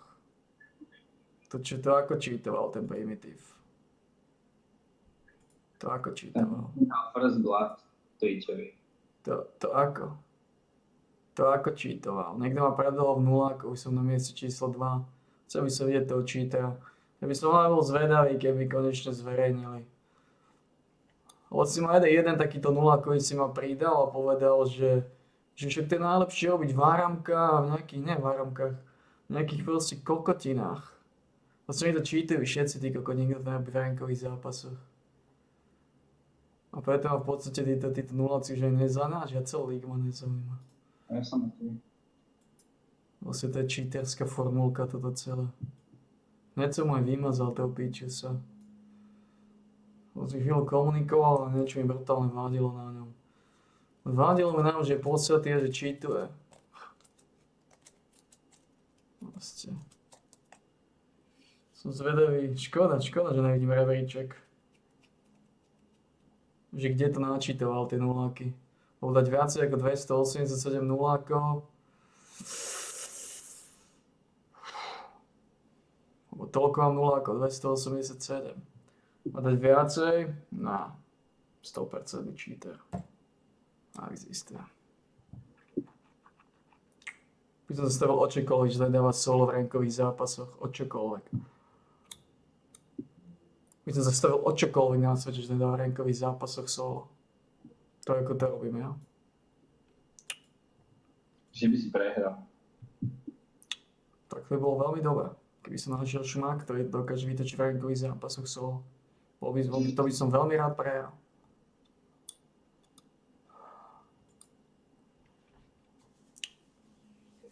Ale ani ty by si ani cent na neho nedal, že nečítuje.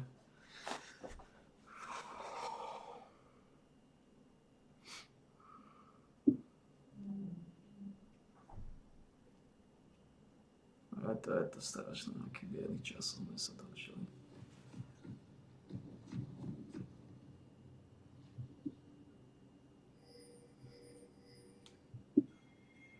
Je to strašné, Čo si počneme? Je to strašné.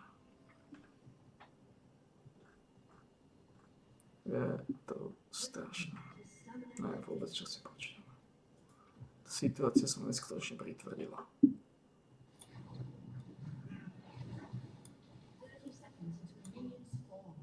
Že neviem kam z konopy.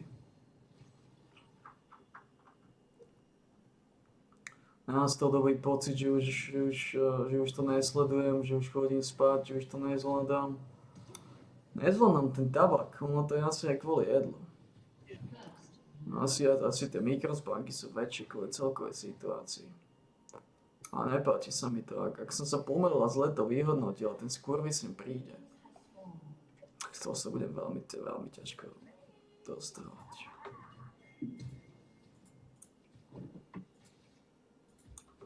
Ty kono. Neexistuje, že príde. Nebol tu 60 dní. 60 dní tu nebol. Nebol tu v tom čase, keď mám malé a krmi ich. Tie šance... Nie sú, že už príde tento rok. Neexistuje. Keby chcel prísť, tak minimálne raz za mesiac by došiel. Nedal by si takú dlhú pauzu. Možno to zabalili aj kvôli tomu, že som ich príliš veľakrát poslal do prdele. Predsa len keď 4-krát za sebou ťa pošlem do prdele, tak asi si povedali, že to nemá zmysel.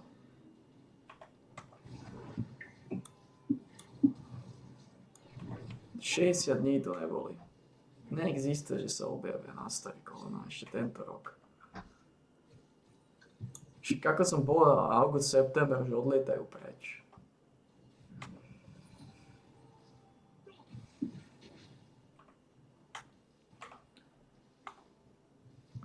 Naozaj to vyzerá tak, že lovia iba vtedy, keď majú mladé a keď ich krmia.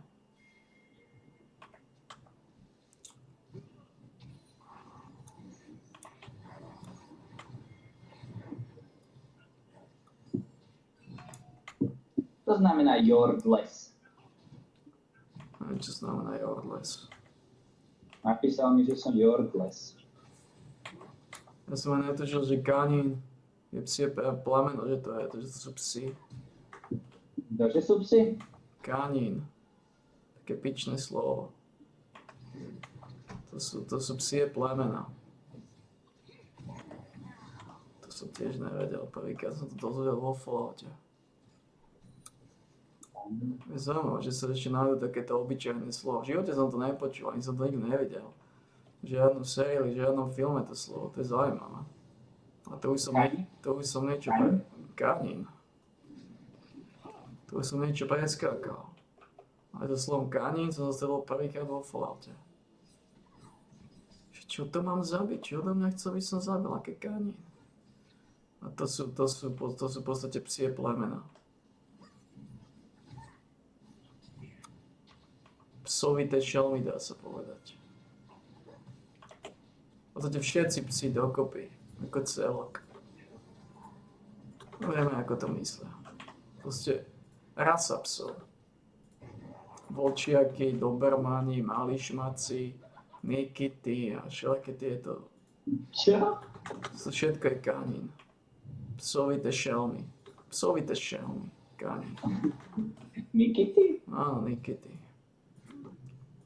Čiže ona je psovité plemeno. A aké sú plemena nikity?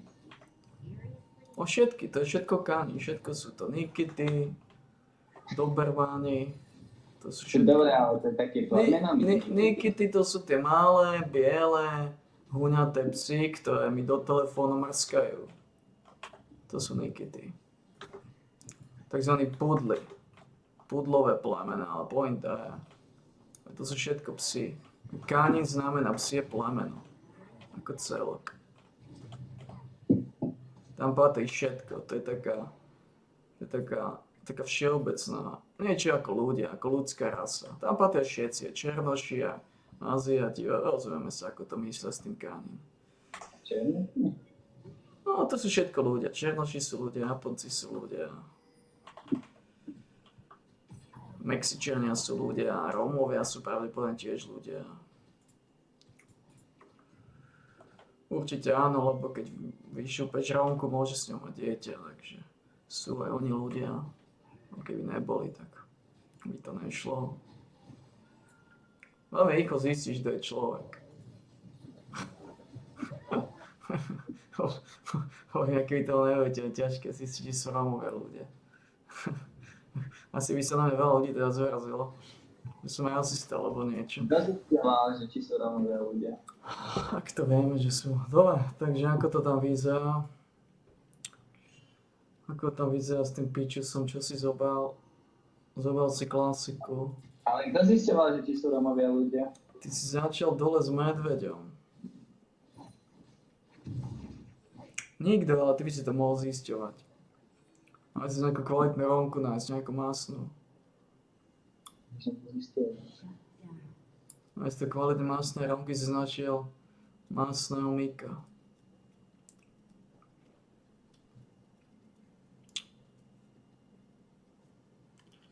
Strašne biedné časy, no neviem, čo si počnem, vôbec netuším. Ešte treba vydať aj do štvrtku, piatku. No a uvidíme, ako to pôjde teda s nápojom. Malo by to byť lepšie.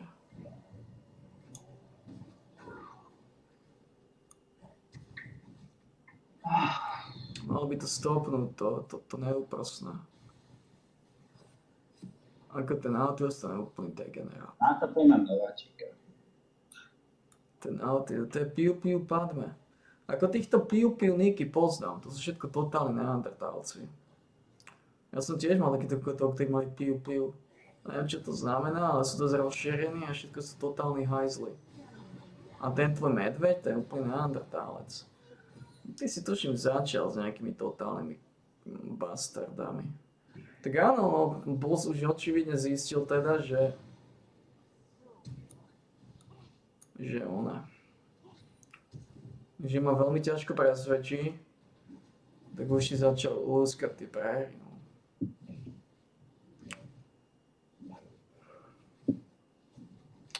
Tak samozrejme, že ma veľmi ťažko presvedčí, pretože radšej budem pozrieť videá politikov, ako komunikujú o kokotinách celý deň, ako si zapnúť túto sračku. Ako vec koncov deň už není až taký dlhý pre mňa, lebo dosť chodím hore dole, ležím hore dole. Som z toho síce celý posraný, že ak som to zle vypočítal, tak to bude strašné. On si celkom obľúbil praclíkov. Tak na to by máš Pichusa, ktorý má 3 zápasy, 0% na win rate. Dole máš Kokota, ktorý má 2 zápasy, 0% na win rate. Lee Sin má 10 zápasov, 3 výhry, železná chlapina. Teda jediný, kto niečo vie, ten Xera a ty. Xera, vy ste tých Xera, to sú takí podobní Pichusovia. Ty máš 77% win rate, máš 78% win rate. No. Taký podobný Pichusovia.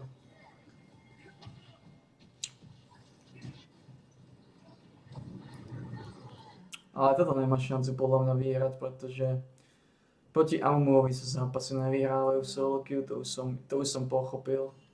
Aumumu je jeden z tých šampiónov, ktorých som automaticky dočul, aký boli v druhom týme. To je zabité, to má zmysel. Vlastne v týchto ligách tí ľudia ani nerozmýšľajú, nevedia si počkať na tú ultimu, nevedia to nejako vybejtovať alebo niečo. Stoja pri sebe ako kokoti a ono ich to všetko spraží. To je bohužiaľ. Teraz to ešte nechal úplne ťa rozdrtil. On ťa šmíkne, ten ťa šmíkne, čo? ten ťa na posledného šmíkoša šmíkol. To nevejte, ale... Tak toľko k nulákovi teda. Počkaj, však ty máš ďaleko od nuláka, však si 4-krát za mňa ako Pichus.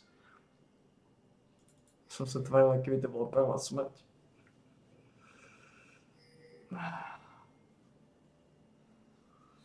Takže hovorím, dožili sme sa strašne prekerných zlých časov. Strašne neviem, čo úplne, to je katastrofa. Najviac o tom, že sa to je útorok. Jeden z tých rizikových, masívne rizikových dní.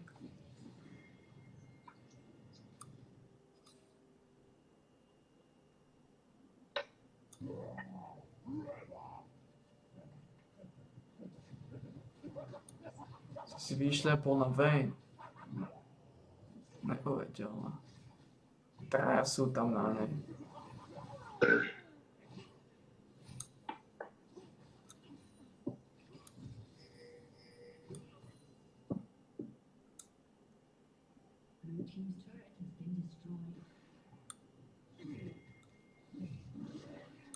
Im to avkol ten Pichus, či čo je tak dlho v základni? Kto? Ale ten Pichus im midlaner je v základni 2 hodiny. Asi medzi tým ešte šúpal ženu alebo niečo.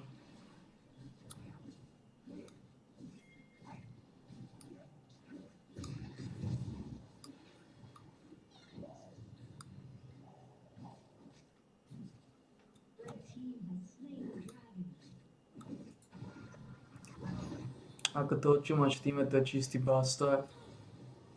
No. Bože, ten medveď, to je totálny bastard. Hej, ste pána. A najväčší kokot je tá Irelia. Ale to je piu padme, to je bohužiaľ. Najväčší dôvod, kvôli čomu to nemá zmysel zapínať, je to, že nevidím, koho mám v týme. A keby som to reálne zapol, keby mi nezobali tú schopnosť vidieť, koho mám v týme, aby som si ich mohol pozrieť, tých kokotov. Pretože dodžovať podľa šampiónov je veľmi... To dodžujem skoro všetko, to nemá zmysel ani zapínať. Podľa šampiónov, keď mám dodžovať, to nemusím ani zapínať. To nemám šancu spustiť zápas. Takže len keby nezvolili tú schopnosť vidieť, čo mám v týme, tak by som to aj zapínal, ale tak to nemá zmysel.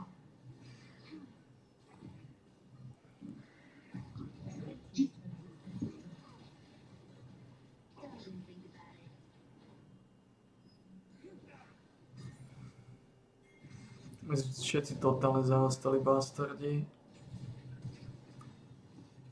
Ale totalizmus. V hlave násraté jak nikto.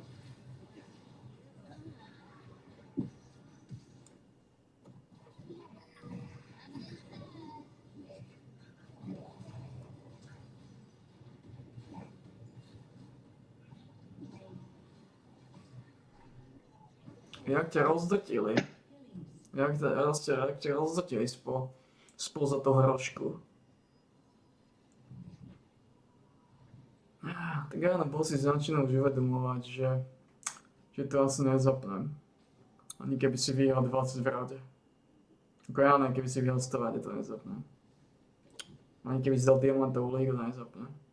To je úplne okaté. To je úplne okaté, o čo tu ide.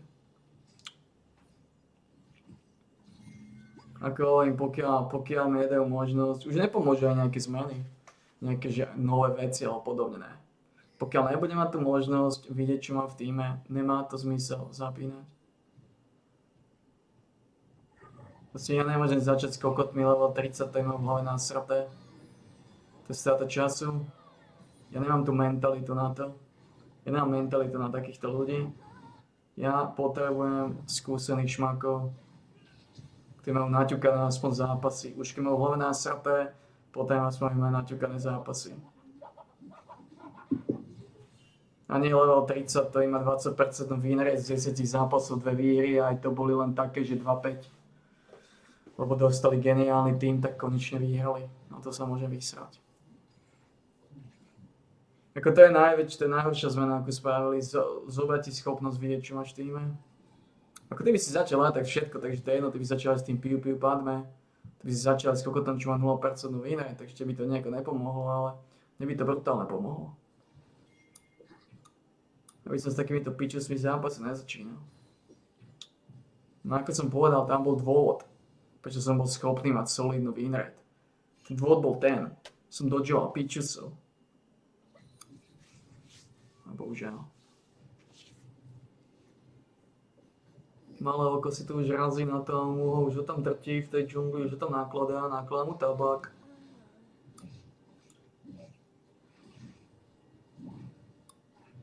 Už sa ho tam fútajú, už sa ho tam reže. Bože, to je úplná sáčka. Aby si to je totálna sáčka. Oni sa začína, ten druhý tým začína úplne rozlietať ako pičovina. Bo sú sprostí, jak delobusy.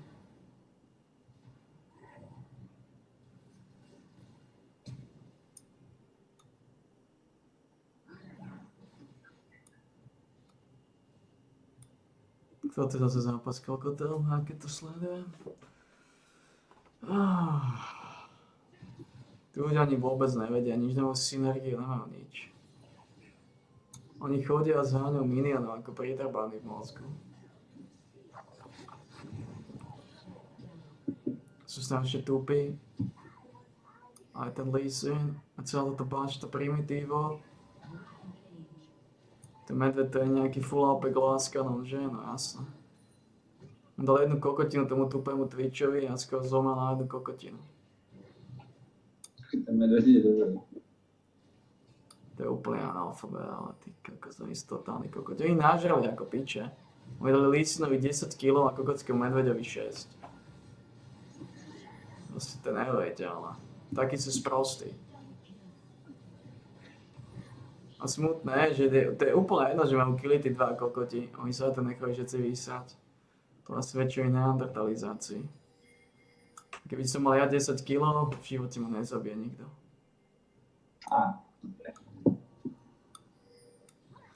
Chlapina, keby som mal v 16. minúte 10 kg, v živote ma nikto nezabije, to ti garantujem.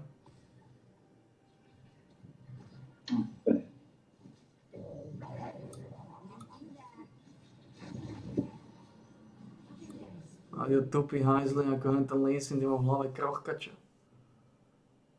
Prašielnániteho človeka. Ja sa čudujem, že to vôbec zapínaš. Už by som si pustil CS-ko a dal si tam fragy. Čo to je bastardstvo? Long short, Klasiky. CSK už je príliš ťažké na fúza. To sa mu ľahšie relaxuje. Neprehňujem. Už sa tam fútre, už sa tam trví.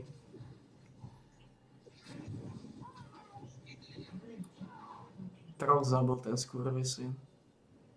Potkaný. Môj ťažký zápas.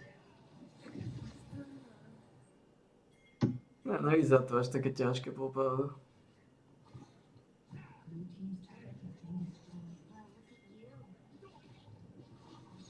Také to vyzerá. Popravdu. Vyzerá to byť ako klasické 50-50. No, 50-50, ne. Bože, tam oni sú... Ako títo ľudia, oni si proste skúšajú svoje limity. Treba totálne kokotiny, nadrogovaní a ožratí sú znova.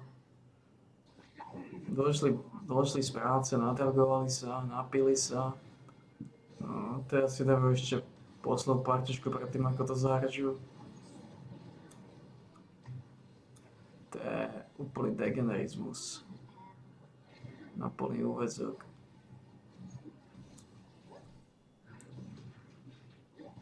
Sme obžraté dogy.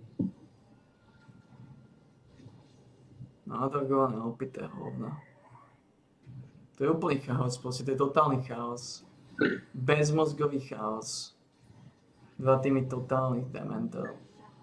Tu bojujú o to, kto je väčší dement. Chodia tam po jednom jak kokoti. Si úplne bezmozgovo sa hýbu po tej mape obidva týmy. Len tak chodia. Bez plánu, bez stratégie, bez systému. Len tak sa krúte vo vlastnej šťave.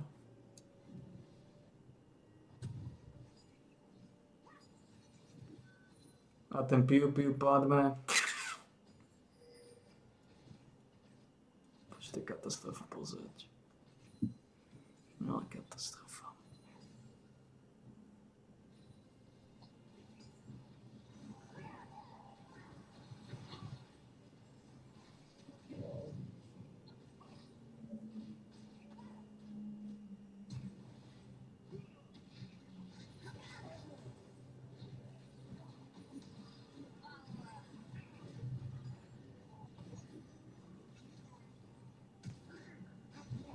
No a Attila si povedal, že je čas líznuť fúza.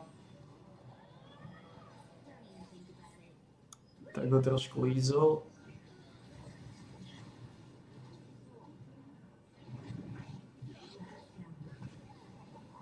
Ten potka ich tam vybije všetky, ne? No, dal dvoch aspoň, lepšie to nebude. To je banda primitív, ti banda dementov. A mu to netuší, odkiaľ fúka. No geniálneho tímového šampióna, mohol by s tými kokotmi, namiesto toho chodí po džungli a hľadá minionov. Úplný kripel. Vôbec nevyužíva silámu ho ani raz ho nevyužil. Kripel na plný úväzok. Prvé, čo spravil, keď je živý, hľadá minionov v džungli. To je čo neuveriteľné. Teraz sa do nich púšťa sám. Ten pičus nadrogovaný.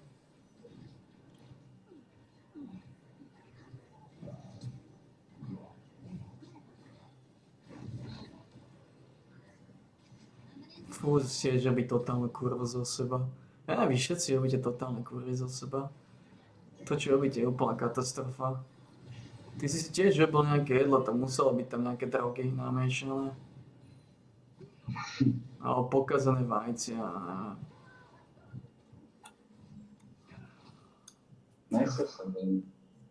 To je úplná katastrofa, čo sa tu deje. Bezmozgové razenie do neznáma. Obidva týmy to isté. Čisté 50-50. To je čisté 50-50 tento zápas. Tu by nevedel aj najväčší šarlatán povedať, ktorý týmto vyhrá. Máme trošku návrh. Píky máte katastrofálne. Takže trošku návrh nemáte tým pádom. A to stačí, aby ten kokot spravili jedno kombo, aby vyšlo jedno kombo. Vyhrali zápas. Tak to býva v Lige retardov. Celý zápas nič nespraví, potom dá jednu dobu ultima a vyhral. To už poznám.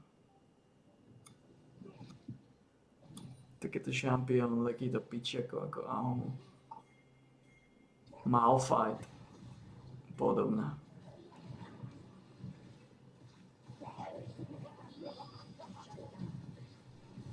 Už to prichádza, už sú tam fútrové, dvaja už padli. No jasne, padol ďalší. No jasne, teraz ich úplne rozdrtili, tam 4 pičusov. 4 za 2.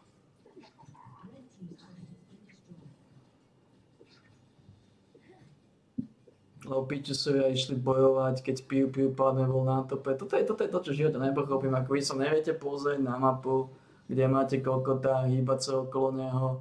To je tak neskutočne ťažké pre vás drogovancov. Pozrieť sa. Hýbať okolo mňa. Tak to nefunguje. Ty sa musíš hýbať, nemôžeš bojovať, pokiaľ nie ste 5. Je to jednoduchá matematika.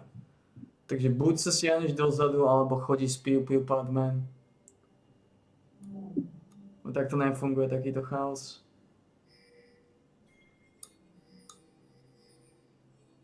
V živote nepochopím práve tú dekadenciu, že prečo majú ľudia, prečo majú taký problém dať sa dokopy s tým kokotom na tope, ktorý to v kuse razí, však choďte s ním, razte s ním, vyhráte zápas. Možno.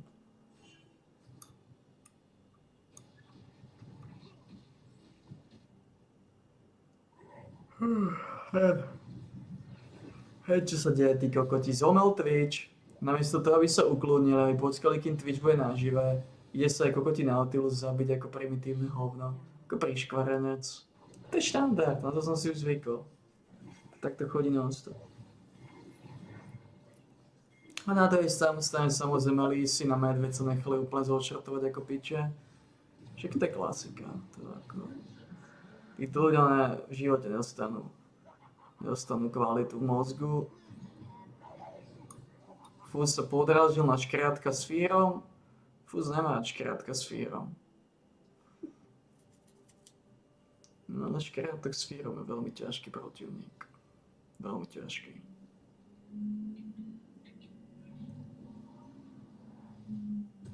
Tu už viem aj ja, že poraziť škrátkov s Fírom je tučný orech.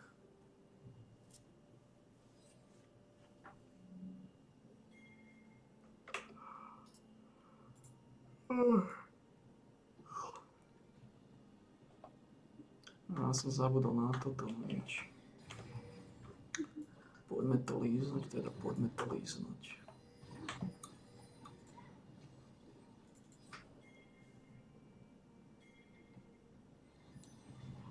Už sa to tam futruje, už sa to tam razí.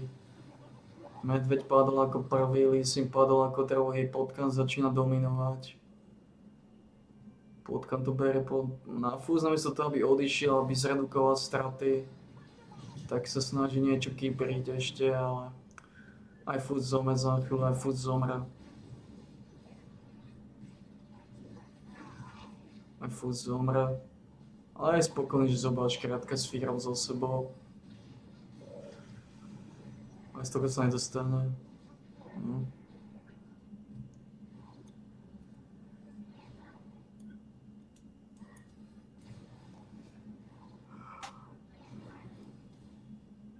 Oni dva kokoti. So žiadnym životom nevedia ísť naspäť. Musí sa tam vysierať. Bože, ten ksel je tiež... Oni to sa stretnú kokoti proti kokotom, už sa opustia. Jeden samozrejme vyhrá.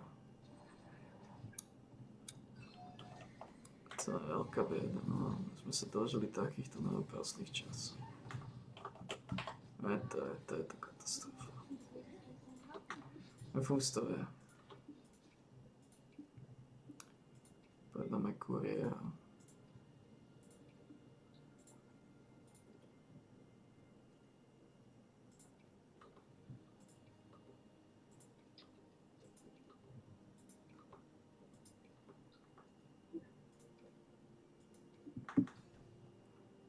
Ale Fú si z toho nič nerobí, bere to z rezervou.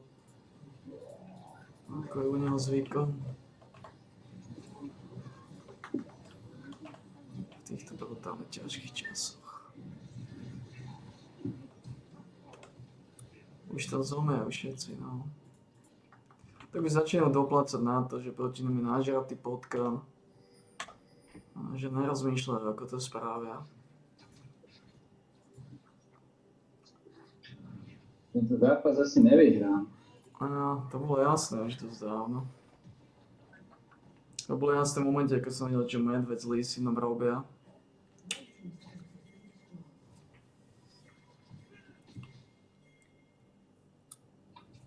Pretože tam už sú silné komba, je tam Ammu, je tam nažratý potkan.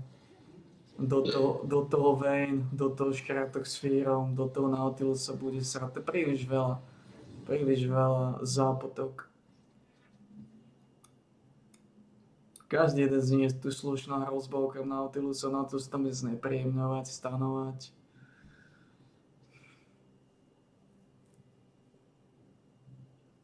Takže je to 50 na 50 samozrejme, za pol hodinu padlo 101 fragov, však prečo nie? 102 fragov, však 103 fragov, však prečo nie? Ale títo ľudia sú dementi. Majú barona a dva sa nechajú šmíknuť. Takí sú tupí. A teraz namiesto toho, aby odišli, aby redukovali straty, než tak Fúz si povedal, že to trošku zabalí. Hrali sme. Fúz do toho natiahol aj toho tupého Xerata do svojej výpadovky. To bola dobrá výpadovka. Nebola, lebo ty zabudáš na jeden veľmi dôležitý faktor. Hráš proti nažratým nepriateľom. Ty si robil výpadovky, keby oni boli pozadu, lenže oni nie sú pozadu, preto to bola zlá výpadovka. Ale boli dvaja mŕtvi a my sme 5 naživí. Ale to je úplne jedno. To sú nažratí gentlemani.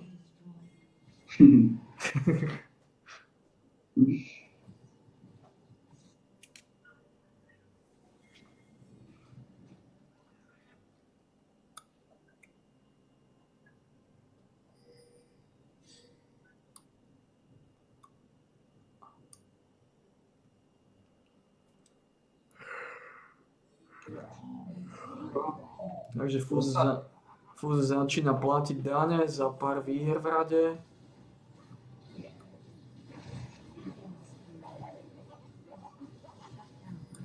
Dostal som ich. Tak dane sa začínajú sa účtovať.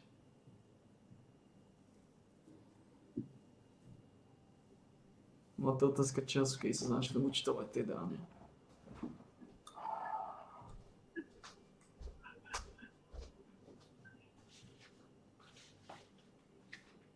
Dostal som ich.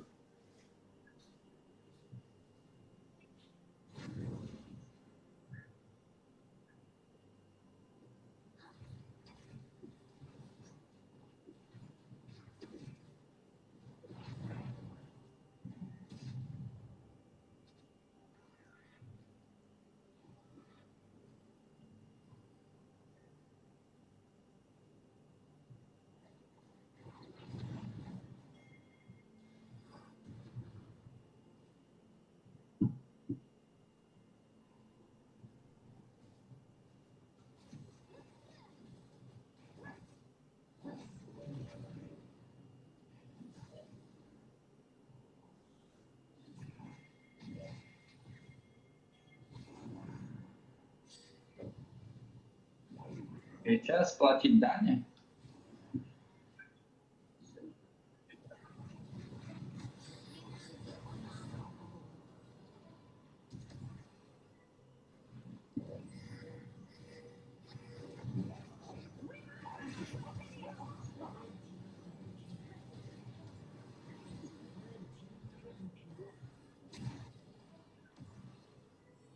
Viem platiť dane.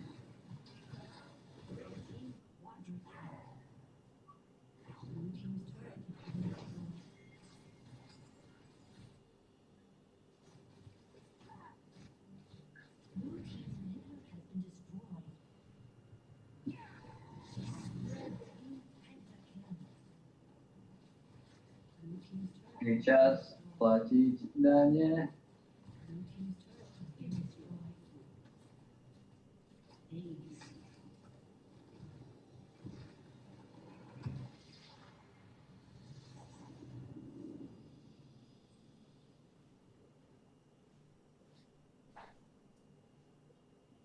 Otázka. Zaplatím ďalšie dane?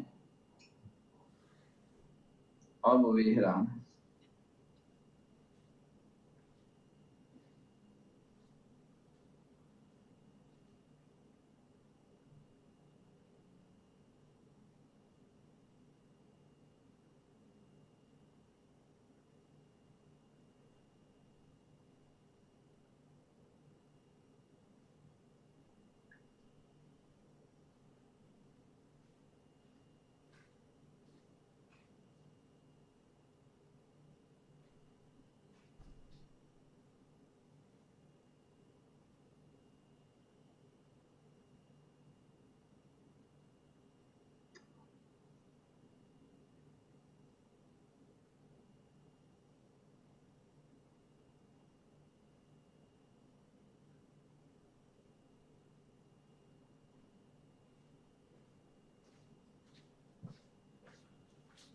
Dane sú absolútne nevyhnutné v našom remesle. A keď ja už som z remeslových retardov išiel, už som na dôchodku z tej sračky.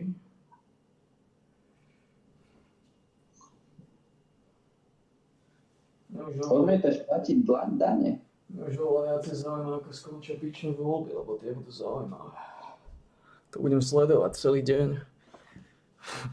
Priebežné hodnotenia, lebo toto budú reálne veľmi zaujímavé voľby, to bude lepšie ako seriál.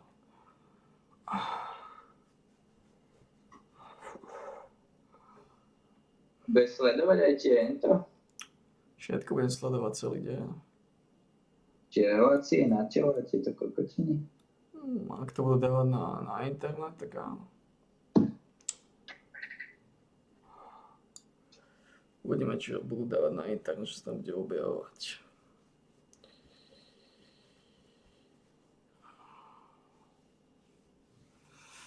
Ty si ešte si rýchlo púšťaš jeden šovinizmus.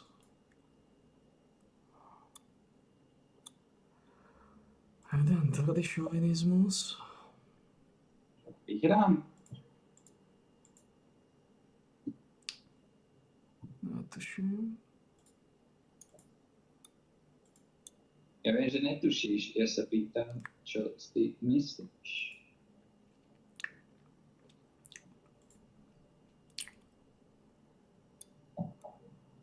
Idem sa pozrieť na profesora a poviem, čo si myslím.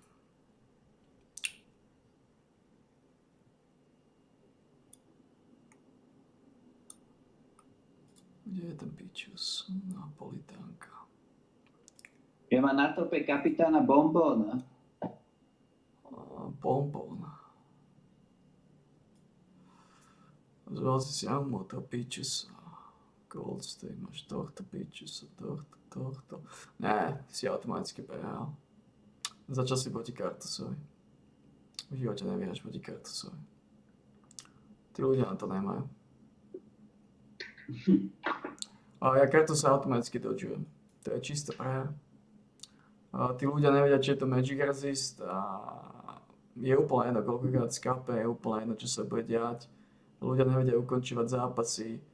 Ak nevyhráš do 25. minúty, si skončil. Čo nevyhráš, to znamená, si skončil. Tu potrebuješ pomoc bossa, tu ťa spasí iba boss. Nič iné. Takže toto budú ďalšie dane, predpokladám. Boss ti to dá pekne vyjesť. Ako začneš proti Kartusovi, to je samovražda. Ako ten Kajný kokot, ako piča, ale majú Kartusa. To keď vidím Kartusa v druhom týme, to je automaticky dodge.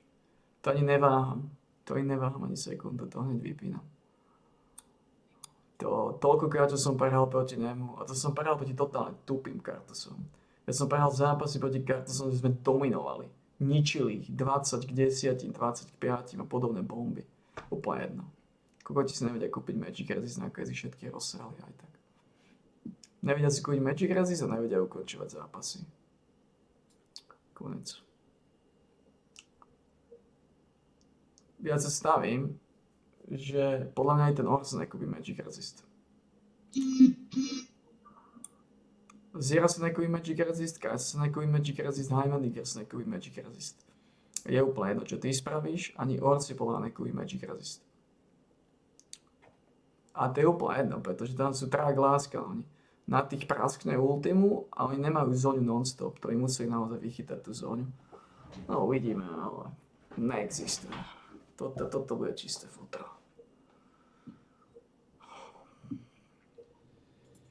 Toto vyzerá ako čisté futro. Ako ďalšie dáne. No, čo si počnem v tejto biede, ale je to veľmi zlé. Skurvený dáne.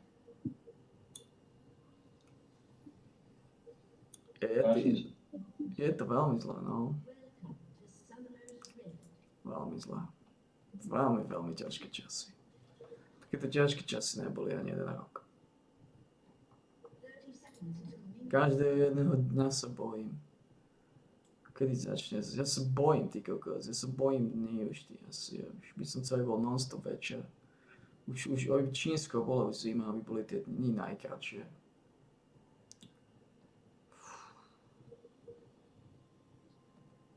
Sa bojím, či zase budú robiť chudákom šmákom, ako ich budú plášiť. Keď nedajú pokoja. Ako dneska to neprišlo, ale to hocikedy môže prísť. Hocikedy. Hocikedy tučne môže začať vybuchávať. A je to katastrofa. Žijem v strašnom strachu znova. Masívnom strachu. Strachu o šmakov. Strachu o rodinu. Tak oni sa nej tvoja rodina. A ty sa strokoval. Takže úplne nezmyslitáš. Buď to boli pokazené vajcia, ty kokos alebo ne. Tak ako si unavený, mal si tréning, do toho si sa nažral kokotinami, to všetko dáva zmysel. Plus ešte večer si unavený, do toho to je koniec. A čudné, že vôbec dokážeš niečo vyplodiť.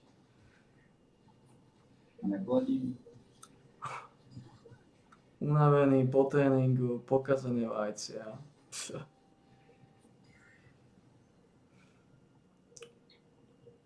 To mi oplodenie mi hovorí niekto, kto nežral ty. Najväčší šovinista. Každý deň si dám pár čipsov. Ty si jak gentek, biele plátano. Čistý šovinizmus chodiaci. Každý deň si dám pár čipsov.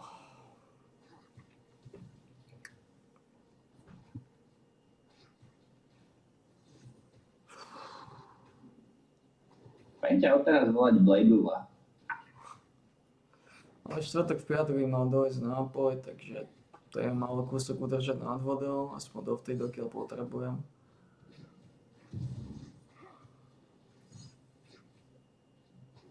Ja ti hovorím jednu vec. Ja nepoznám väčšieho šovinistu ako ty. Tak reálne, keď sa nad tým zamyslím,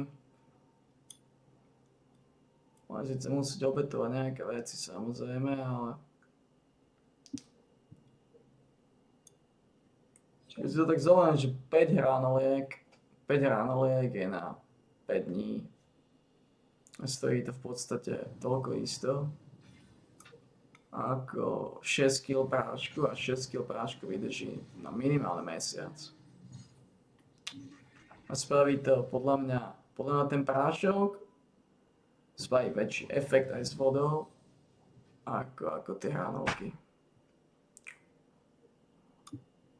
Určite áno, lebo tam musíme pozerať tú energickú hodnotu, čo majú v sebe tie hranolky, nič.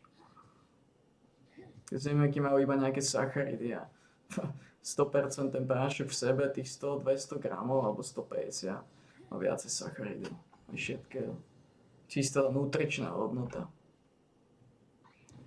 Známe tomu, že ten hlad, dajme tomu, že keby ťa to aj tak nenasítilo, že akože pociťuješ stále hlad, ale tá nutričná hodnota, tá pomoc bude určite väčšia.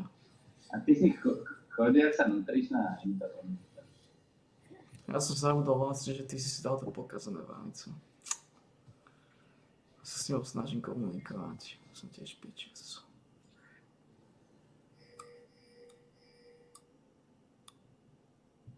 Takže už vás dávajú dole, čo už vás drtia, už to začalo. Presne podľa plánu, no. Teraz Kain sa do teba púšťa, trošku ti narezal kožuch.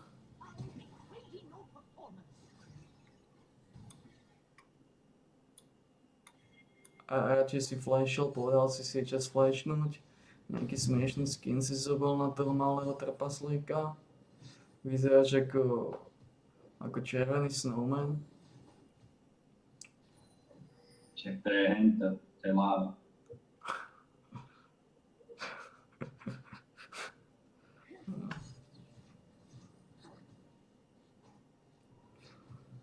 Wow. Snadné práska na tento paprikového. A dneska to dával cibulové čipsy kúsok. Ešte sú tam nejaké.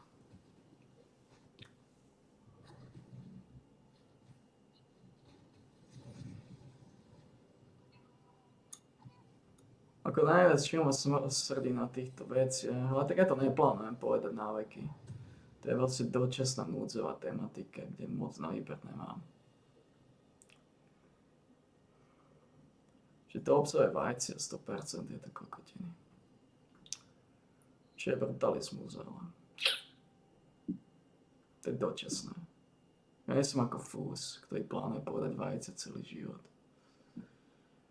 Len kým dorazím pod kanál a sme skončili s vestou práve povedať na celý život. Už to budem len udržiavať v takomto s vlastnou váhou. Koľko ten kartus má 4 kg? Jasne, tak to sa dá očakať.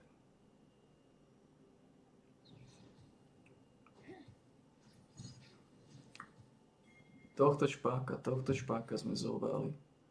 Ukážem ti, aby si nepovedal, že sa nepodelím. Ale prestan. Nebud neverly. Nebud neverly, lebo počne mať Tatiana, tá ti hneď povie svoje. Aby som napísal Tatiana, že ten Lukáš je nejaký strašne neverly v poslednom čase. Nejako sa nevie správať.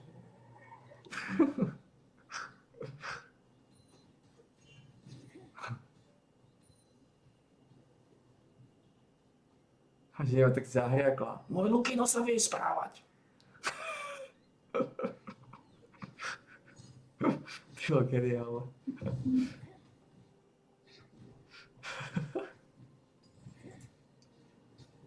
Najlepšie, že teraz som si omylom pustil stream, pozerám stream, piču sa a hľadám, že kde si. Že piče, kde je ten fús?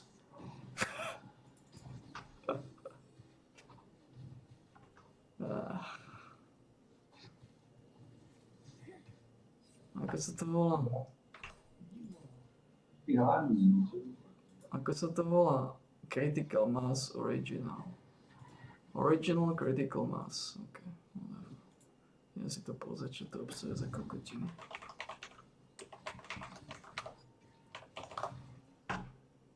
Čo som zase zobral za sáčku?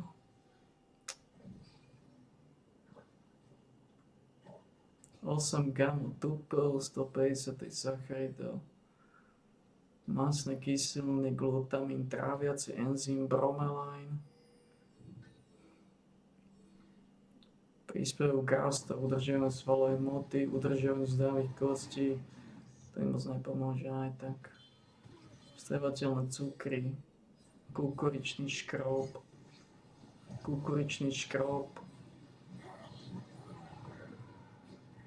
mlieko, laktóza, soja. Vyzerá to, že to aj ne... Ale je tu vaječný albumín.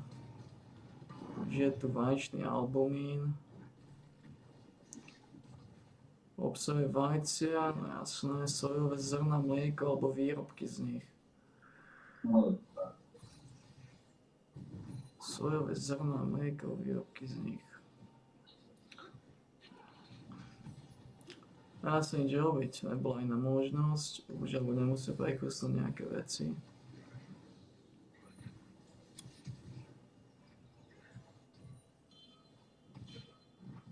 Prášok z lanového oleja, kurkumín, láhodná chuť, to je to, čo potrebujeme.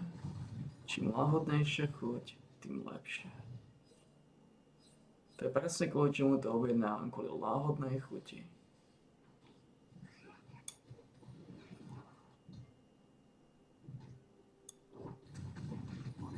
No, uvidíme. Uvidíme. A tak pomoc to určite pomôže, si myslím. tak je tam kurkumín. Je tam kurkumín. Ako si myslím, že pomoc to ešte pomôže. Myslím, že mi to zabráni. Myslím, že mi to udrží nad to vodou.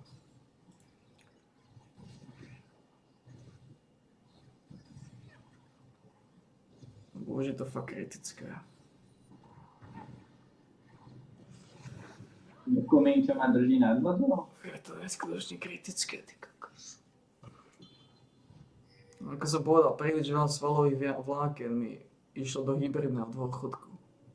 Takže najväčší čas si dať nejaký poriadny štos vajec. Dáme si štos vajec. Dáme si mlieko ešte, kým máme, a keď nebude mlieko, tak to budem dávať s vodou. To aj tak to bude stačiť. A ako som povedal, tu sa nečaká, že budem priberať, ne. Ja len potrebujem mať dostatok sily na to, aby som vytočil, čo mám vytočiť. To je celé. To je celé. Len na to, aby som vytočil bez zranenia teda posledné 4 mesiace. Čo si myslím, že by malo fungovať.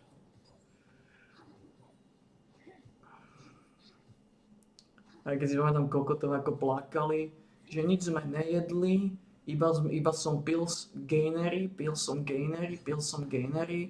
to cvičenie sa nedá. Ty kokot, skúsi dať pár lupienkov denne a odsýpať. Čo ja by som za to dal, keby som mal gainery, ja by som si ich neprdol, ty kokos, to by išlo ľahko ako piča, oni vyplakávajú. To je strašne ťažké, keď iba gainery sa popierajú, to nevládzeš nič robiť. Daj si pár lupienkov, uvidíme, čo povieš potom. Jebovia. A tak stále možno blafuješ. Čo? Stále možno blafuješ.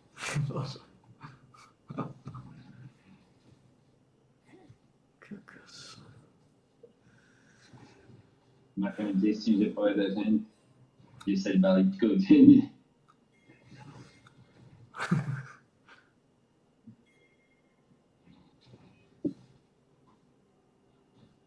Taký týto, daj si Ja si myslím, že keď som povedal 10 balíčka, si myslím, že mi to nepomohlo. Pretože tam tá energetická hodnota, to čo potrebujem, tam nie je nič. Proste ty potrebuješ nejaké vitamíny, nejaké várky, proste aspoň niečo. Tam nie je nič.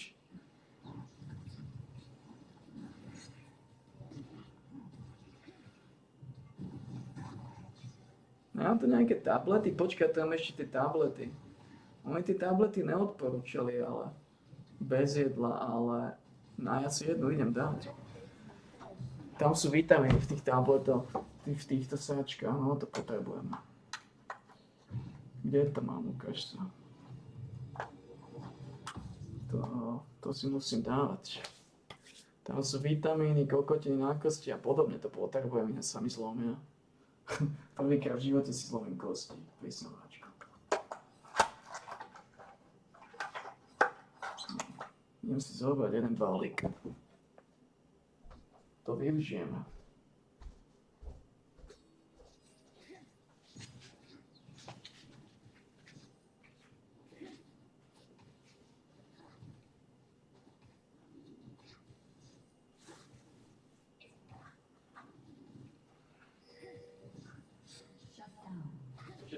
tablet, vápnik, horčík, zinok. Takže ešte môžeme točiť. To mi pomôže. Určite mi to pomôže. Mi to nepomôže, to mi to uškodí.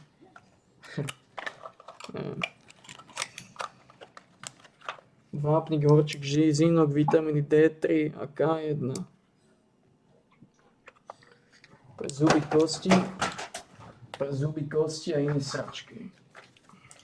Nemáte zuby ani kosti, ani hluk. Neberme to tragicky, no.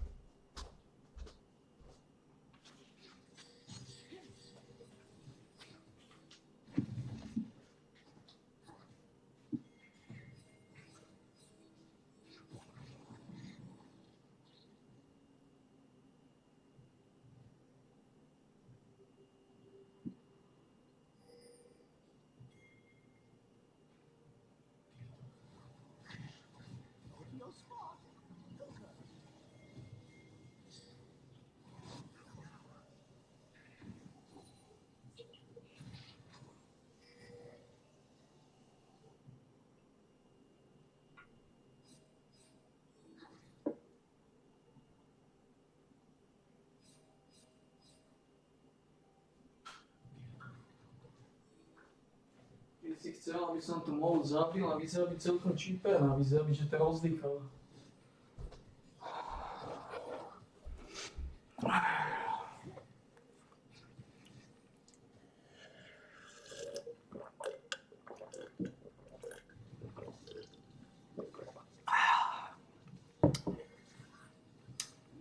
Ale aj tak, čo ma najviac straší a čo je najviac divné pre mňa, je, že jem ako jem, ja necítim hlad. Ja reálne necítim hlad. Ja neviem, čo sa deje. Neviem, ako je to možné. Keď si zoberiem, že už niekoľko dní jem úplne mizivum nič, a necítim vôbec hlad. Vôbec nie som hladný. Ja viem, že ti už odchádzajú orgány. To by bolo dobré.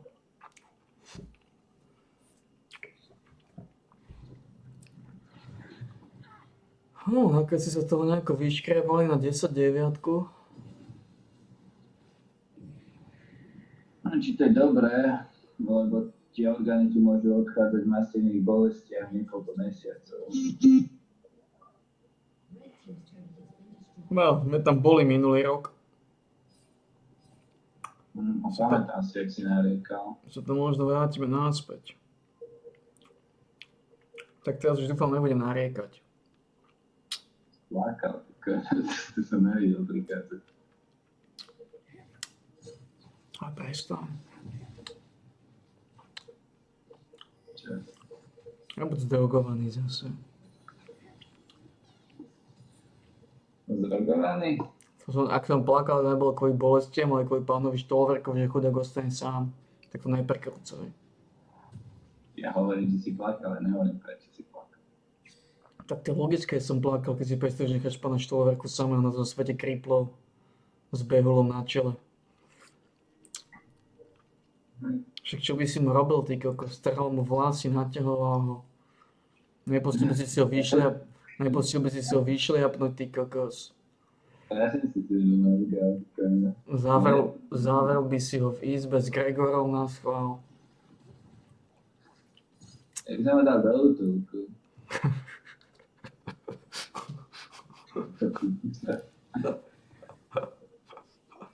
Divoká.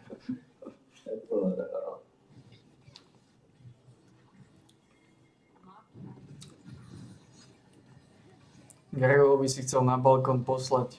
Marianovi by si chcel na balkón poslať holuby.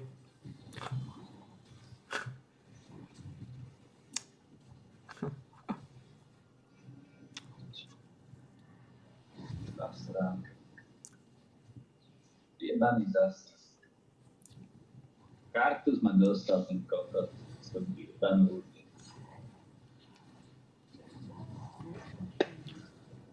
Zasrám jebaný.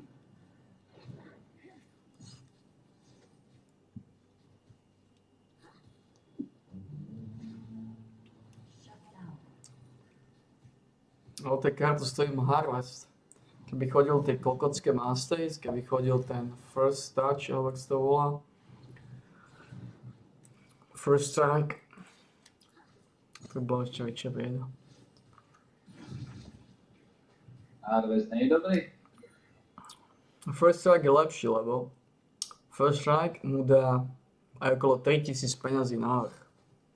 No a tie peniaze, keď máš návrh, tak máš jednu celú vec návrh. Ak máš jednu celú vec návrh, tak skoro. No tak potom začneš dominovať neskutočne.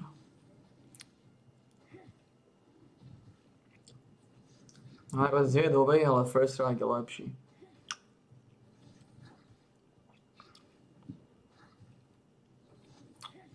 To som videl na pičiusoch, to je používaj First Strike. Ale trošku už iná káva. Tomu strašne veľa peňazí zarobí relatívne rýchlo. Plus to robí tiež damage. Samozrejme. To ešte môže byť rád, že má Harvest.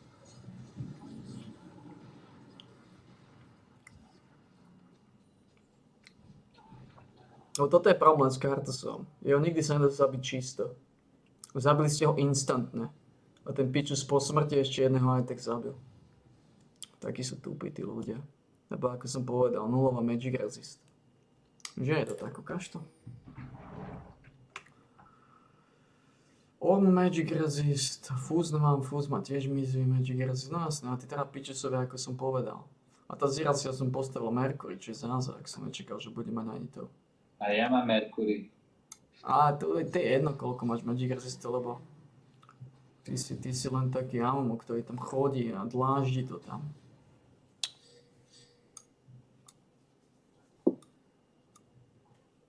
Čo ty chceš povedať? Že ak zabije tých troch gláskanov, tak vy dvaja s Ornom to nespasíte.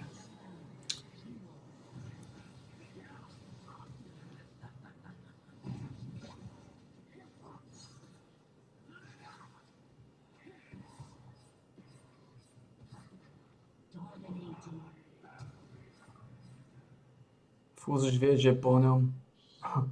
Jak ho šmykol.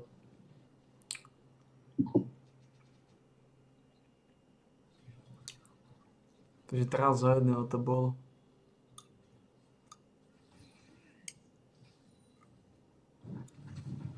Ale to hlavne preto, že ten Mundo je totálny neandertálec, že nemá rotácie. Keby tam ten Mundo šmykloval, je koniec.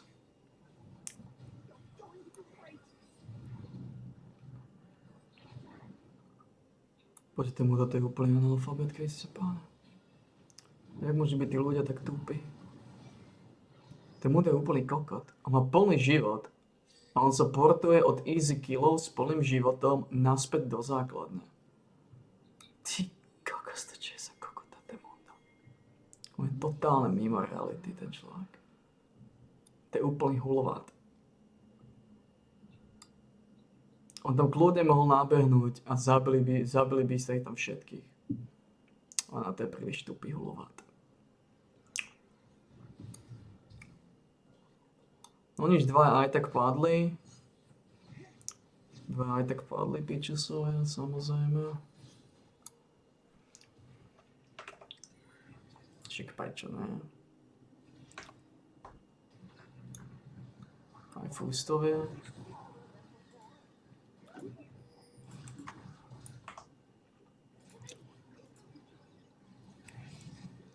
Aj hovorím, to je to teplo. Koľko je to teplo, podľa mňa.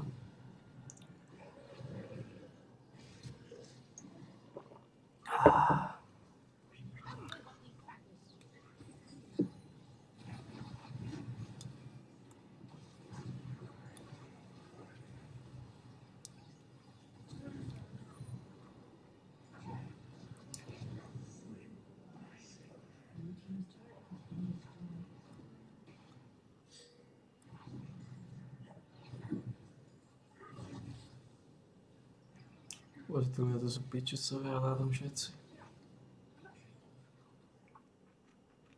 Furt zomel, Mundo zomel.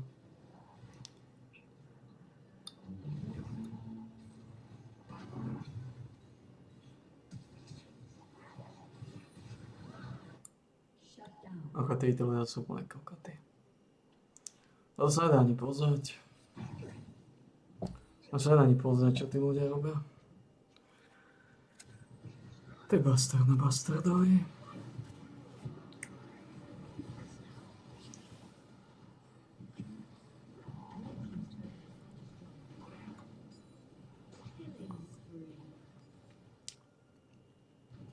Koľko má ten kartus už fragov? To musí byť pekne nabaštený už. To nemáte šancu vyhrať. Ten pičus má 10 fragov. Už má dosť slušný damage. Koľko má stekov Harveste? Tiež už tam bude nejaký slušný počet. Lebo on už penetruje strašne veľa má vašej rezistencie takisto, takže... Toto bude pomalé krvácanie. Ale tak to je fúzová chyba, že nedočil kartusa. To sa točuje vždy. Proste ako som povedal, tí ľudia nemajú potenciál na toto výhrať do 25. minúty a bohužiaľ, tým pádom sa musí kartus dodžovať. Lebo kartus nie je Nasus. Lebo hovorím, to je tá omylná predstava. Nasus nie je late game šampión. S Nasusom môžeš kľudne aj 50 minút točiť a je to v pohode. Ale s kartusom nemôžeš.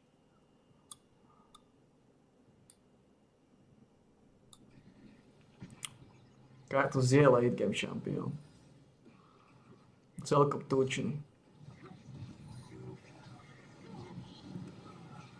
A aj teraz ste ho zabili instantne. Instantne ste ho zabili. V podstate ideálna situácia.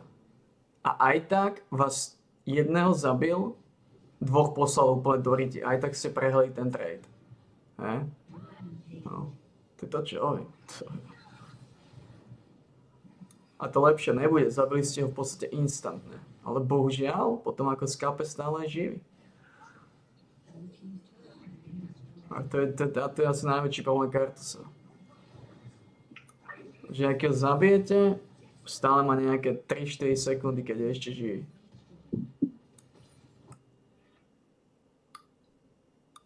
Stačí na to, že je pekne spráskal. Stačí pičný šampión. Ja si nečudujem, že Phantom Lord s kartusom vždy dominoval tých pičusov, však to je pičný šampión. To pokiaľ ti nevadí, za sebe robíš kurvu a skapínaš, tak budeš s tým šampiónom vyhrávať. A to ešte nemá first strike.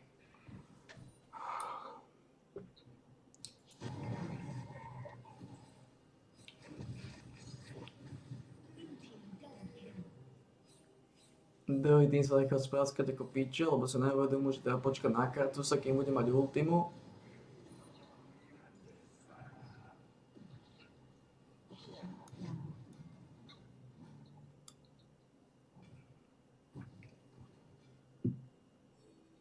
Koľko má odstekov ten pičus? Musí mať pekné kúsky.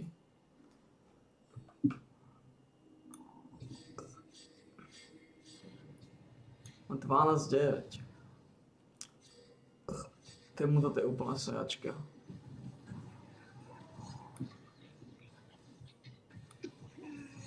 To je totálny komunista. On je úplne mimo. Temundo nič nevie. Oni nevedia ubiť jedno kvalitné kombo, oni sa vedia dokopy. Robiť jedno kvalitné kombo. Ten Kain absolútne tiež nič nevie, to je úplne vytratý.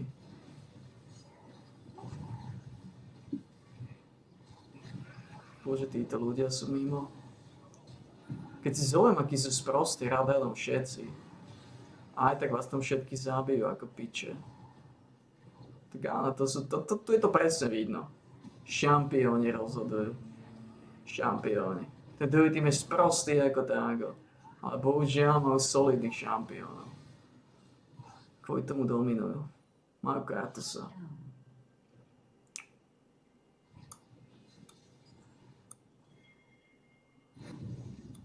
Lebo tu ani Magic Resist už nepomôže. Lebo prvá vec je, že vy stavate zlé Magic Resist veci. Vy potrebujete Force of Nature. A furt si postavil Jack Show, čo bola brutálna chyba z fúzovej strany. Brutálny prešlap. Postaviť si Jackson.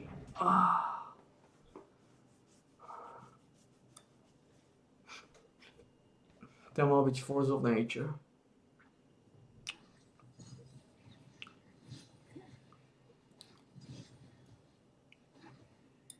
No uvidíme, kedy Force... Ale je to Jackson.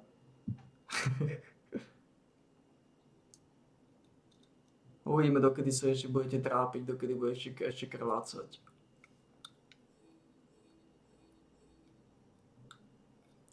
Neviem.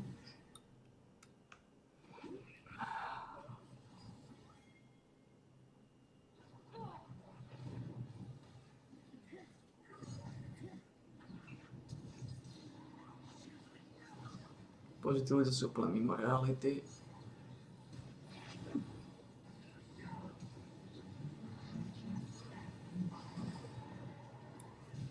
Už sa ho tam fútra, už sa to razí.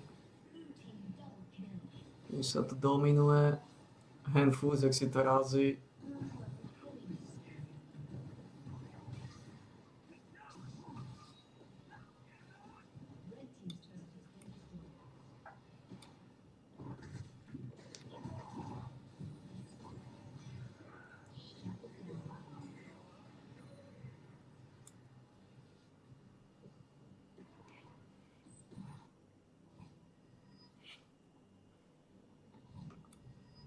Úplne kokoti tí ľudia.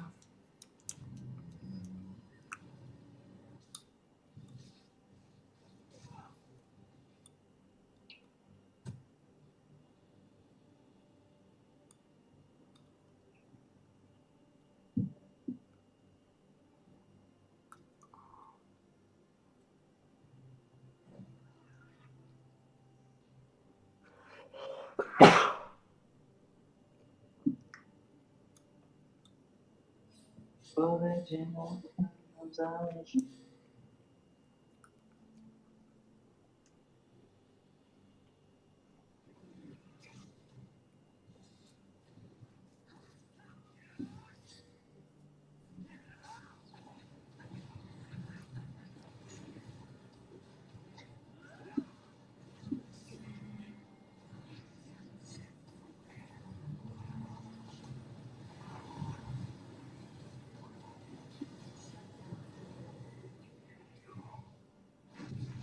Tí ľudia sú tak zaostali, jak nikto.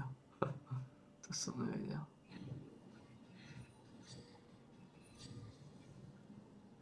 Úplne neandertálci.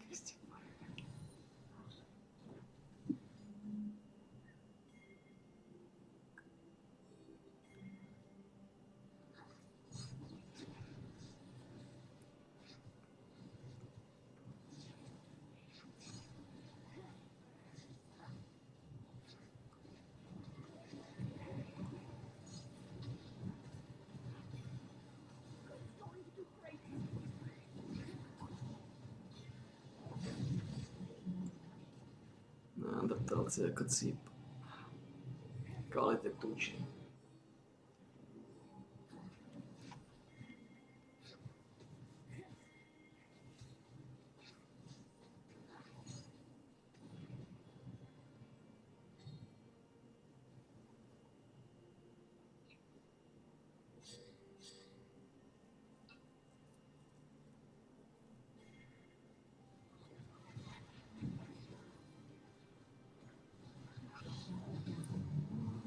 Boli barona fúdzovci.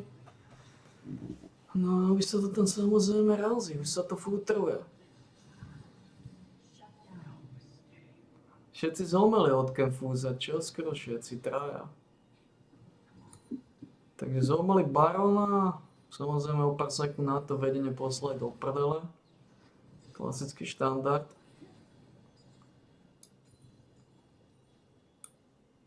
Klasický štandard.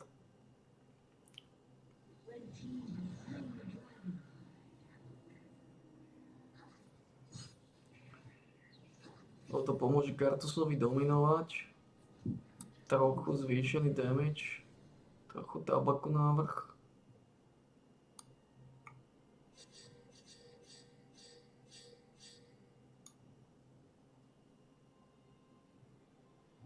Samozrejme tupika, to je úplný pičus, ten sa odrovnal. S jeho gláskanou buildom.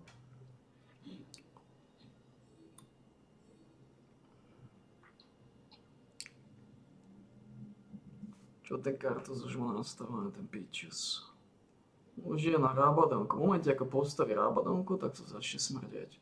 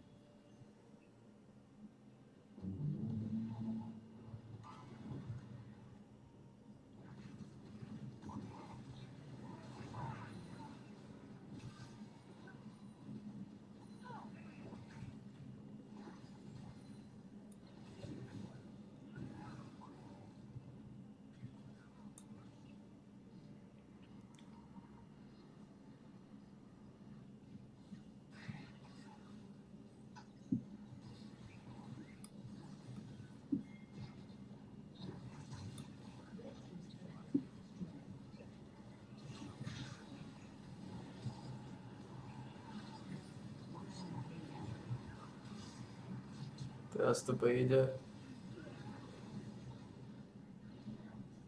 Kartus už zautočil na pičusov. Fúz uteká s holým kožuchom. Fúz zoval nohy na plecia. Zoval nohy na plecia, ale či mu to bude stačiť? Myslím, že ho dobehnú. Myslím, že ich tu ich spráskajú. Oni by ich spráskali, len pustili do gati. A niekedy sa to stáva, niekedy proste pustíš do gati. To poznáš. Už má Rabadonku postavnú ten pičus. No už má Rabadonku, tak teraz to bude smrdeť.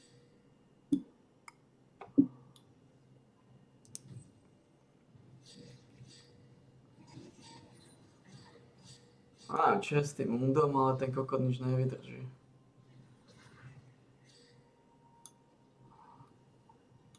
Však to je slabý pičus. 27. Hlave na Gabana.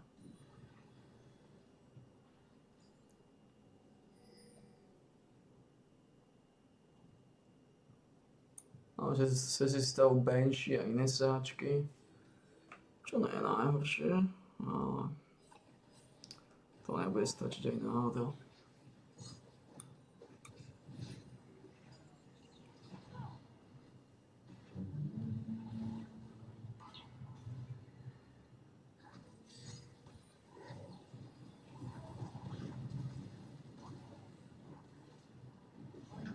To nebude stačiť.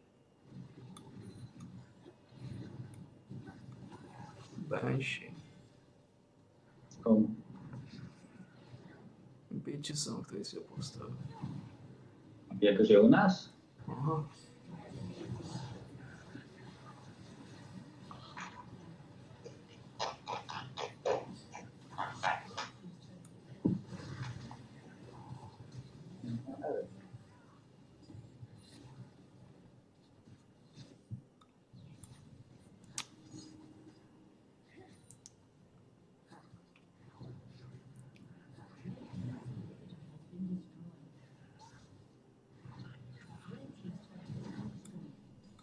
Už utekal holý kožuch.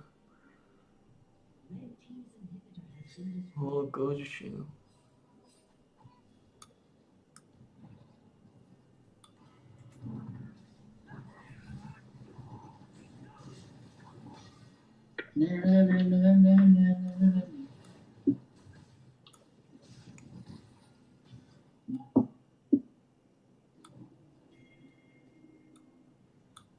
Áno, tentokrát vyťažíš z toho, že tvoj top lane je totálny kokot, no.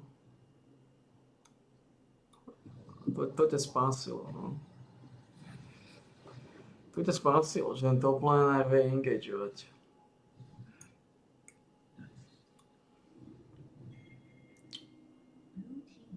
A že oni majú tupého munda, ktorý sa nevie ani vykadiť.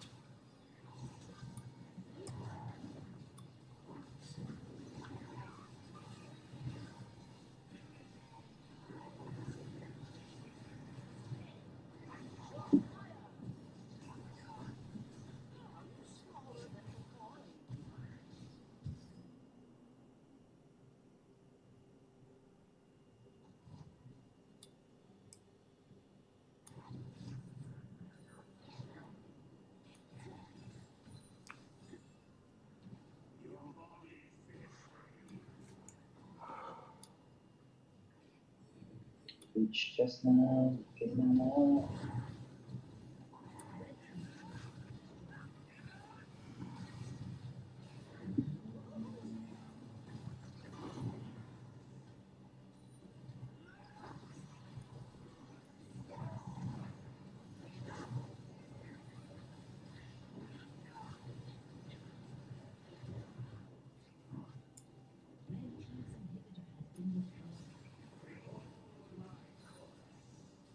Čo spravil furt ten Peaches?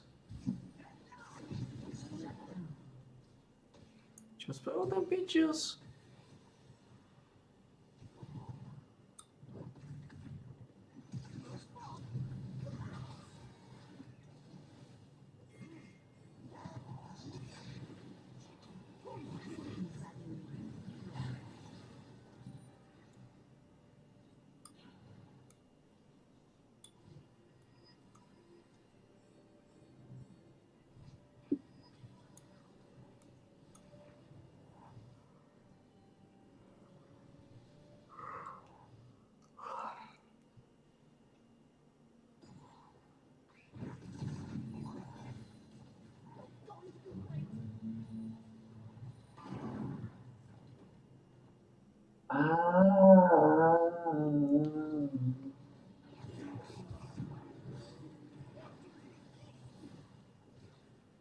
Ako druhé sa topí ako báčka.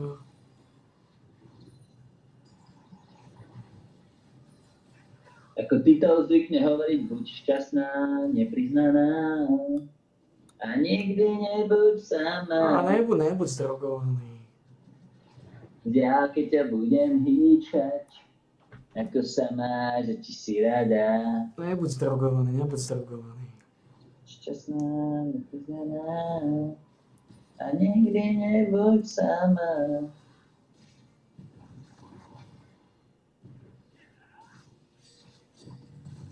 Ja keď ťa budem hýčkať.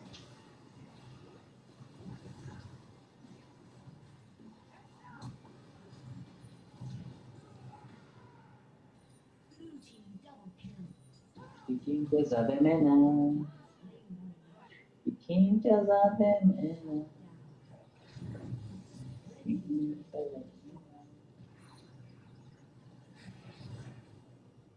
A nebuď zdrogovaný.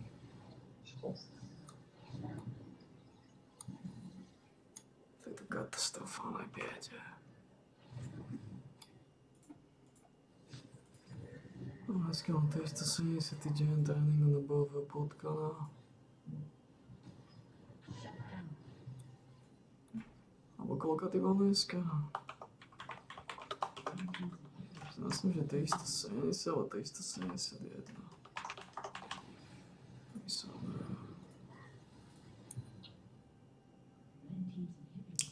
370.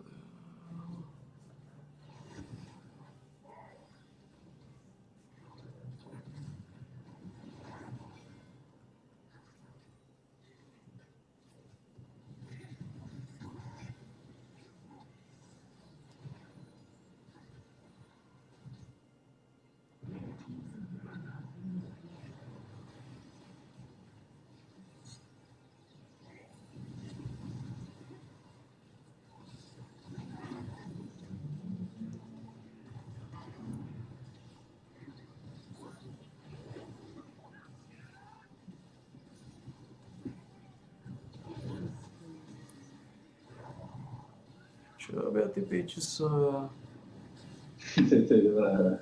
Čo robia tí kokoti? Rádom všetci. Aj to zaostali tým kokotom.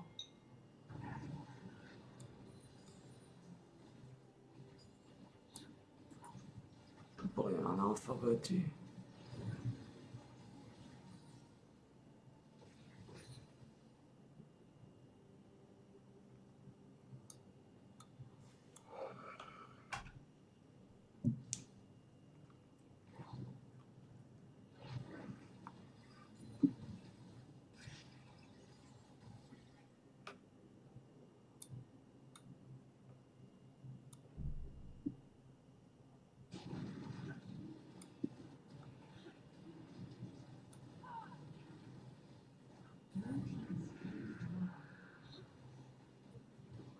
Úplný mentalist.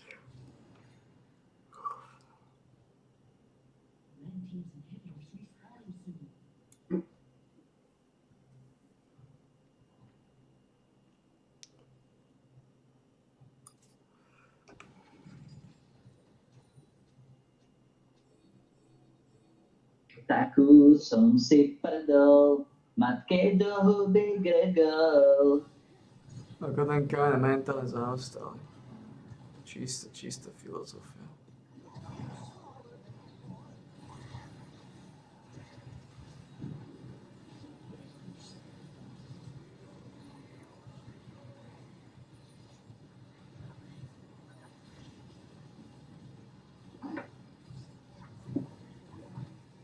Ako sa máš, či si sama?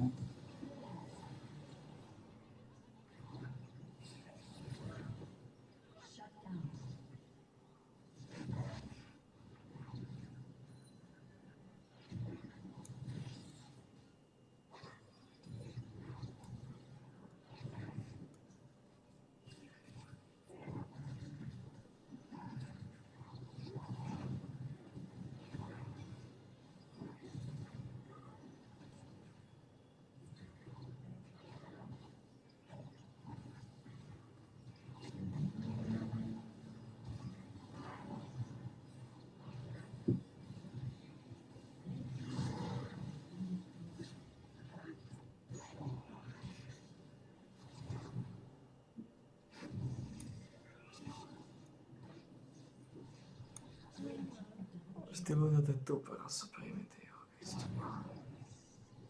Keby tam Fus išiel, tak už to ukončil na tomto mieste. Pravdepodobne, ťažko povedať, či by sa zavali po ceste.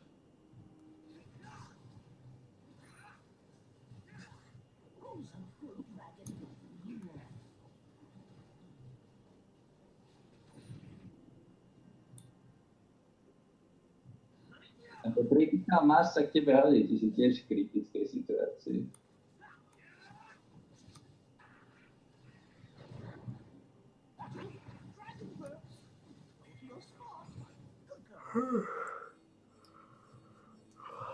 Veľmi zlé časy, veľmi zlé časy.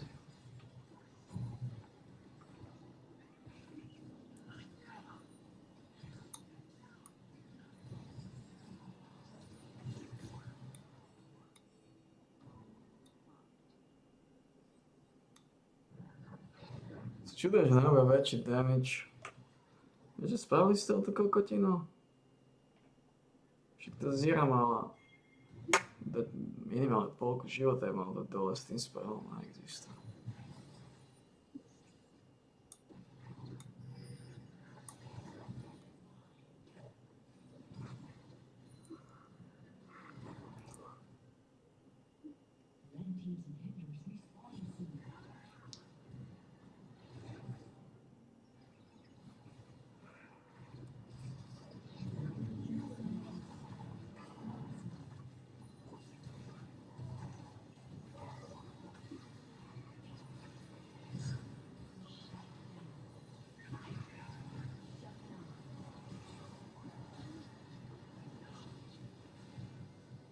Boli úplne mimo. Oni doplatili na to Kaina Munda. Toho sme sa najviac obávali, ten Kain. Som od začiatku videl, že to je totálna sáčka. A ten Kain. Ten mal katastrofálne preferencie, aby to dokázal. No a ten pičný Mundo, ten nevedel nič. To bola analfabet z najväčšia súdka. Dobre. Ideme to vybaviť, tie posledné fachy.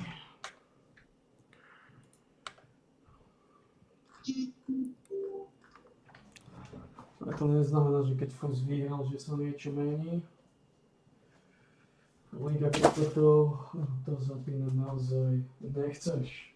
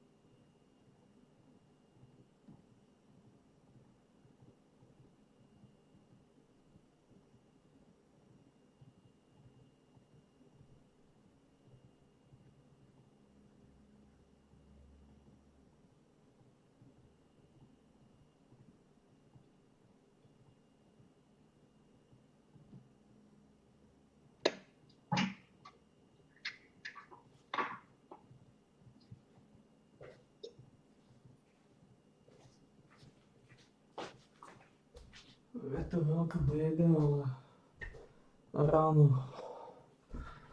ráno budeme chvíľu ranné vtáčatá. To je základ. Chvíľu bude rannými vtáčatami a potom sa uvidí, ako to zase budeme točiť. Ale istá vec je tá,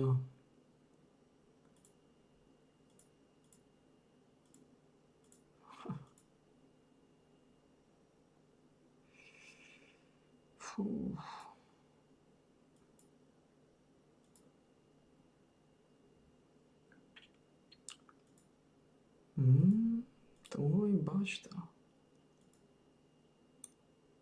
Domový bašta, ty káno. Dobre. Bude ťažké dojaziť potkana.